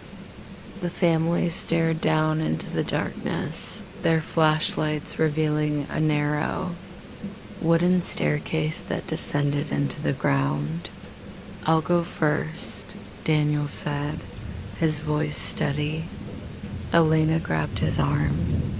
"Be careful," she said. He nodded, gripping the crowbar tightly as he began to descend. The steps creaked under his weight, the sound echoing through the confined space. The cellar was larger than expected, its walls lined with shelves filled with jars of dried herbs and strange artifacts. In the center of the room stood an altar, its surface covered in dark stains and remnants of burned offerings. Elena and the kids followed cautiously, their flashlights casting eerie shadows on the walls. "What is this place?" Sarah whispered, her voice trembling. Mark pointed to the altar. "It's where they made their sacrifices," he said. As they approached the altar, Mark's gaze was drawn to a small effigy sitting at its center. The figure was carved from wood, its shape eerily similar to the scarecrows in the fields. "It's the harvest god," Mark said softly. Elena reached out to touch the effigy, but Mark grabbed her hand. "Don't," he said. "What do we do with it?" Daniel asked, his voice low. Mark hesitated, his eyes fixed on the effigy. "We have to destroy it," he said. "Are you sure?" Elena asked, her stomach twisting. Mark nodded. "It's what they didn't do. That's why it's still here." Daniel lifted the effigy, his hands shaking as he placed it on the floor. "Step back," he said, raising the crowbar. As he brought the crowbar down, the effigy let out a high-pitched wail, its wooden surface splintering under the force. The sound echoed through the cellar, followed by a low, guttural growl that seemed to come from the walls themselves. The shadows in the room began to move, twisting and writhing as the temperature dropped sharply. "Keep going," Elena shouted, her voice breaking. Daniel struck the effigy again and again, the wailing growing louder with each blow. Finally, the effigy shattered, its pieces scattering across the floor. The shadows recoiled, retreating into the corners of the room. For a moment, the cellar was silent. Then, a deafening roar erupted from above, shaking the barn to its foundation. The family scrambled up the stairs, their hearts pounding as they emerged into the open air. The scarecrows in the fields were moving now, their hollow eyes glowing faintly as they marched toward the barn. "What do we do?" Sarah cried, her voice panicked. Mark stepped forward, his small frame steady. "We light the fields," he said. Daniel didn't hesitate, running to the car to grab the gas canister. The family worked quickly, pouring gasoline over the dry corn stalks as the scarecrows closed in. Elena struck a match, her hands trembling, and dropped it onto the fuel-soaked ground. The fire roared to life, the flames consuming the fields and the scarecrows within them. The figures thrashed and writhed, their burlap bodies igniting in bursts of light and smoke. As the last scarecrow fell, the air grew still, the oppressive energy lifting. Mark stood at the edge of the flames, his eyes reflecting the firelight. "It's done," he said softly. The flames roared through the fields, consuming the scarecrows and cornstalks alike. Thick plumes of smoke billowed into the sky, casting the surrounding landscape in an eerie orange glow. The Ramirez family stood at the edge of the property, their faces illuminated by the fire as they watched the destruction unfold. Mark's small frame was silhouetted against the flames, his shoulders tense as he stared into the inferno. "It's gone now," he said softly. "All of it." Elena knelt beside him, wrapping an arm around his shoulders. "Are you sure?" she asked, her voice trembling. Mark hesitated, his gaze fixed on the flickering embers. I think so, he said. It feels quiet. Daniel exhaled sharply, running a hand through his hair. Quiet or not, I'm calling this over, he said, his voice laced with exhaustion. We've done enough. Sarah crossed her arms, glancing nervously at the burning fields. What if it comes back? She asked. Elena looked at her daughter, her expression firm but weary. We'll deal with it if it does, she said. But for now, we need to get out of here. The drive back to the motel was silent, the weight of the night pressing heavily on the family. Mark stared out the window, his reflection faint in the glass as the glowing remnants of the fire faded into the distance. Elena glanced back at him, her heart aching at the sight of his pale, tired face. Sweetheart, she said softly, how are you feeling? Mark shrugged, his gaze distant. I don't know, he admitted. Sarah shifted uncomfortably in her seat. You really think destroying that thing was enough? She asked. Mark hesitated, then nodded. It had to be. The effigy was what tied everything together. Without it, there's nothing left for them to hold on to. Daniel tightened his grip on the steering wheel, his jaw set. Let's hope you're right, he said. When they arrived at the motel, the family moved quietly, their exhaustion evident as they settled into the small room. Elena sat on the edge of one of the beds, her hands clasped tightly in her lap. As she replayed the night's events in her mind, Daniel stood by the window, staring out at the empty parking lot. We need a plan, he said. Elena looked up at him. A plan for what? For what's next, Daniel said. We can't keep running like this. At some point, we need to figure out how to stop this from happening again. Mark spoke up from his spot on the other bed. We did stop it, he said. It's over. Daniel turned to him, his expression skeptical. And what makes you so sure? Mark met his father's gaze, his voice steady, because I can feel it. The voices, the shadows, they're gone. The family slept uneasily that night, the echoes of their ordeal lingering in the silence. Mark dreamed of the fields, now scorched and blackened. In his dream, he stood in the center of the devastation, the charred remains of the scarecrows scattered. Around him, a soft voice whispered through the air, faint but clear, "Thank you." Mark turned, but there was no one there. The voice came again, this time carrying a sense of warmth and relief. The harvest is yours. When Mark woke, the room was still. He sat up slowly, his heart racing as the words from the dream echoed. In his mind, the next morning, the family gathered for breakfast at a nearby diner.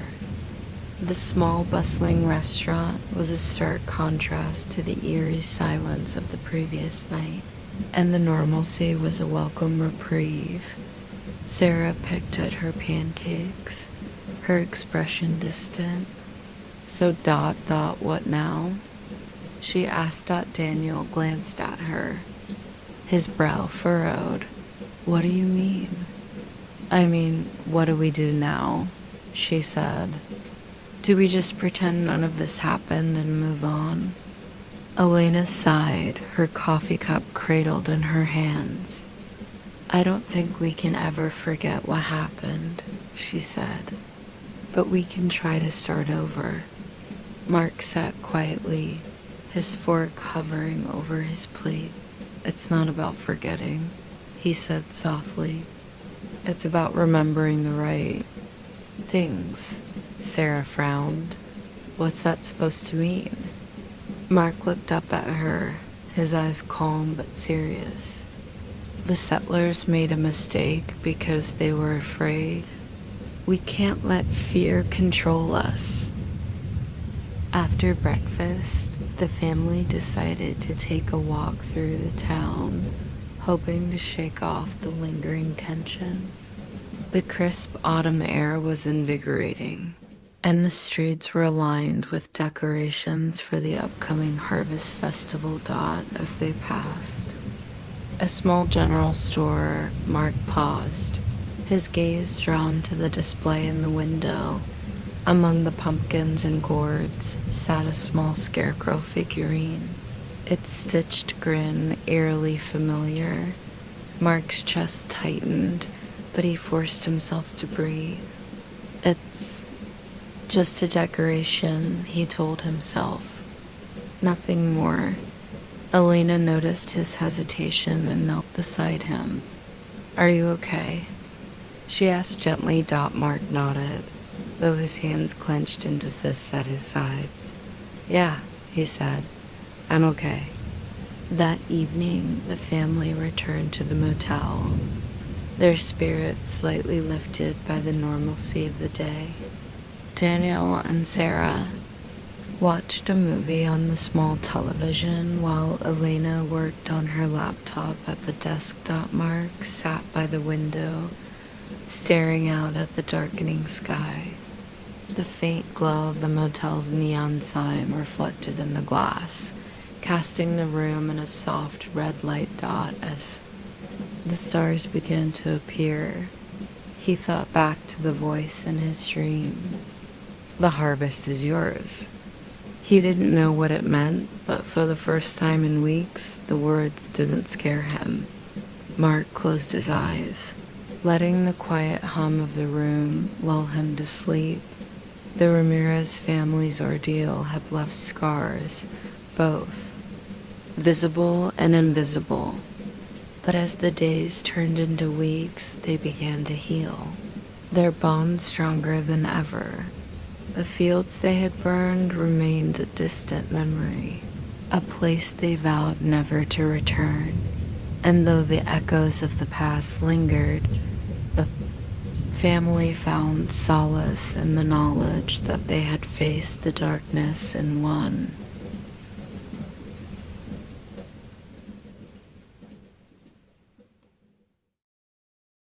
Story 4. Winter. Gahala once winter arrived with an icy grip, blanketing the countryside in snow and turning the air sharp and biting. The Ramirez family had settled in a small, secluded cabin at the edge of a frozen lake, hoping to spend the season away from towns and prying eyes. The cabin was modest but sturdy, with wooden beams and a stone fireplace that crackled warmly in the evenings. Thick pine trees surrounded the property, their snow-laden branches bowing under the weight of the season. Mark stood at the window, staring out at the lake. The ice stretched endlessly, its surface smooth and unbroken, reflecting the pale gray sky. The scene was tranquil, yet something about it unsettled him. "Mark, come help with the decorations," Elena called from the living room. He turned reluctantly, leaving the window and joining his family as they unpacked strings of lights and ornaments for the small pine tree they'd cut down earlier that day. Sarah held up a star, her lips quirking into a smirk. "This is the best we could find," she teased. Daniel chuckled, holding a string of tangled lights. "It's rustic," he said. "Fits the vibe." Mark sat beside the tree, spreading popcorn onto a long piece of string. The warmth of the fireplace and the sound of his family's laughter should have been comforting, but he couldn't shake the unease that lingered in his chest. That night, the family gathered around the fire, sipping hot cocoa and exchanging stories. Snow fell softly outside, piling against the windowsills. This was a good idea, Daniel said, leaning back in his chair. No distractions, no stress, just us. Sarah rolled her eyes. Except for the lack of Wi-Fi. Elena smiled, reaching over to nudge her daughter playfully. You'll survive. Maybe even learn how to enjoy nature. Mark sat quietly, his hands wrapped around his mug. His gaze drifted toward the window, where the faint glow of moonlight illuminated the snow-covered ground. Mark, Elena said gently, what's on your mind? He hesitated, then said, doesn't the lake feel weird to you? Daniel frowned. Weird how? Mark shrugged, his brow furrowing. I don't know. It just feels ... wrong. It's a frozen lake, Sarah said, her tone dismissive. What's so wrong about that? Mark didn't answer. The next morning, Daniel decided to take Mark ice fishing. The two bundled up in thick coats and scarves, trudging through the snow toward the lake.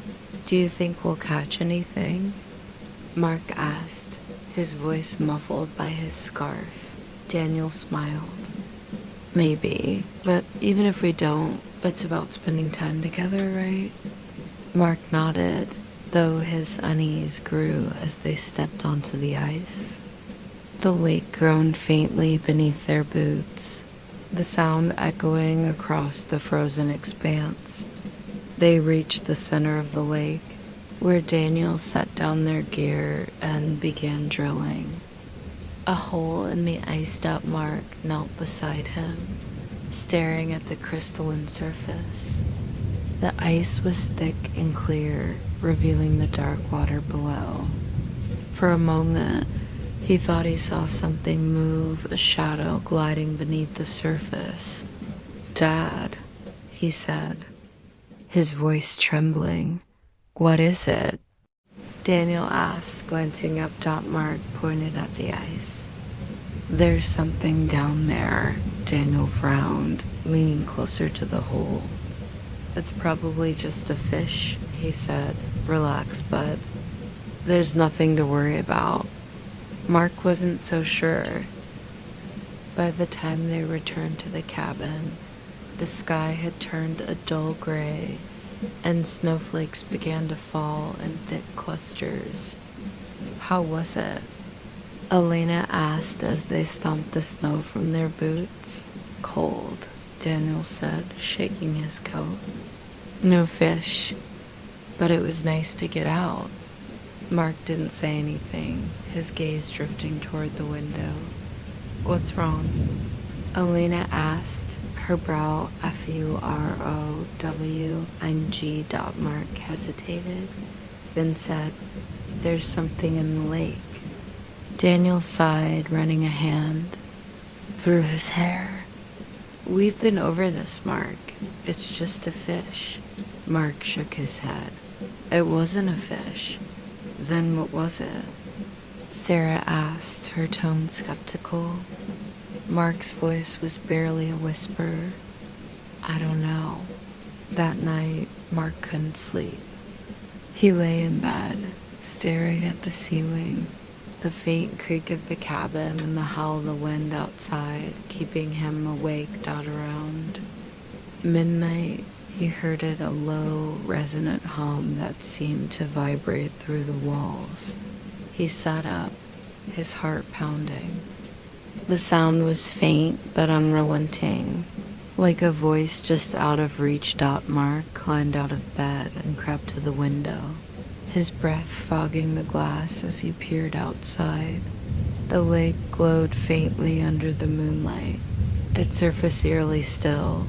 Then he saw a shadow moving beneath the ice, slow and deliberate. Mark stumbled back, his chest tightening. The hum grew louder, filling his ears until it became a whisper. "Come closer."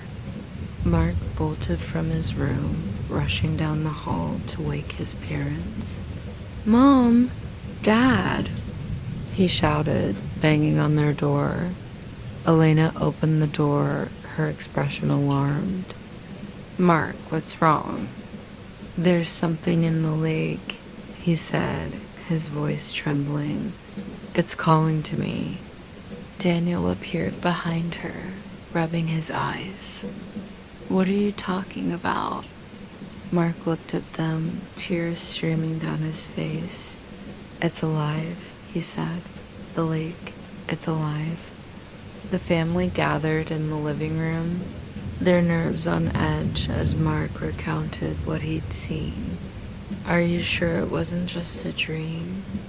Sarah asked, her voice cautious. "It wasn't a dream," Mark said firmly. "I heard it. I saw it. There's something under the ice." Elena glanced at Daniel, her stomach twisting. "Do you think we should check it out?" Daniel frowned, his jaw tightening. "In the middle of the night? No, we'll deal with this in the morning." Mark shook his head. "It won't wait," he said softly. "What do you mean?" Elena asked up. Mark looked at her, his eyes wide with fear. "It's coming." The words, "it's coming," hung heavy in the air, silencing the Ramirez family as they huddled in the dim light of the cabin. The crackling fire seemed to grow fainter, as though the very warmth of the room was retreating under the weight of Mark's warning. "What do you mean, it's coming?" Daniel asked, his voice sharp but laced with unease. Mark sat on the couch, his small frame rigid. He stared at the floor, his hands gripping the edges of the cushion. "It's been waiting," he said, under the ice. "It's been watching. US, and now it knows we're here." Elena crouched in front of him, her heart aching at the fear in his voice. "Sweetheart, how do you know this?" Mark hesitated, his lips trembling. "It talks to me," he said finally. "I hear it at night. It whispers in the walls, in my dreams. It wants me to come closer." Sarah, who had been pacing near the window, froze. "You're saying the lake is alive? It's not the lake," Mark said, his voice barely above a whisper. "It's something inside it, something trapped." Daniel exhaled sharply, pinching the bridge of his nose. "Okay, let's all just calm down," he said, though his own nerves were clearly fraying. "We don't know what's out there. Maybe it's just ice shifting or the wind." "It's not the wind," Mark interrupted, his tone firm despite the tears welling in his eyes. "It's real, and it's waking up." The family stayed up the rest of the night, the oppressive hum that Mark had described seeming to creep into their awareness as the hours dragged on. Though Daniel dismissed it as nerves, even he found himself glancing toward the windows more often, his unease growing. Elena sat beside Mark on the couch, her arms wrapped around him protectively. Sarah had curled up in a chair, her phone forgotten. As she stared into the dying embers of the fire at dawn, Daniel stood and stretched, his exhaustion evident. "I'll check the lake," he said finally, his voice heavy with resignation. "I'm coming with you." Elena said, standing as well.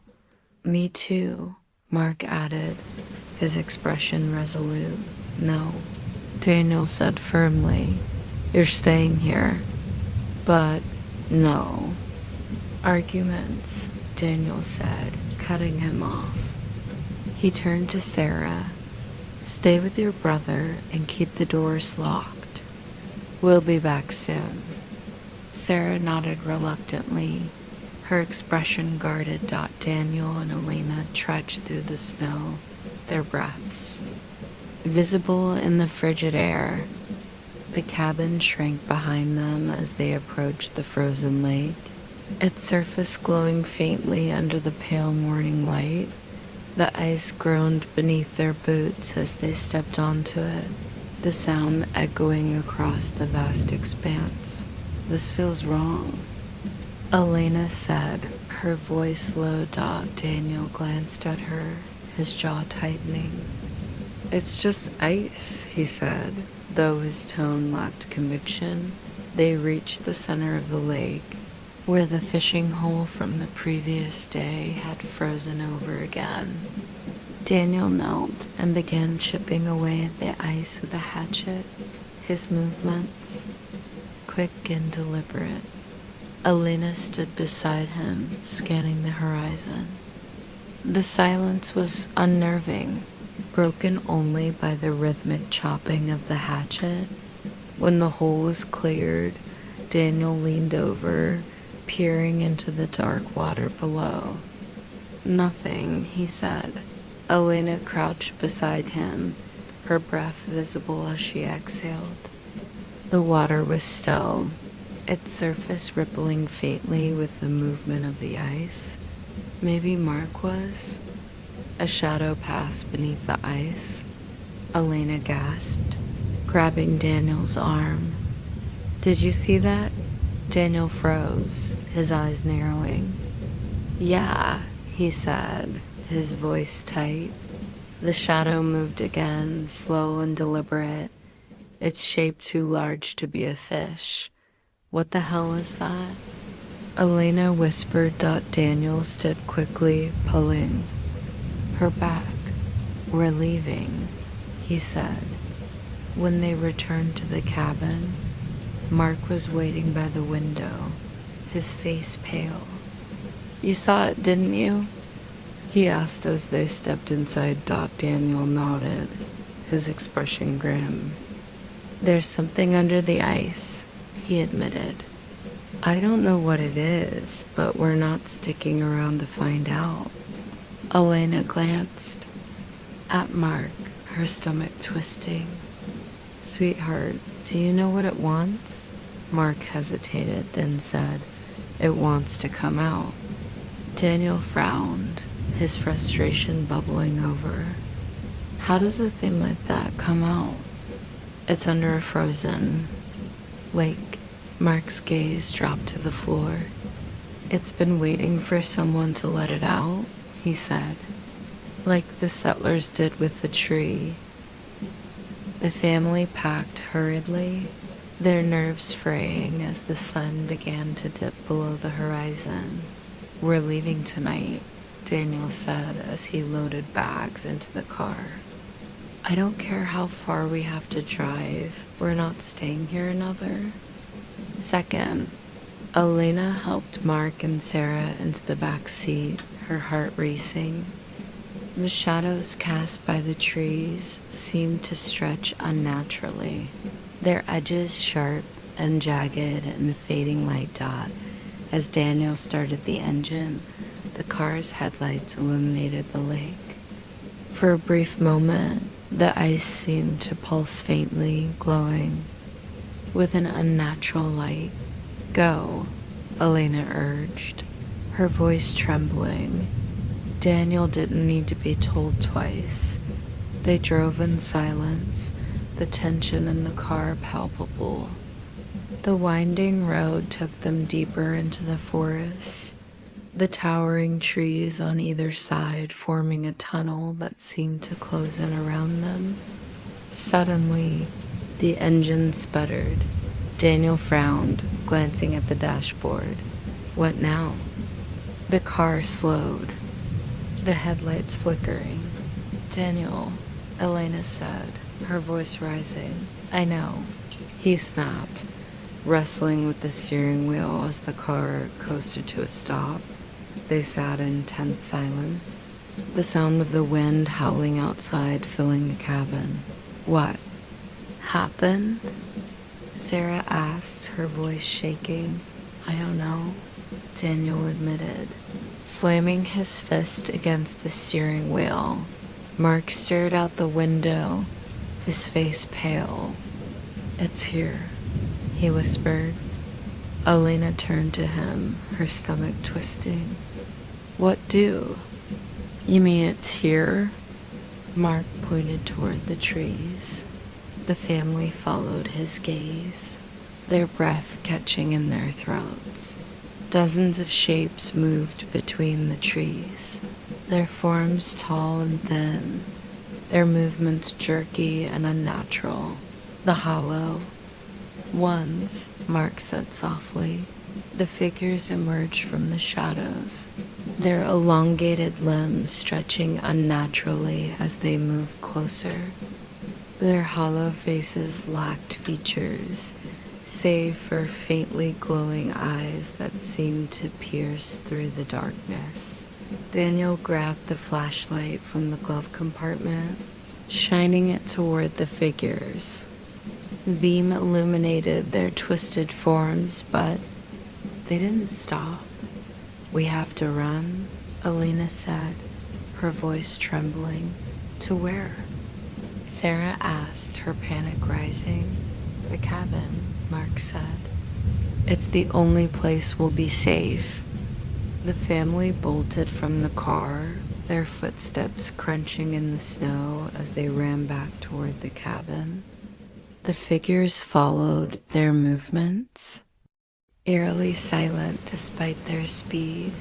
Daniel reached the cabin first, throwing the door open and ushering everyone inside.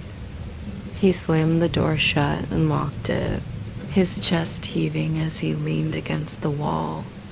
The family huddled together, their breaths visible in the freezing air. Outside, the figures surrounded the cabin, their glowing eyes peering through the windows. What do we do? Sarah asked, her voice trembling. Mark stepped forward, his small frame steady despite the fear in his eyes. We have to seal the lake, he said. Daniel frowned. Seal it how? Mark hesitated, then said, there's a ritual in the settlers' journal. I saw it when we were at the barn. Elena grabbed his shoulders. You remember the ritual? She asked. Mark nodded. But we have to hurry. The cabin was silent save for the sound of the family's frantic breaths.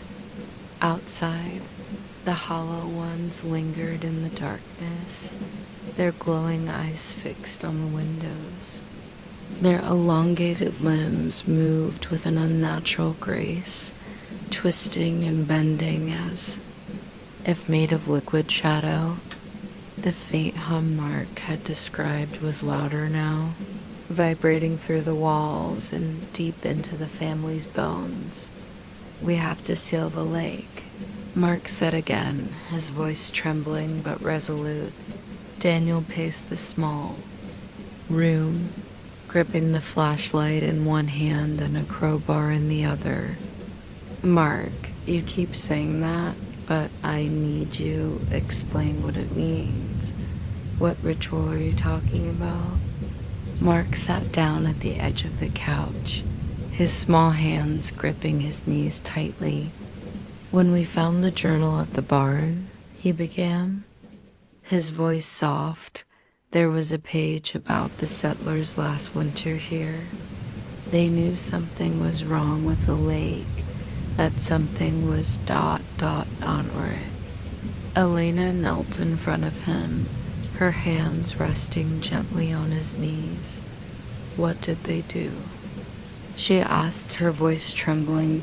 Mark hesitated, his eyes darting toward the window where the faint outlines of the hollow ones pressed closer. They performed a ritual to seal it away, he said finally, but it wasn't perfect.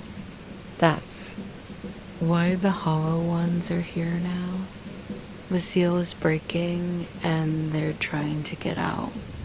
Sarah sat on the floor, her back pressed against the far wall. If the settlers couldn't stop it, what makes you think we can? She asked, her voice edged with fear.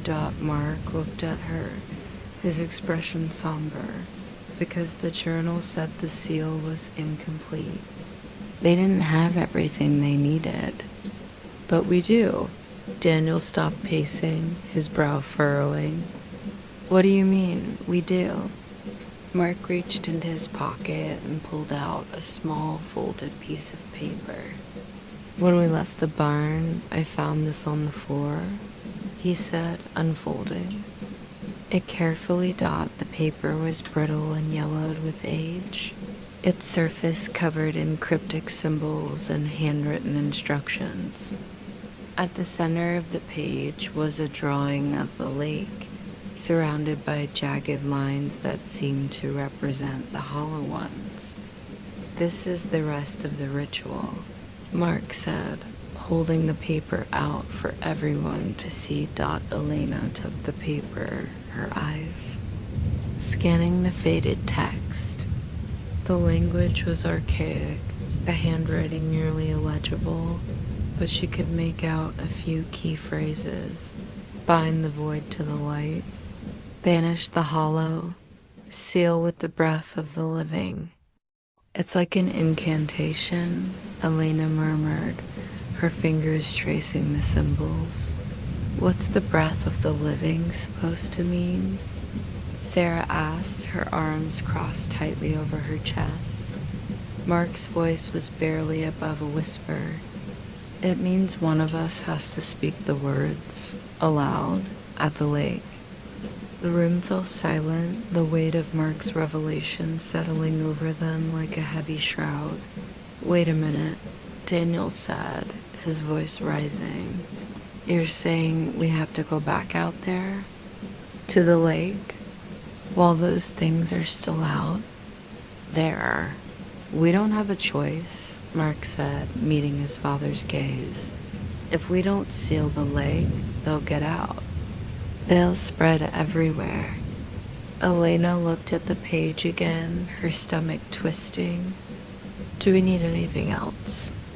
For the ritual? She asked. Mark nodded. We need fire, he said, and salt. The journal said fire purifies the seal and salt binds it in place. Sarah glanced toward the kitchen. There's a box of salt in the cabinet, she said, and we've got matches. Daniel added. Elena stood, her hands trembling. Then, we have everything we need, she said. Mark looked up at her, his expression uncertain. It won't be easy, he said softly. They'll try to stop us. Elena knelt down, cupping his face in her hands. We've faced worse, she said. We can do this, together. The family moved quickly, gathering supplies from around the cabin. Daniel filled a small metal pot with salt, while Sarah grabbed the matches and an old oil lantern from the mantel. Mark sat at the table, drawing a crude map of the lake on a piece of paper. He marked the spot where he had seen the shadow beneath the ice, circling it with a shaky hand. This is where we have to go, he said, sliding the map toward Daniel. Daniel frowned, studying the map. That's near the center of the lake, he said. Mark nodded. That's where the seal is. It's under the ice. Sarah's face paled. So what you're saying, we have to go out there in the dark with those things watching us? Mark didn't respond. his silence more unsettling than any words he could have spoken. By the time they stepped outside, the moon was high in the sky, its pale light casting long shadows across the snow-covered ground. The hollow ones lingered at the edge of the trees, their glowing eyes following the family's every move. "Stay close," Daniel said, gripping the crowbar tightly in one hand and the pot of salt in the other. Elena carried the lantern, its flickering light casting a warm glow over the group as they trudged through the snow. Sarah and Mark walked in the middle, their heads low as the wind bit at their faces. The lake loomed ahead, its frozen surface shimmering under the moonlight. The faint hum that had plagued Mark's dreams was louder now, vibrating through the air like an unrelenting pulse. When they reached the edge of the ice, Daniel hesitated, his eyes scanning the horizon. The hollow ones had moved closer, their elongated forms now visible against the tree line. "They're watching us," Sarah whispered, her voice trembling. "Let them watch," Daniel said, stepping onto the ice. "We've got a job to do." The ice groaned beneath their boots as they made their way toward the center of the lake. Each step felt heavier than the last, the weight of their fear pressing down on them like an invisible force. Mark led the way, clutching the folded page of the ritual in one hand and the lantern in the other. The light from the lantern flickered, casting distorted shadows on the ice that seemed to dance and twist unnaturally. When they reached the marked spot, Daniel knelt and began chipping away at the ice with the crowbar. The sound of metal striking ice echoed across the lake, sharp and jarring against the eerie hum. Elena and Sarah formed a protective circle around Mark, their eyes darting between the surrounding darkness and the glowing eyes of the hollow ones. "Hurry." "Dad," Sarah said, her voice breaking. "I'm going as fast as I can," Daniel replied, sweat beading on his forehead despite the freezing cold. After several tense minutes, Daniel broke through the ice, revealing a small hole that glowed faintly with an unnatural light. The water below was dark and still, its surface rippling slightly as if disturbed by an unseen force. Mark knelt beside the hole, the paper trembling in his hands. "This is it," he said, his voice trembling. "This is where we do the ritual." Daniel poured the salt around the hole, forming a perfect circle. "What now?"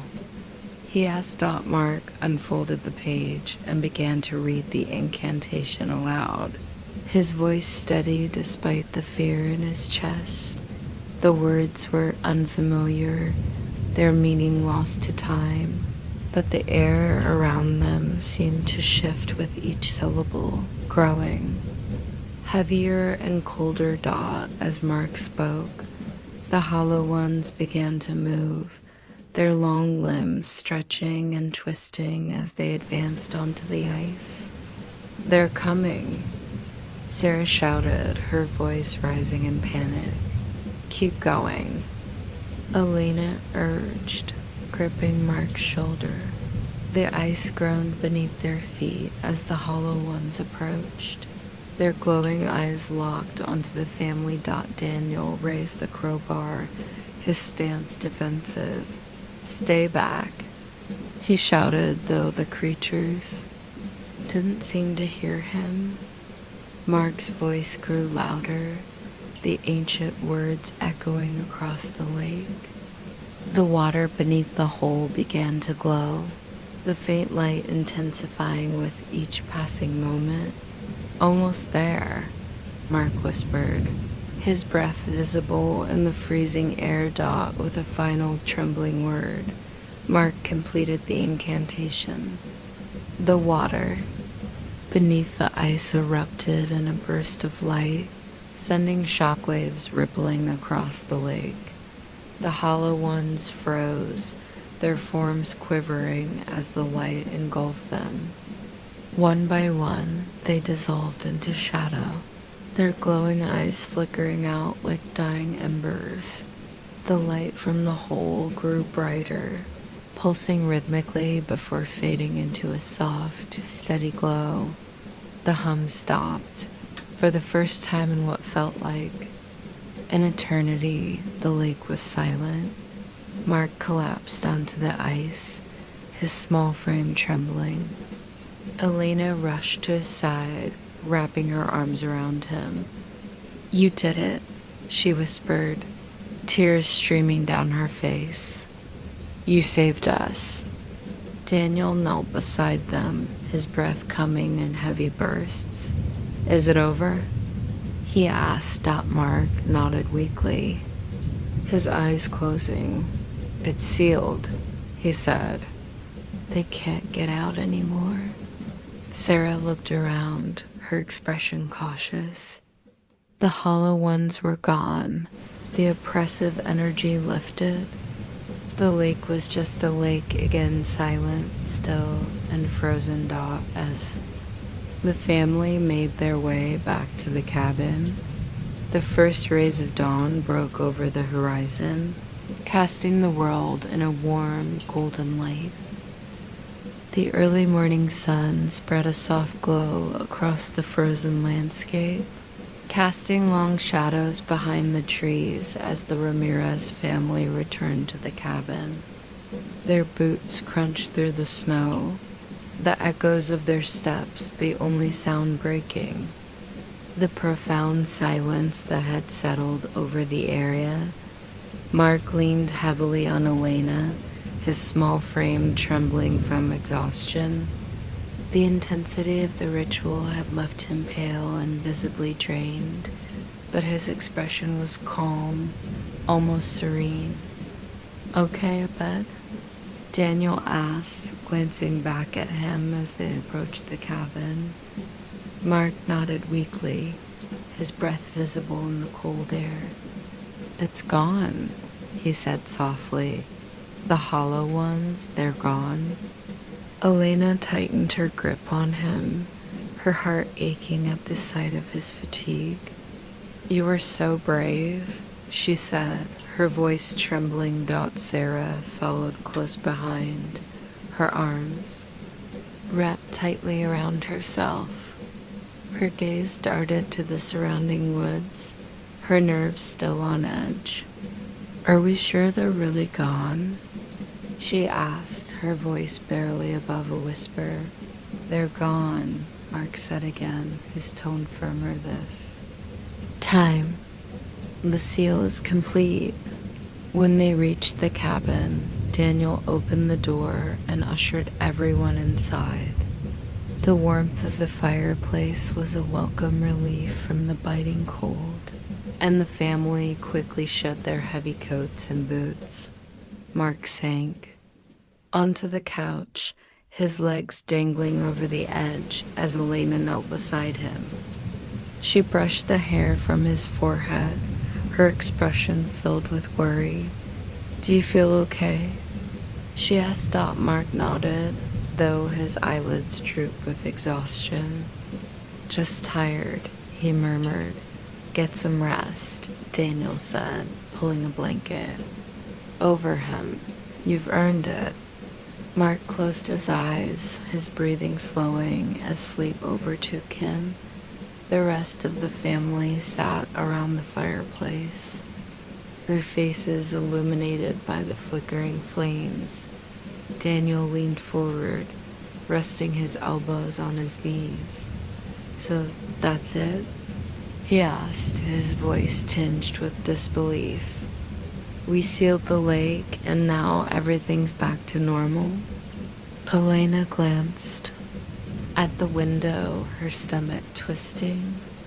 The view outside was calm snow-covered ground and towering trees, with no sign of the hollow ones or their eerie glow. But the memory of their presence lingered, refusing to fade. "I think so," she said, softly, "but after everything we've been through, it's hard to believe it's really over." Sarah hugged her knees to her chest, staring into the fire. "What if Mark's wrong?" she asked. "What if they come back?" Daniel shook his head. "The ritual worked," he said firmly. "We saw it. The lake was sealed, and the hollow ones disappeared. We did what we needed to do." Sarah didn't look convinced, but she didn't argue Dot as the hours passed. The family slowly began to relax. The oppressive weight that had hung over them for days finally lifting. Mark woke briefly to eat a small meal, his appetite returning as the color began to creep back into his cheeks. He sat quietly at the table, his gaze distant as he nibbled on a piece of bread. "You okay, sweetheart?"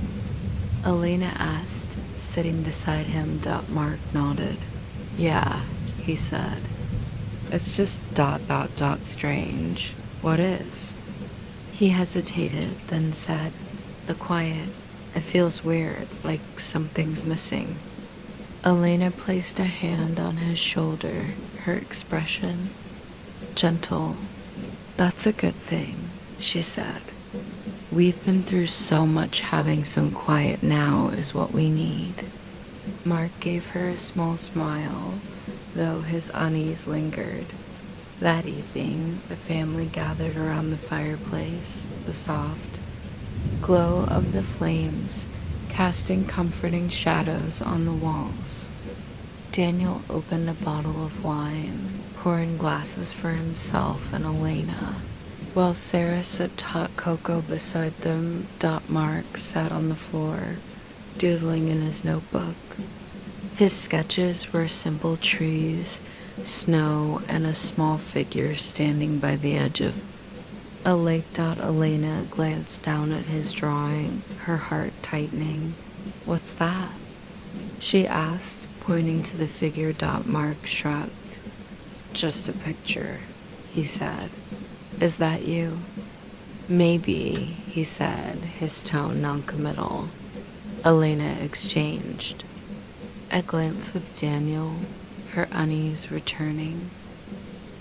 The calm didn't last. Around midnight, the house creaked softly as the wind howled outside, rattling the windows. Mark woke with a start, his chest tight as the familiar hum began to creep back into his awareness. He sat up in bed, his breath catching in his throat. The hum wasn't as loud as before, but it was there, a faint vibration that seemed to come from the very walls of the cabin. Mark swung his legs over the side of the bed, his bare feet touching the cold wooden floor. He stood slowly, listening intently. The hum grew louder, a steady pulse that seemed to echo in his mind. "Mom?" he called softly, stepping into the hallway. Elena woke to the sound of Mark's voice, her instincts kicking in immediately. She climbed out of bed, pulling on a sweater as she stepped into the hallway. "Mark?" she said, her voice low. "What's wrong?" Mark stood in the center of the hall, his small frame illuminated by the faint moonlight streaming through. "The window. It's back," he said, his voice trembling. Elena's stomach dropped. "What do you mean?" "The hum," Mark said. "It's still here." Daniel emerged from the bedroom, his brow furrowed. "What's going on?" "It's not over," Mark said, looking up at him. "The seal. It's not holding." The family gathered in the living room, their earlier calm shattered. Daniel paced back and forth, running a hand through his hair. "That doesn't make any sense," he said. "We did the ritual. We saw them disappear." Mark sat on the couch, clutching his notebook tightly. "I don't know why it didn't work," he said, "but I can feel it. They're still there, under the ice." Elena knelt beside him, her heart aching at the fear in his eyes. "Sweetheart, are you sure? Maybe it's just ... Echoes of everything we went through." Mark shook his head. "No, it's them. They're still waiting." Sarah stood by the window, staring out at the frozen lake. Her breath fogged the glass. As she leaned closer, her stomach twisting, "There's something moving out there," she said suddenly. Daniel joined her at the window, his eyes narrowing as he scanned the lake. At first, he saw nothing, just the still, icy surface reflecting the moonlight. But then he saw it, a faint ripple moving beneath the ice. "Damn it," he muttered, his fists CLNCHIN. Elena joined them, her hand flying to her mouth as the ripple grew larger, spreading outward like a web. "What do we do?" Sarah asked, her voice trembling. Mark stood, his small frame steady despite the fear in his eyes. "We go back," he said. Daniel turned to him, his face pale. "Back to the lake? Are you crazy?" "We have to finish the ritual," Mark said. "Something went wrong. We have to make it right." Elena looked at Daniel, her stomach churning. Do we even have a choice? She asked. Daniel exhaled sharply, his shoulders slumping. "No," he said, "we don't." The family moved, quickly gathering their supplies once more. Daniel grabbed the lantern and crowbar, while Elena packed the remaining salt and matches. Mark tucked the ritual page into his pocket, his hands trembling. "You sure about this?" Daniel asked, his voice heavy. Mark nodded. "We have to try." As the family stepped out into the freezing night, the hum grew louder, vibrating through the air like an unrelenting heartbeat. The lake loomed ahead, its surface glowing faintly under the moonlight. The hollow ones were waiting. The hum grew louder with every step the family took toward the frozen lake. It was no longer a faint vibration, but a deep, resonant pulse that seemed to come from the earth itself, rattling their bones and filling the air with an oppressive weight. Mark led the way, clutching the folded page of the ritual in one hand and the lantern in the other. His small frame was rigid with determination, but his trembling hands betrayed his fear. Elena walked closely behind him, carrying the salt and matches. She glanced over her shoulder constantly, her eyes darting toward the woods that surrounded the cabin. The shadows there seemed deeper, darker than they had been during the day, as though the forest itself was holding its breath.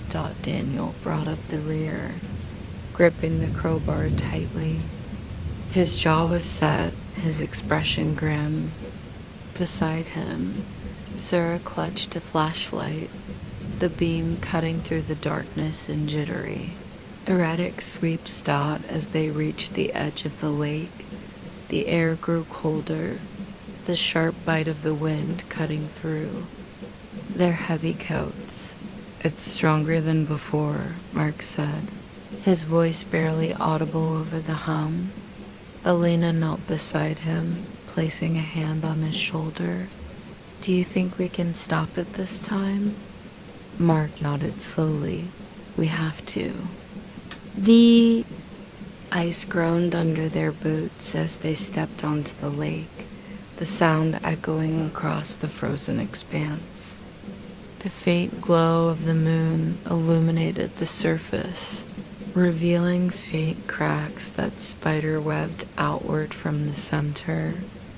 Mark pointed toward the spot where they had performed the ritual earlier. There, he said, his voice steady despite the fear in his eyes. Daniel glanced around nervously, his flashlight beam sweeping over the lake. The hollow ones weren't visible, but he could feel their presence, a heavy, oppressive energy that pressed down on him from all sides. They're watching us, Sarah said softly, her voice trembling. I know, Daniel replied, gripping the crowbar tightly. When they reached the center of the lake, Mark knelt by the hole they had chipped in the ice earlier. The water below was dark and still, its surface glowing faintly with an unnatural light. The seal's still here, Mark said, peering into the hole, but it's breaking. Elena crouched beside him, her heart pounding. What do we need to do? Mark unfolded the ritual page, his hands shaking. We have to do it again, he said. But this time, we need to make it complete. How? Daniel asked. His voice tensed up. Mark pointed to the page. The breath of the living, he said. We have to finish it with something alive. The settlers didn't have that. They were too afraid. Elena frowned, her stomach twisting. What does that mean? Mark hesitated, then looked up at her, his eyes glistening with tears. It means one of us has to give something. A part of ourselves. The family stared at him in silence, the weight of his words sinking in. That's insane, Daniel said finally. We're not doing that. We have to, Mark insisted. If we don't, the seal won't hold. The hollow ones will come back, and they won't stop until they take everything. Sarah took a step back, her face pale. What does it mean, a part of ourselves? Are you saying someone has to die? Mark shook his head quickly. No, not die, he said. But we have to give something important, something they can take. Daniel clenched his fists, his frustration boiling over. We're not giving them anything, he said. We'll find another way. There isn't another way, Mark shouted, his voice cracking. Elena placed a hand on his shoulder, her heart aching at the desperation in his voice. Mark, what are you thinking?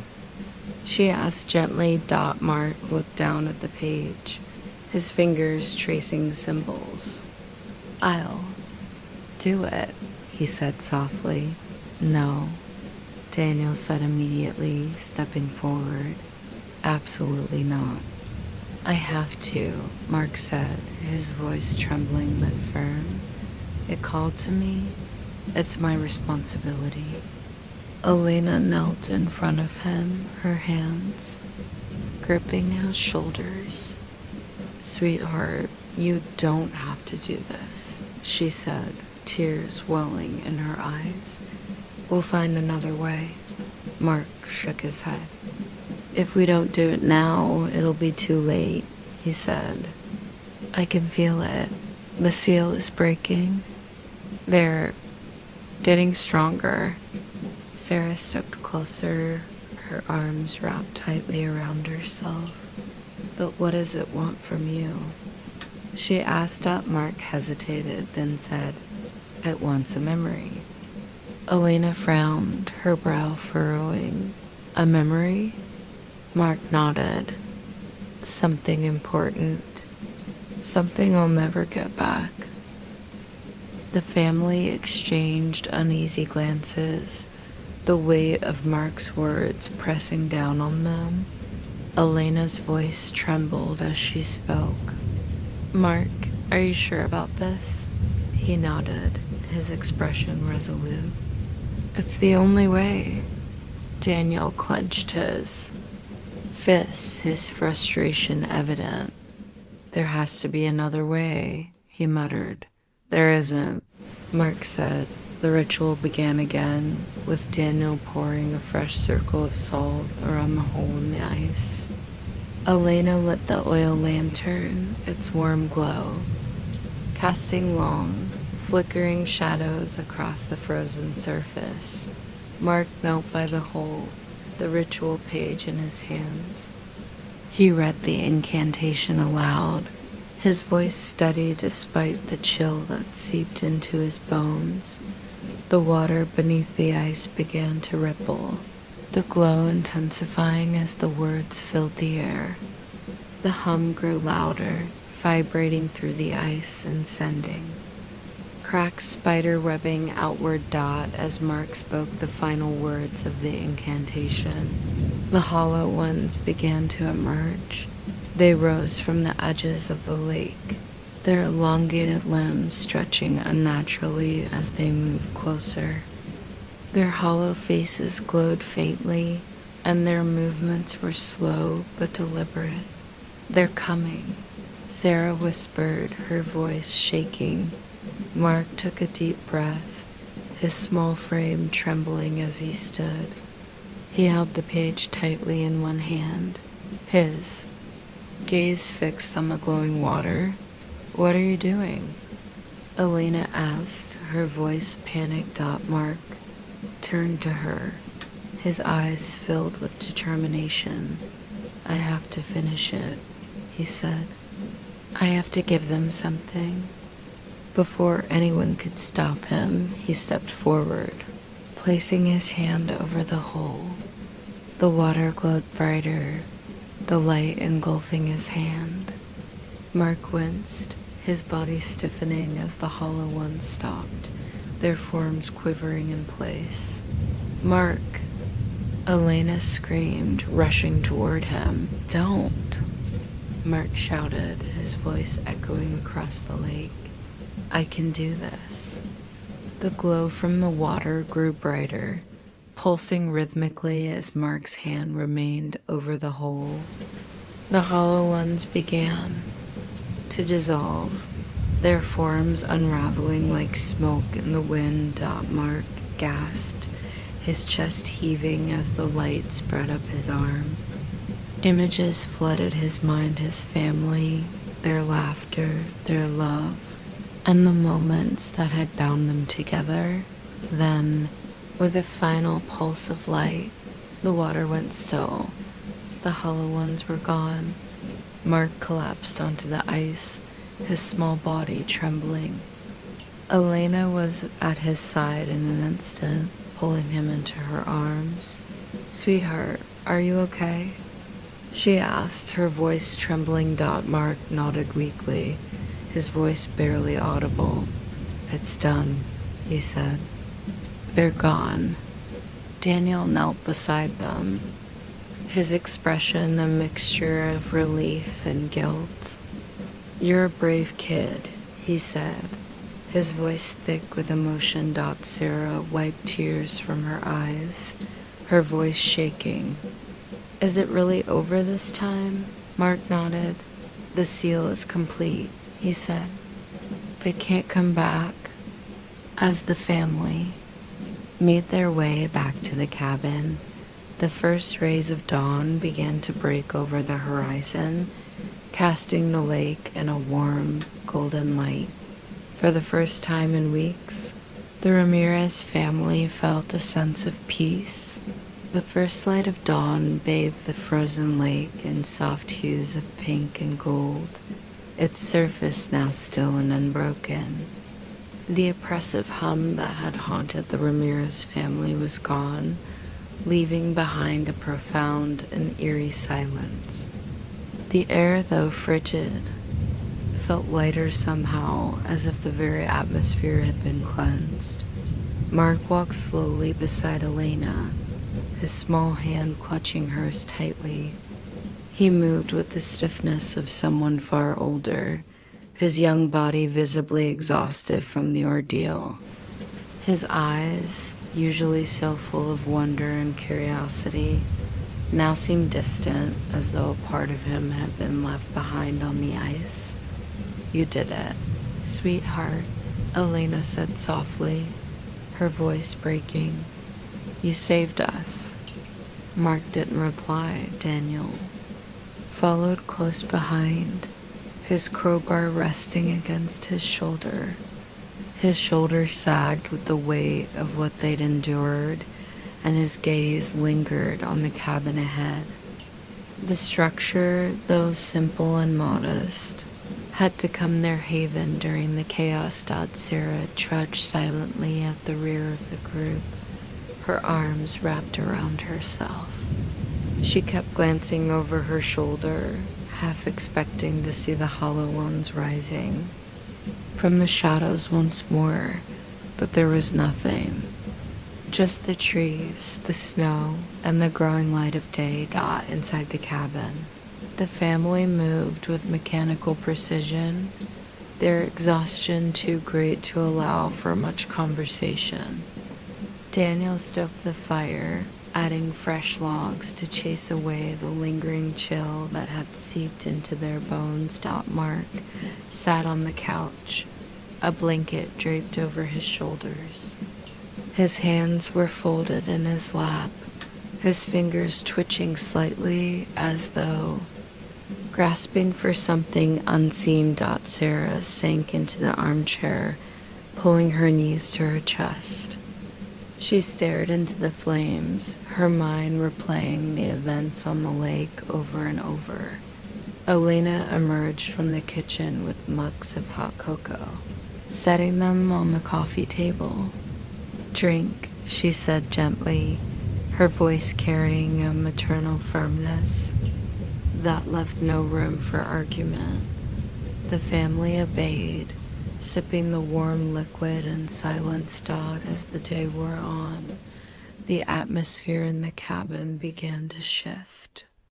The tension that had gripped them for so long gradually eased, replaced by a tentative sense of relief. But for Mark, the quiet was anything but comforting. He sat by the window, staring out at the lake. The sunlight reflected off its frozen surface, turning it into a shimmering expanse of white and silver. It looked peaceful, but Mark knew better. "Are you okay, bud?" Daniel asked, sitting beside him. Mark hesitated, then shook his head. "I don't know," he said softly. Daniel frowned, placing a hand on his son's shoulder. "What's wrong?" Mark looked up at him, his eyes filled with tears. "I gave them something," he said. "Something I can't get back." Daniel's stomach tightened. "What do you mean?" Mark wiped at his eyes, his voice trembling. "I gave them my favorite memory. The one of us all together at the beach. Before everything happened, it's gone now." Daniel's heart ached at the revelation. He pulled Mark into a hug, holding him tightly. "I'm so sorry," he whispered. "You shouldn't have had to do that." Mark leaned into him, his small body trembling. "I didn't want to," he said, "but it was the only way." The following days passed quietly, the family adjusting to their new reality. They took long walks in the woods, played board games by the fire, and shared stories late into the night. But even as life began to regain a semblance of normalcy, The memory of the hollow ones lingered. Sarah often found herself staring at the lake, her mind replaying the sight of the glowing figures emerging from the shadows. She hadn't told anyone, but she still heard faint whispers in the quiet moments. As if the echoes of the ritual hadn't fully faded, Elena buried herself in routine, cooking meals and tidying the cabin with an almost frantic energy. She told herself it was over, that they were safe, but the fear in her chest refused to dissipate entirely. Daniel spent hours outside, chopping wood and clearing snow from the paths around the cabin. The physical labor gave him a sense of control, a way to channel the helplessness he'd felt on the lake. And Mark. Mark drew. His notebook was filled with sketches: trees, snow, the cabin, and, most hauntingly, the hollow ones. Each drawing was more detailed than the last, their elongated forms and hollow eyes capturing the essence of what he'd seen. "Why do you keep drawing them?" Elena asked one evening, her voice gentle. Mark looked up from his notebook, his expression thoughtful. "So I don't forget," he said. One week after the ritual, the family decided to return to town. The isolation of the cabin had begun to wear on them, and they needed supplies. The drive was quiet, the snow-covered road winding through the forest like a ribbon of white. When they reached the small town, it was bustling with activity. Locals greeted them warmly, their cheerful demeanor a stark contrast to the tension that still lingered within the Ramirez family. At the general store, Mark wandered to the back aisle, where shelves of knickknacks and trinkets were displayed. His gaze fell on a small wooden figurine, a crude carving of a figure with elongated limbs and a hollowed face. He froze, his chest tightening. "Mark?" Elena's voice pulled him from his thoughts. He turned to her, his hands trembling. "It's them," he whispered. Elena followed his gaze, her expression darkening. "It's just a decoration," she said gently, though her voice wavered. Mark shook his head. "No, it's a warning." Back at the cabin, the family gathered around the fireplace, the flickering flames casting long shadows on the walls. Daniel poured himself a cup of coffee, his movements slow and deliberate. "We need to talk about what's next," he said. Elena glanced at him, her brow furrowed. "What do you mean?" "We can't stay here forever," Daniel said. "This place was supposed to be a fresh start, but after everything that's happened. Full quotes. Elena sighed, her shoulders slumping. "You're right," she said, "but where do we go?" Mark looked up from his notebook, his eyes solemn. "Somewhere far away," he said. "Somewhere the hollow ones can't follow." As the days turned into weeks, the family prepared to leave the cabin. They packed their belongings, loading the car with boxes and bags.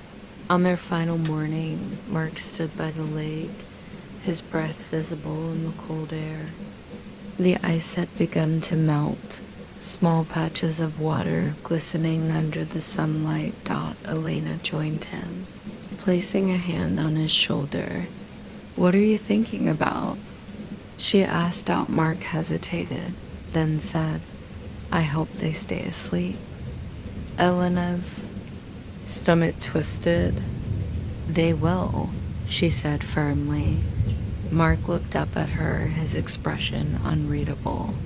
"I'm not so sure." The Ramirez family drove away from the cabin, the snow-covered landscape stretching out before them. The road was long and winding, but for the first time in months, they felt a sense of hope dot as they disappeared into the distance. The lake remained silent, its frozen surface reflecting the pale winter sky. Beneath the ice, deep in the darkness, something stirred. The hollow ones were gone, but the echoes of their presence remained, waiting for the next ripple to disturb the surface. The Ramirez family moved far from the lake, settling in a small town nestled in rolling hills and surrounded by fields that turned golden in the summer. The warmth of spring replaced the icy grip of winter, and for the first time in months, the family began to feel the weight of their ordeal. Lifting Mark adjusted to their new life slowly. Though the nightmares of the hollow ones no longer plagued him every night, traces of the past lingered in his thoughts. He found himself staring at shadows longer than he should, his heart racing at every strange noise in the night. Elena noticed his quiet demeanor and tried to draw him out with small acts of comfort, a favorite meal, time spent reading together, or walks through the sunny fields. Mark smiled at her efforts, but she could see the haunted look in his eyes hadn't entirely disappeared. Daniel focused on rebuilding a sense of normalcy, taking up carpentry as a hobby to fill his days. He constructed shelves for their new home, built a small garden bed for Elena, and even fashioned a simple bench that sat beneath the large oak tree in their yard. The physical labor gave him a sense of purpose, a way to channel the frustration and helplessness he'd carried since the lake. Sarah, too, found herself struggling to let go of the past. She had once been the one to dismiss the strange occurrences, but now she found herself second-guessing every bump in the night, every unexplained creak of the floorboards. She stayed close to her family, unwilling to admit how deeply the experience had affected her.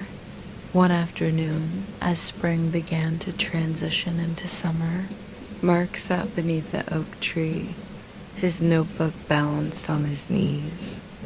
He sketched absent-mindedly, his pencil moving across the page with an ease born of habit.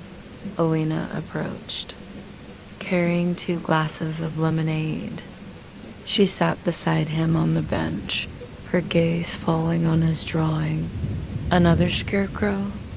she asked, her voice gentle. Mark nodded, his lips pressed into a thin line. The sketch was detailed, its elongated limbs and hollow eyes eerily accurate. Elena placed a hand on his shoulder. "You don't have to keep drawing them," she said softly. Mark glanced up at her, his expression thoughtful. "I don't want to forget," he said. "If I forget, they might come back." Elena's chest tightened. "They're gone, sweetheart. The seal is holding. You made sure of that." Mark hesitated, then nodded. But deep down, he wasn't entirely convinced. That evening, the family gathered for dinner. The house was quiet, the warm glow of the setting sun filtering through the windows. Daniel passed the breadbasket to Sarah, who accepted it with a small smile. "So," Daniel began, "I was thinking we could take a trip this summer, maybe to the beach." Sarah perked up. "Really?" she asked. "Sure," Daniel said. "We deserve a little fun after everything we've been through." Elena smiled, heart lifting at the sight of her family beginning to heal. "That sounds perfect," she said. Mark didn't say anything. His gaze fixed on his plate. Later that night, Mark lay awake in bed, staring at the ceiling. The quiet of the house felt too still, too heavy, as though the shadows themselves were holding their breath. He turned onto his side, his eyes falling on his notebook, which sat open on the desk across the room. The unfinished sketch of a scarecrow stared back at him, its hollow eyes seeming to glow faintly in the dim light. Mark sat up, his chest tightening. He reached for the notebook, flipping through its pages. Each drawing told a story of the lake, the hollow ones, the barn, and the rituals they had performed to survive. As he turned to the final page, a chill ran down his spine. The page was blank. But as Mark stared at it, faint lines began to appear, forming the outline of a figure. The lines darkened, twisting and stretching until the image was complete. It was a scarecrow, but this one was different. Its face was sharper, its grin wider, and its hollow eyes glowed with an unnatural light. Mark gasped, dropping the notebook as the faint hum returned, vibrating through the air like a long-forgotten echo. Downstairs, Elena was washing dishes when she felt it.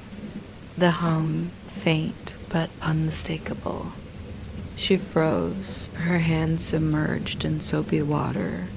"Daniel," she called, her voice trembling. Daniel looked up from the couch, his brow furrowing. "What is it?" Elena turned to him, her face pale. "Do you hear that?" Daniel stood, listening intently. At first, he heard nothing, but then it came, a faint, rhythmic vibration that seemed to resonate through the walls. He grabbed a flashlight and moved toward the door, his movements tense. "Stay here," he said. "Daniel, wait," Elena protested. But he was already stepping outside. The yard was bathed in moonlight, the oak tree casting long shadows across the grass. Daniel swept the flashlight beam over the yard, his breath visible in the cool night air. At first, everything seemed normal. The tree, the garden bed, and the tool shed were all as they should be. But then he saw it. At the far edge of the yard, where the shadows were deepest, a figure stood motionless.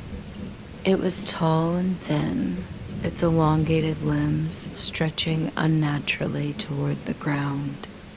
Its face was obscured, but Daniel could feel its hollow gaze boring into him. He tightened his grip on the flashlight, his chest tightening. "No," he muttered. "This isn't happening." The figure tilted its head, its movements slow and deliberate. Daniel stumbled back, his heart racing as the hum grew louder, vibrating through the ground beneath his feet. Inside the house, Mark stood by the window, staring out at the yard. He could see the figure now, its hollow eyes glowing faintly in the darkness. Elena rushed to his side, her hands gripping his shoulders. "What is it?" she asked, her voice shaking. Mark didn't look away. "It's them," he said softly. Sarah appeared in the doorway, her face pale. "What's going on?" Mark turned to her, his expression grim. "They're not gone," he said. As the family huddled together, the hum reached a crescendo, filling the house with its oppressive weight. Mark's voice was barely audible as he whispered, "The seal, it's breaking." Elena's chest tightened. "But you said I was wrong," Mark said, tears streaming down his face. "They're still here." Outside, the figure began to move, its limbs twisting and stretching as it stepped closer to the house. The Ramirez family had thought the nightmare was over, but the hollow ones were patient, and winter was far from done with them. The hum had returned, louder and more resonant than ever, vibrating through the walls of the Ramirez family's new home. The echoes of their past battle against the hollow ones came crashing back, shattering the fragile sense of peace they had. Spent months rebuilding, Mark stood by the window, staring out into the moonlit yard where the figure loomed at the edge of the shadows. Its elongated limbs stretched unnaturally, and its hollow eyes glowed faintly, as if daring him to approach. Elena gripped his shoulders tightly, her voice trembling. "Sweetheart, stay back. Don't look at it." Mark shook his head, his eyes wide. "It's not just one," he whispered. Daniel and Sarah joined them at the window, their faces pale as they followed Mark's gaze. More figures began to emerge from the tree line, their forms twisting and jerking as they moved toward the house. The moonlight revealed their hollow faces, each one grinning with an unnatural malice. "There's too many," Sarah whispered, her voice breaking. Daniel grabbed the crowbar from the corner of the room, his jaw tightening. "We're not letting this happen again," he said. The family moved quickly, their fear overridden by a desperate sense of urgency. Elena and Sarah barricaded the doors and windows, stacking furniture against the fragile glass panes. Mark sat at the kitchen table, frantically flipping through his notebook, his pencil darting across the page as he tried to make sense of the sudden reappearance of the hollow ones. "They shouldn't be here," he muttered, his voice trembling. The seal was complete. It was supposed to hold. Daniel knelt beside him, his expression grim. "What are we missing, Mark? What else could they want?" Mark hesitated, his pencil hovering over the page. "I don't know," he admitted, "but they're stronger now." "The seal, it's breaking faster this time." Elena joined them, her hands trembling as she placed a comforting hand on Mark's shoulder. "Sweetheart, you've been so brave," she said softly. "We'll figure this out together." Mark looked up at her, tears welling in his eyes. "What if we can't?" he asked. The first attack came just after midnight. The hum grew deafening, shaking the house as the hollow ones closed in. Their elongated limbs clawed at the windows, their hollow eyes glowing brighter with each passing moment. Sarah screamed as one of the figures pressed its face against the glass, its grin widening unnaturally. "They're getting in." She shouted. Daniel swung the crowbar, shattering the window frame where one of the creatures had begun to slip through. The figure recoiled, its limbs twisting as it disappeared into the shadows. "We can't keep them out forever," Elena said, her voice shaking. Mark stood in the center of the room, his small frame trembling. "They don't want to get in," he said softly. Elena turned to him, her brow furrowing. "What do you mean?" "They're trying to draw us out," Mark said. The family huddled together in the living room, their barricades holding for now. The hum had subsided slightly, but its presence still lingered, vibrating through the floorboards like an unrelenting pulse. Mark sat cross-legged on the floor, his notebook open in front of him. He had drawn a crude map of the area surrounding the house, with the lake from their old home marked in the center. "They're tied to the lake," he said. "That's where the seal is, and that's where they're strongest. But we're not near the lake anymore," Daniel said, his frustration bubbling over. "We moved hundreds of miles away." "It doesn't matter," Mark said. "The seal connects everything. As long as it's breaking, they can reach us." Elena's stomach twisted. "Then what do we do?" Mark pointed to the map. "We have to go back," he said. "We have to fix the seal again." The family debated for hours, their fear and frustration boiling over into heated arguments. Daniel was adamantly against returning to the lake, his voice rising as he paced the room. "We barely survived last time," he said. "How do we know it'll be any different now?" "Because we know what we're dealing with," Mark said, his voice firm despite the fear in his eyes. "We didn't have all the pieces before, but we do now." "What pieces?" Sarah asked, her tone skeptical. Mark held up his notebook, flipping to a page filled with sketches and notes. "The settlers left more than one ritual," he said. "The second one is meant to reinforce the seal permanently, but it's dangerous." "How dangerous?"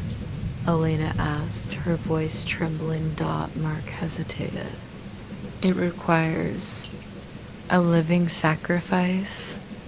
The room fell silent, Mark's words hanging in the air like a heavy fog. "No," Daniel said immediately. "Absolutely not." "We don't have a choice," Mark said. "If we don't do this, they'll keep coming. They'll take everything." Elena knelt beside him, her hands gripping his shoulders. "Sweetheart, there has to be another way," she said, her voice breaking. Mark shook his head. "This is the only way to stop them," he said. Sarah stood by the window, her face pale. "Who's supposed to be the sacrifice?" she asked. Softly, Mark looked down, his hands trembling. "I'll do it," he said. "No," Elena said, her voice sharp. "I won't let you." "It has to be me," Mark said, his voice trembling. "They've been calling to me since the beginning. I'm the one they want." The family argued late into the night, their voices rising and falling as they debated their next move. Mark remained steadfast, his determination unshaken despite his family's protests. "This isn't about what we want," he said finally. "It's about what needs to be done." Daniel's shoulders slumped, his hands clenched into fists. "I can't lose you," he said, his voice barely above a whisper. "You won't," Mark said. "I promise." Elena hugged him tightly, her tears soaking into his hair. "We'll do this together," she said, "no matter what happens." The family packed their belongings quickly, their movements frantic as the hollow ones pressed closer. The hum grew louder, vibrating through the house like a living heartbeat. As they stepped outside, the air was freezing, the stars overhead shining, cold and distant. The shadows at the edge of the yard seemed to ripple, the hollow ones watching silently as the family climbed into the car. Daniel gripped the steering wheel tightly, his knuckles white as he drove toward the lake. The Ramirez family had survived the hollow ones before, but this time They knew there would be no coming back unchanged. The journey back to the lake felt like descending into a nightmare they had fought so hard to escape. The road was long and winding, cutting through dense forest that loomed like dark sentinels on either side. Snow blanketed the ground, muting the crunch of the tires and lending an eerie stillness to the air. Mark sat in the back seat, clutching his notebook tightly. His face was pale, but his gaze was steady, fixed on the passing trees as if searching for something only he could see. Elena turned to glance at him, her heart aching at the sight of his small, stoic frame. "Sweetheart," she said softly, "are you sure about this?" Mark met her gaze in the rearview mirror. "I have to be," he said. Daniel tightened his grip on the steering wheel, his jaw clenched. He hadn't spoken much since they left the house, his frustration simmering beneath the surface. Beside him, Sarah sat in tense silence, her arms wrapped around herself as if bracing against the cold. "It's not fair," Sarah said suddenly, her voice trembling. "He's just a kid. Why does it have to be him?" Mark glanced at her, his expression calm but resolute. "Because they chose me," he said. "I don't know why, but they did. And if I don't stop them, no one will." By the time they reached the lake, the sky had darkened, the moon casting a cold silver glow over the frozen expanse. The air was bitterly cold, each breath forming clouds of vapor that dissipated quickly in the wind. The lake was exactly as they had left it, vast, silent, and covered in a layer of ice that shimmered faintly in the moonlight. But the cracks that had begun to form during the first ritual were now wider, spider webbing across the surface in intricate patterns. Mark climbed out of the car, clutching the notebook to his chest. The hum was louder here, vibrating through the ground beneath his feet. It wasn't just a sound, it was a presence, a living force that seemed to pulse with anticipation. "They're waiting," he said softly. Elena stepped beside him, wrapping an arm around his shoulders. "We'll do this together," she said. Daniel and Sarah joined them, their faces pale but determined. "Let's finish this," Daniel said, his voice steady. The family moved carefully onto the ice, their boots crunching against the thin layer of snow that covered the frozen surface. The hum grew louder with each step, resonating through their bodies like a low, vibrating heartbeat. Mark led the way, his movements deliberate as he approached the spot where they had performed the first ritual. The hole they had chipped into the ice was still there, though it had partially frozen over, a faint glow emanating from beneath the surface. "This is it," Mark said, stopping in front of the hole. Elena set down the supplies they had brought: salt, matches, and the lantern they had used before. Daniel carried the crowbar, his eyes scanning the surrounding darkness for any sign of movement. Sarah stood close to Mark, her hands clenched into fists. "What do we do now?" she asked. Mark knelt by the hole, opening his notebook and flipping to the page with the second ritual. "We have to call them," he said, "and then we finish the seal." Elena's stomach twisted. "How do we call them?" Mark hesitated, then said, "We have to break the ice completely. Open the lake." Daniel's jaw tightened. "That's insane." he said.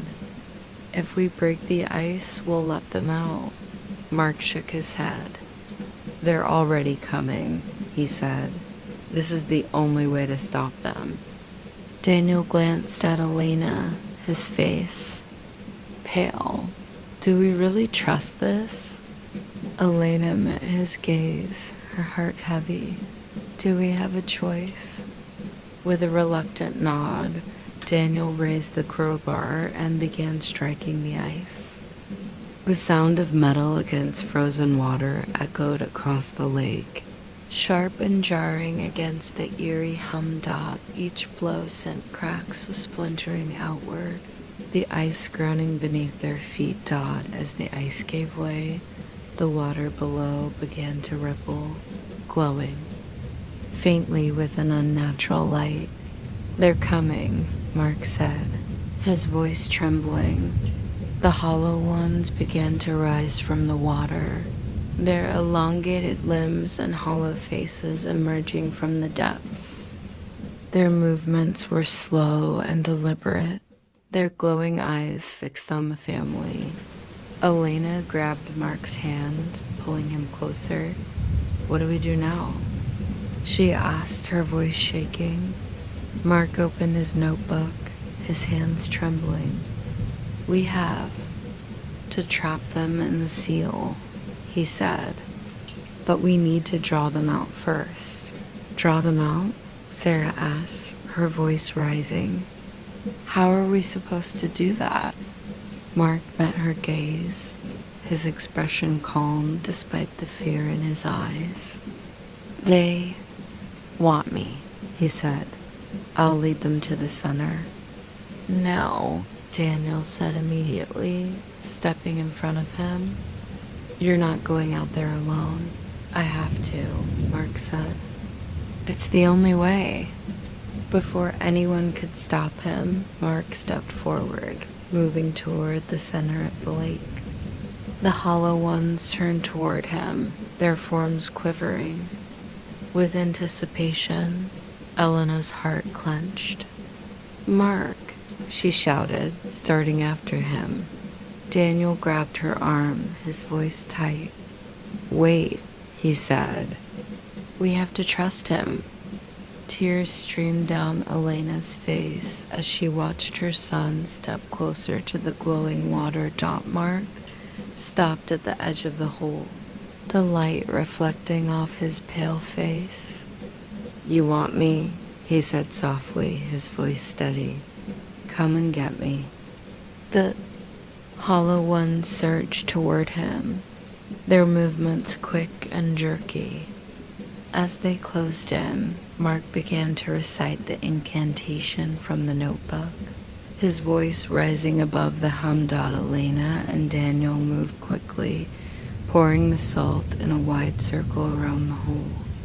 Sarah lit the lantern, its warm glow casting long shadows across the ice dot as Mark spoke the final words of the ritual. The water erupted in a burst of light, engulfing the hollow ones in its glow. The figures writhed and twisted, their forms dissolving into shadow as the light consumed them. Mark collapsed onto the ice, his small body trembling. Elena was at his side in an instant, pulling him into her arms. Sweetheart, are you okay?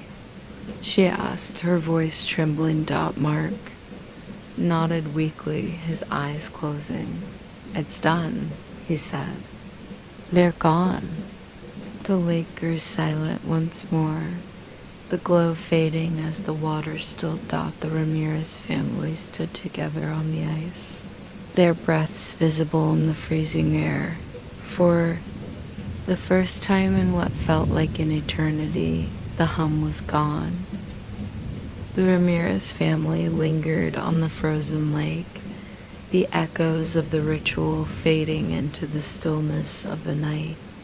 The oppressive hum that had haunted them was gone, replaced by an eerie silence that felt both peaceful and foreboding. Mark rested, in Elena's arms, his small body trembling with exhaustion. His breathing was shallow, but the calm expression on his face told her everything she needed to know.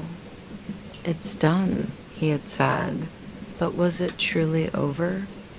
Daniel stood nearby, gripping the crowbar with white-knuckled hands.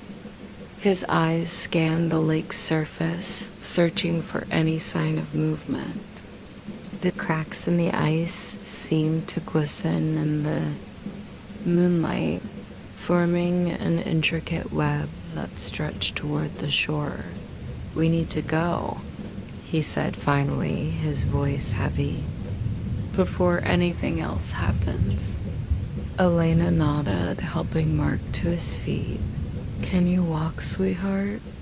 she asked gently. Mark nodded weakly, leaning against her for support. "I'm okay," he said, though his voice was barely above a whisper. Sarah stood at the edge of the salt circle, her arms wrapped tightly around herself. Her gaze was fixed on the hole in the ice, where the faint glow of the ritual had finally faded. "What if it's not over?" she asked softly, her voice trembling. Mark turned to her, his eyes solemn. "It's over," he said. "The seal is complete. They can't come back." The walk back to the car was slow and arduous. The snow had begun to fall again, soft flakes drifting down from the dark sky and settling on their coats and hair. Daniel carried the lantern, its flickering light casting long shadows across the snow-covered ground.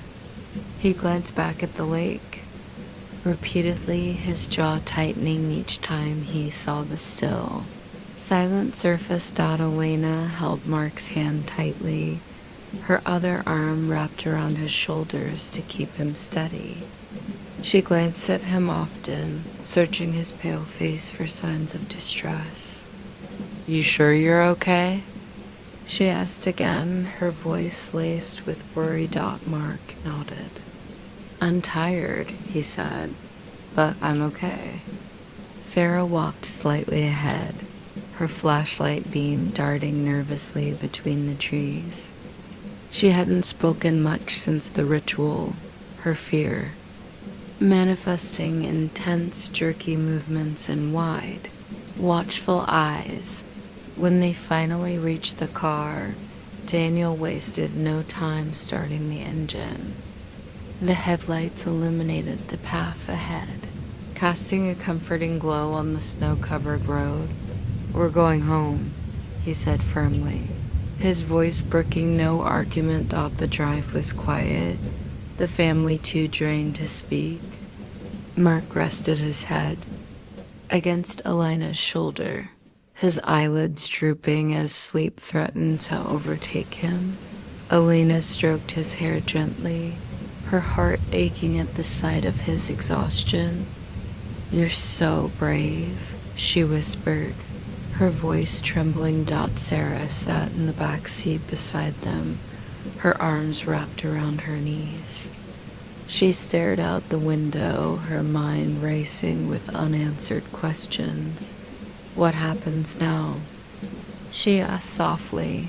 Daniel glanced at her in the rearview mirror. "Now we move on," he said. "We've done what we needed to do. It's over." Sarah didn't look convinced. By the time they reached their new home, the first light of dawn was breaking over the horizon, painting the sky in shades of pink and orange. The house was quiet and still, its warm interior a stark contrast to the cold, unforgiving landscape they had just left behind. Mark went straight to bed, his small frame disappearing beneath the blankets. Elena stayed with him, sitting on the edge of the bed and watching him sleep. "He's been through too much," she said softly when Daniel joined her. "We all have," Daniel said, placing a hand on her shoulder. But we're here now. We're safe. Elena nodded, though her chest tightened at the thought. Safe. The word felt fragile, like it could shatter at any moment. The following days passed uneventfully, the family settling back into their routine. Elena cooked meals and tended to the small garden in their backyard. Daniel busied himself with repairs around the house, fixing leaky faucets and squeaky floorboards. Sarah spent her days in the quiet of her room, her nose buried in books or her phone, as she tried to distract herself from the lingering memories of the hollow ones. Mark, however, was different. He spent hours sitting by the window, staring out at the snow-covered fields. He sketched constantly, filling page after page of his notebook with images of the lake, the ritual, and the hollow ones. Why do you keep drawing them? Elena asked one afternoon. Her voice gentle. Mark looked up from his notebook, his expression thoughtful. So I don't forget, he said. Elena frowned. Don't you want to forget? Mark shook his head. If I forget, they might come back, he said softly. I have to remember what we did, what we stopped. One night, as the family sat around the dinner table, a sudden gust of wind rattled the windows. The sound was sharp and jarring, cutting through the comfortable silence. Elena's fork froze halfway to her mouth. She exchanged a glance with Daniel, her chest tightening. It's just the wind, Daniel said quickly. His tone firm.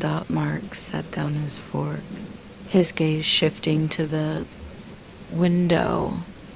He stared at the glass for a long moment, his expression unreadable.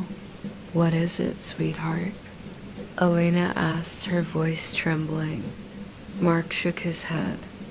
Nothing, he said softly, but deep down, he wasn't so sure. In the weeks that followed, life began to feel almost normal again. The snow melted, giving way to the vibrant greens of spring. The family planted flowers in the garden, took long walks through the fields, and shared quiet evenings by the fire, but the past was never far. Away. Mark still dreamed of the hollow ones, their hollow eyes and elongated limbs haunting him in the quiet hours of the night. Elena often woke to find him sitting by the window, staring out at the darkness.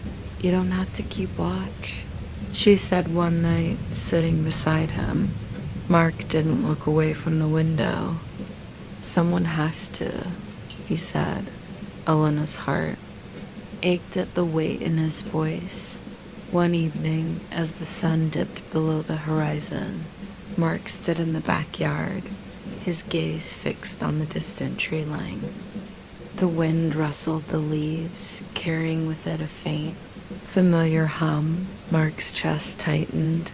It's not over, he whispered. And in the silence that followed, the shadows seemed to stretch a little longer, the wind carrying whispers too faint to hear.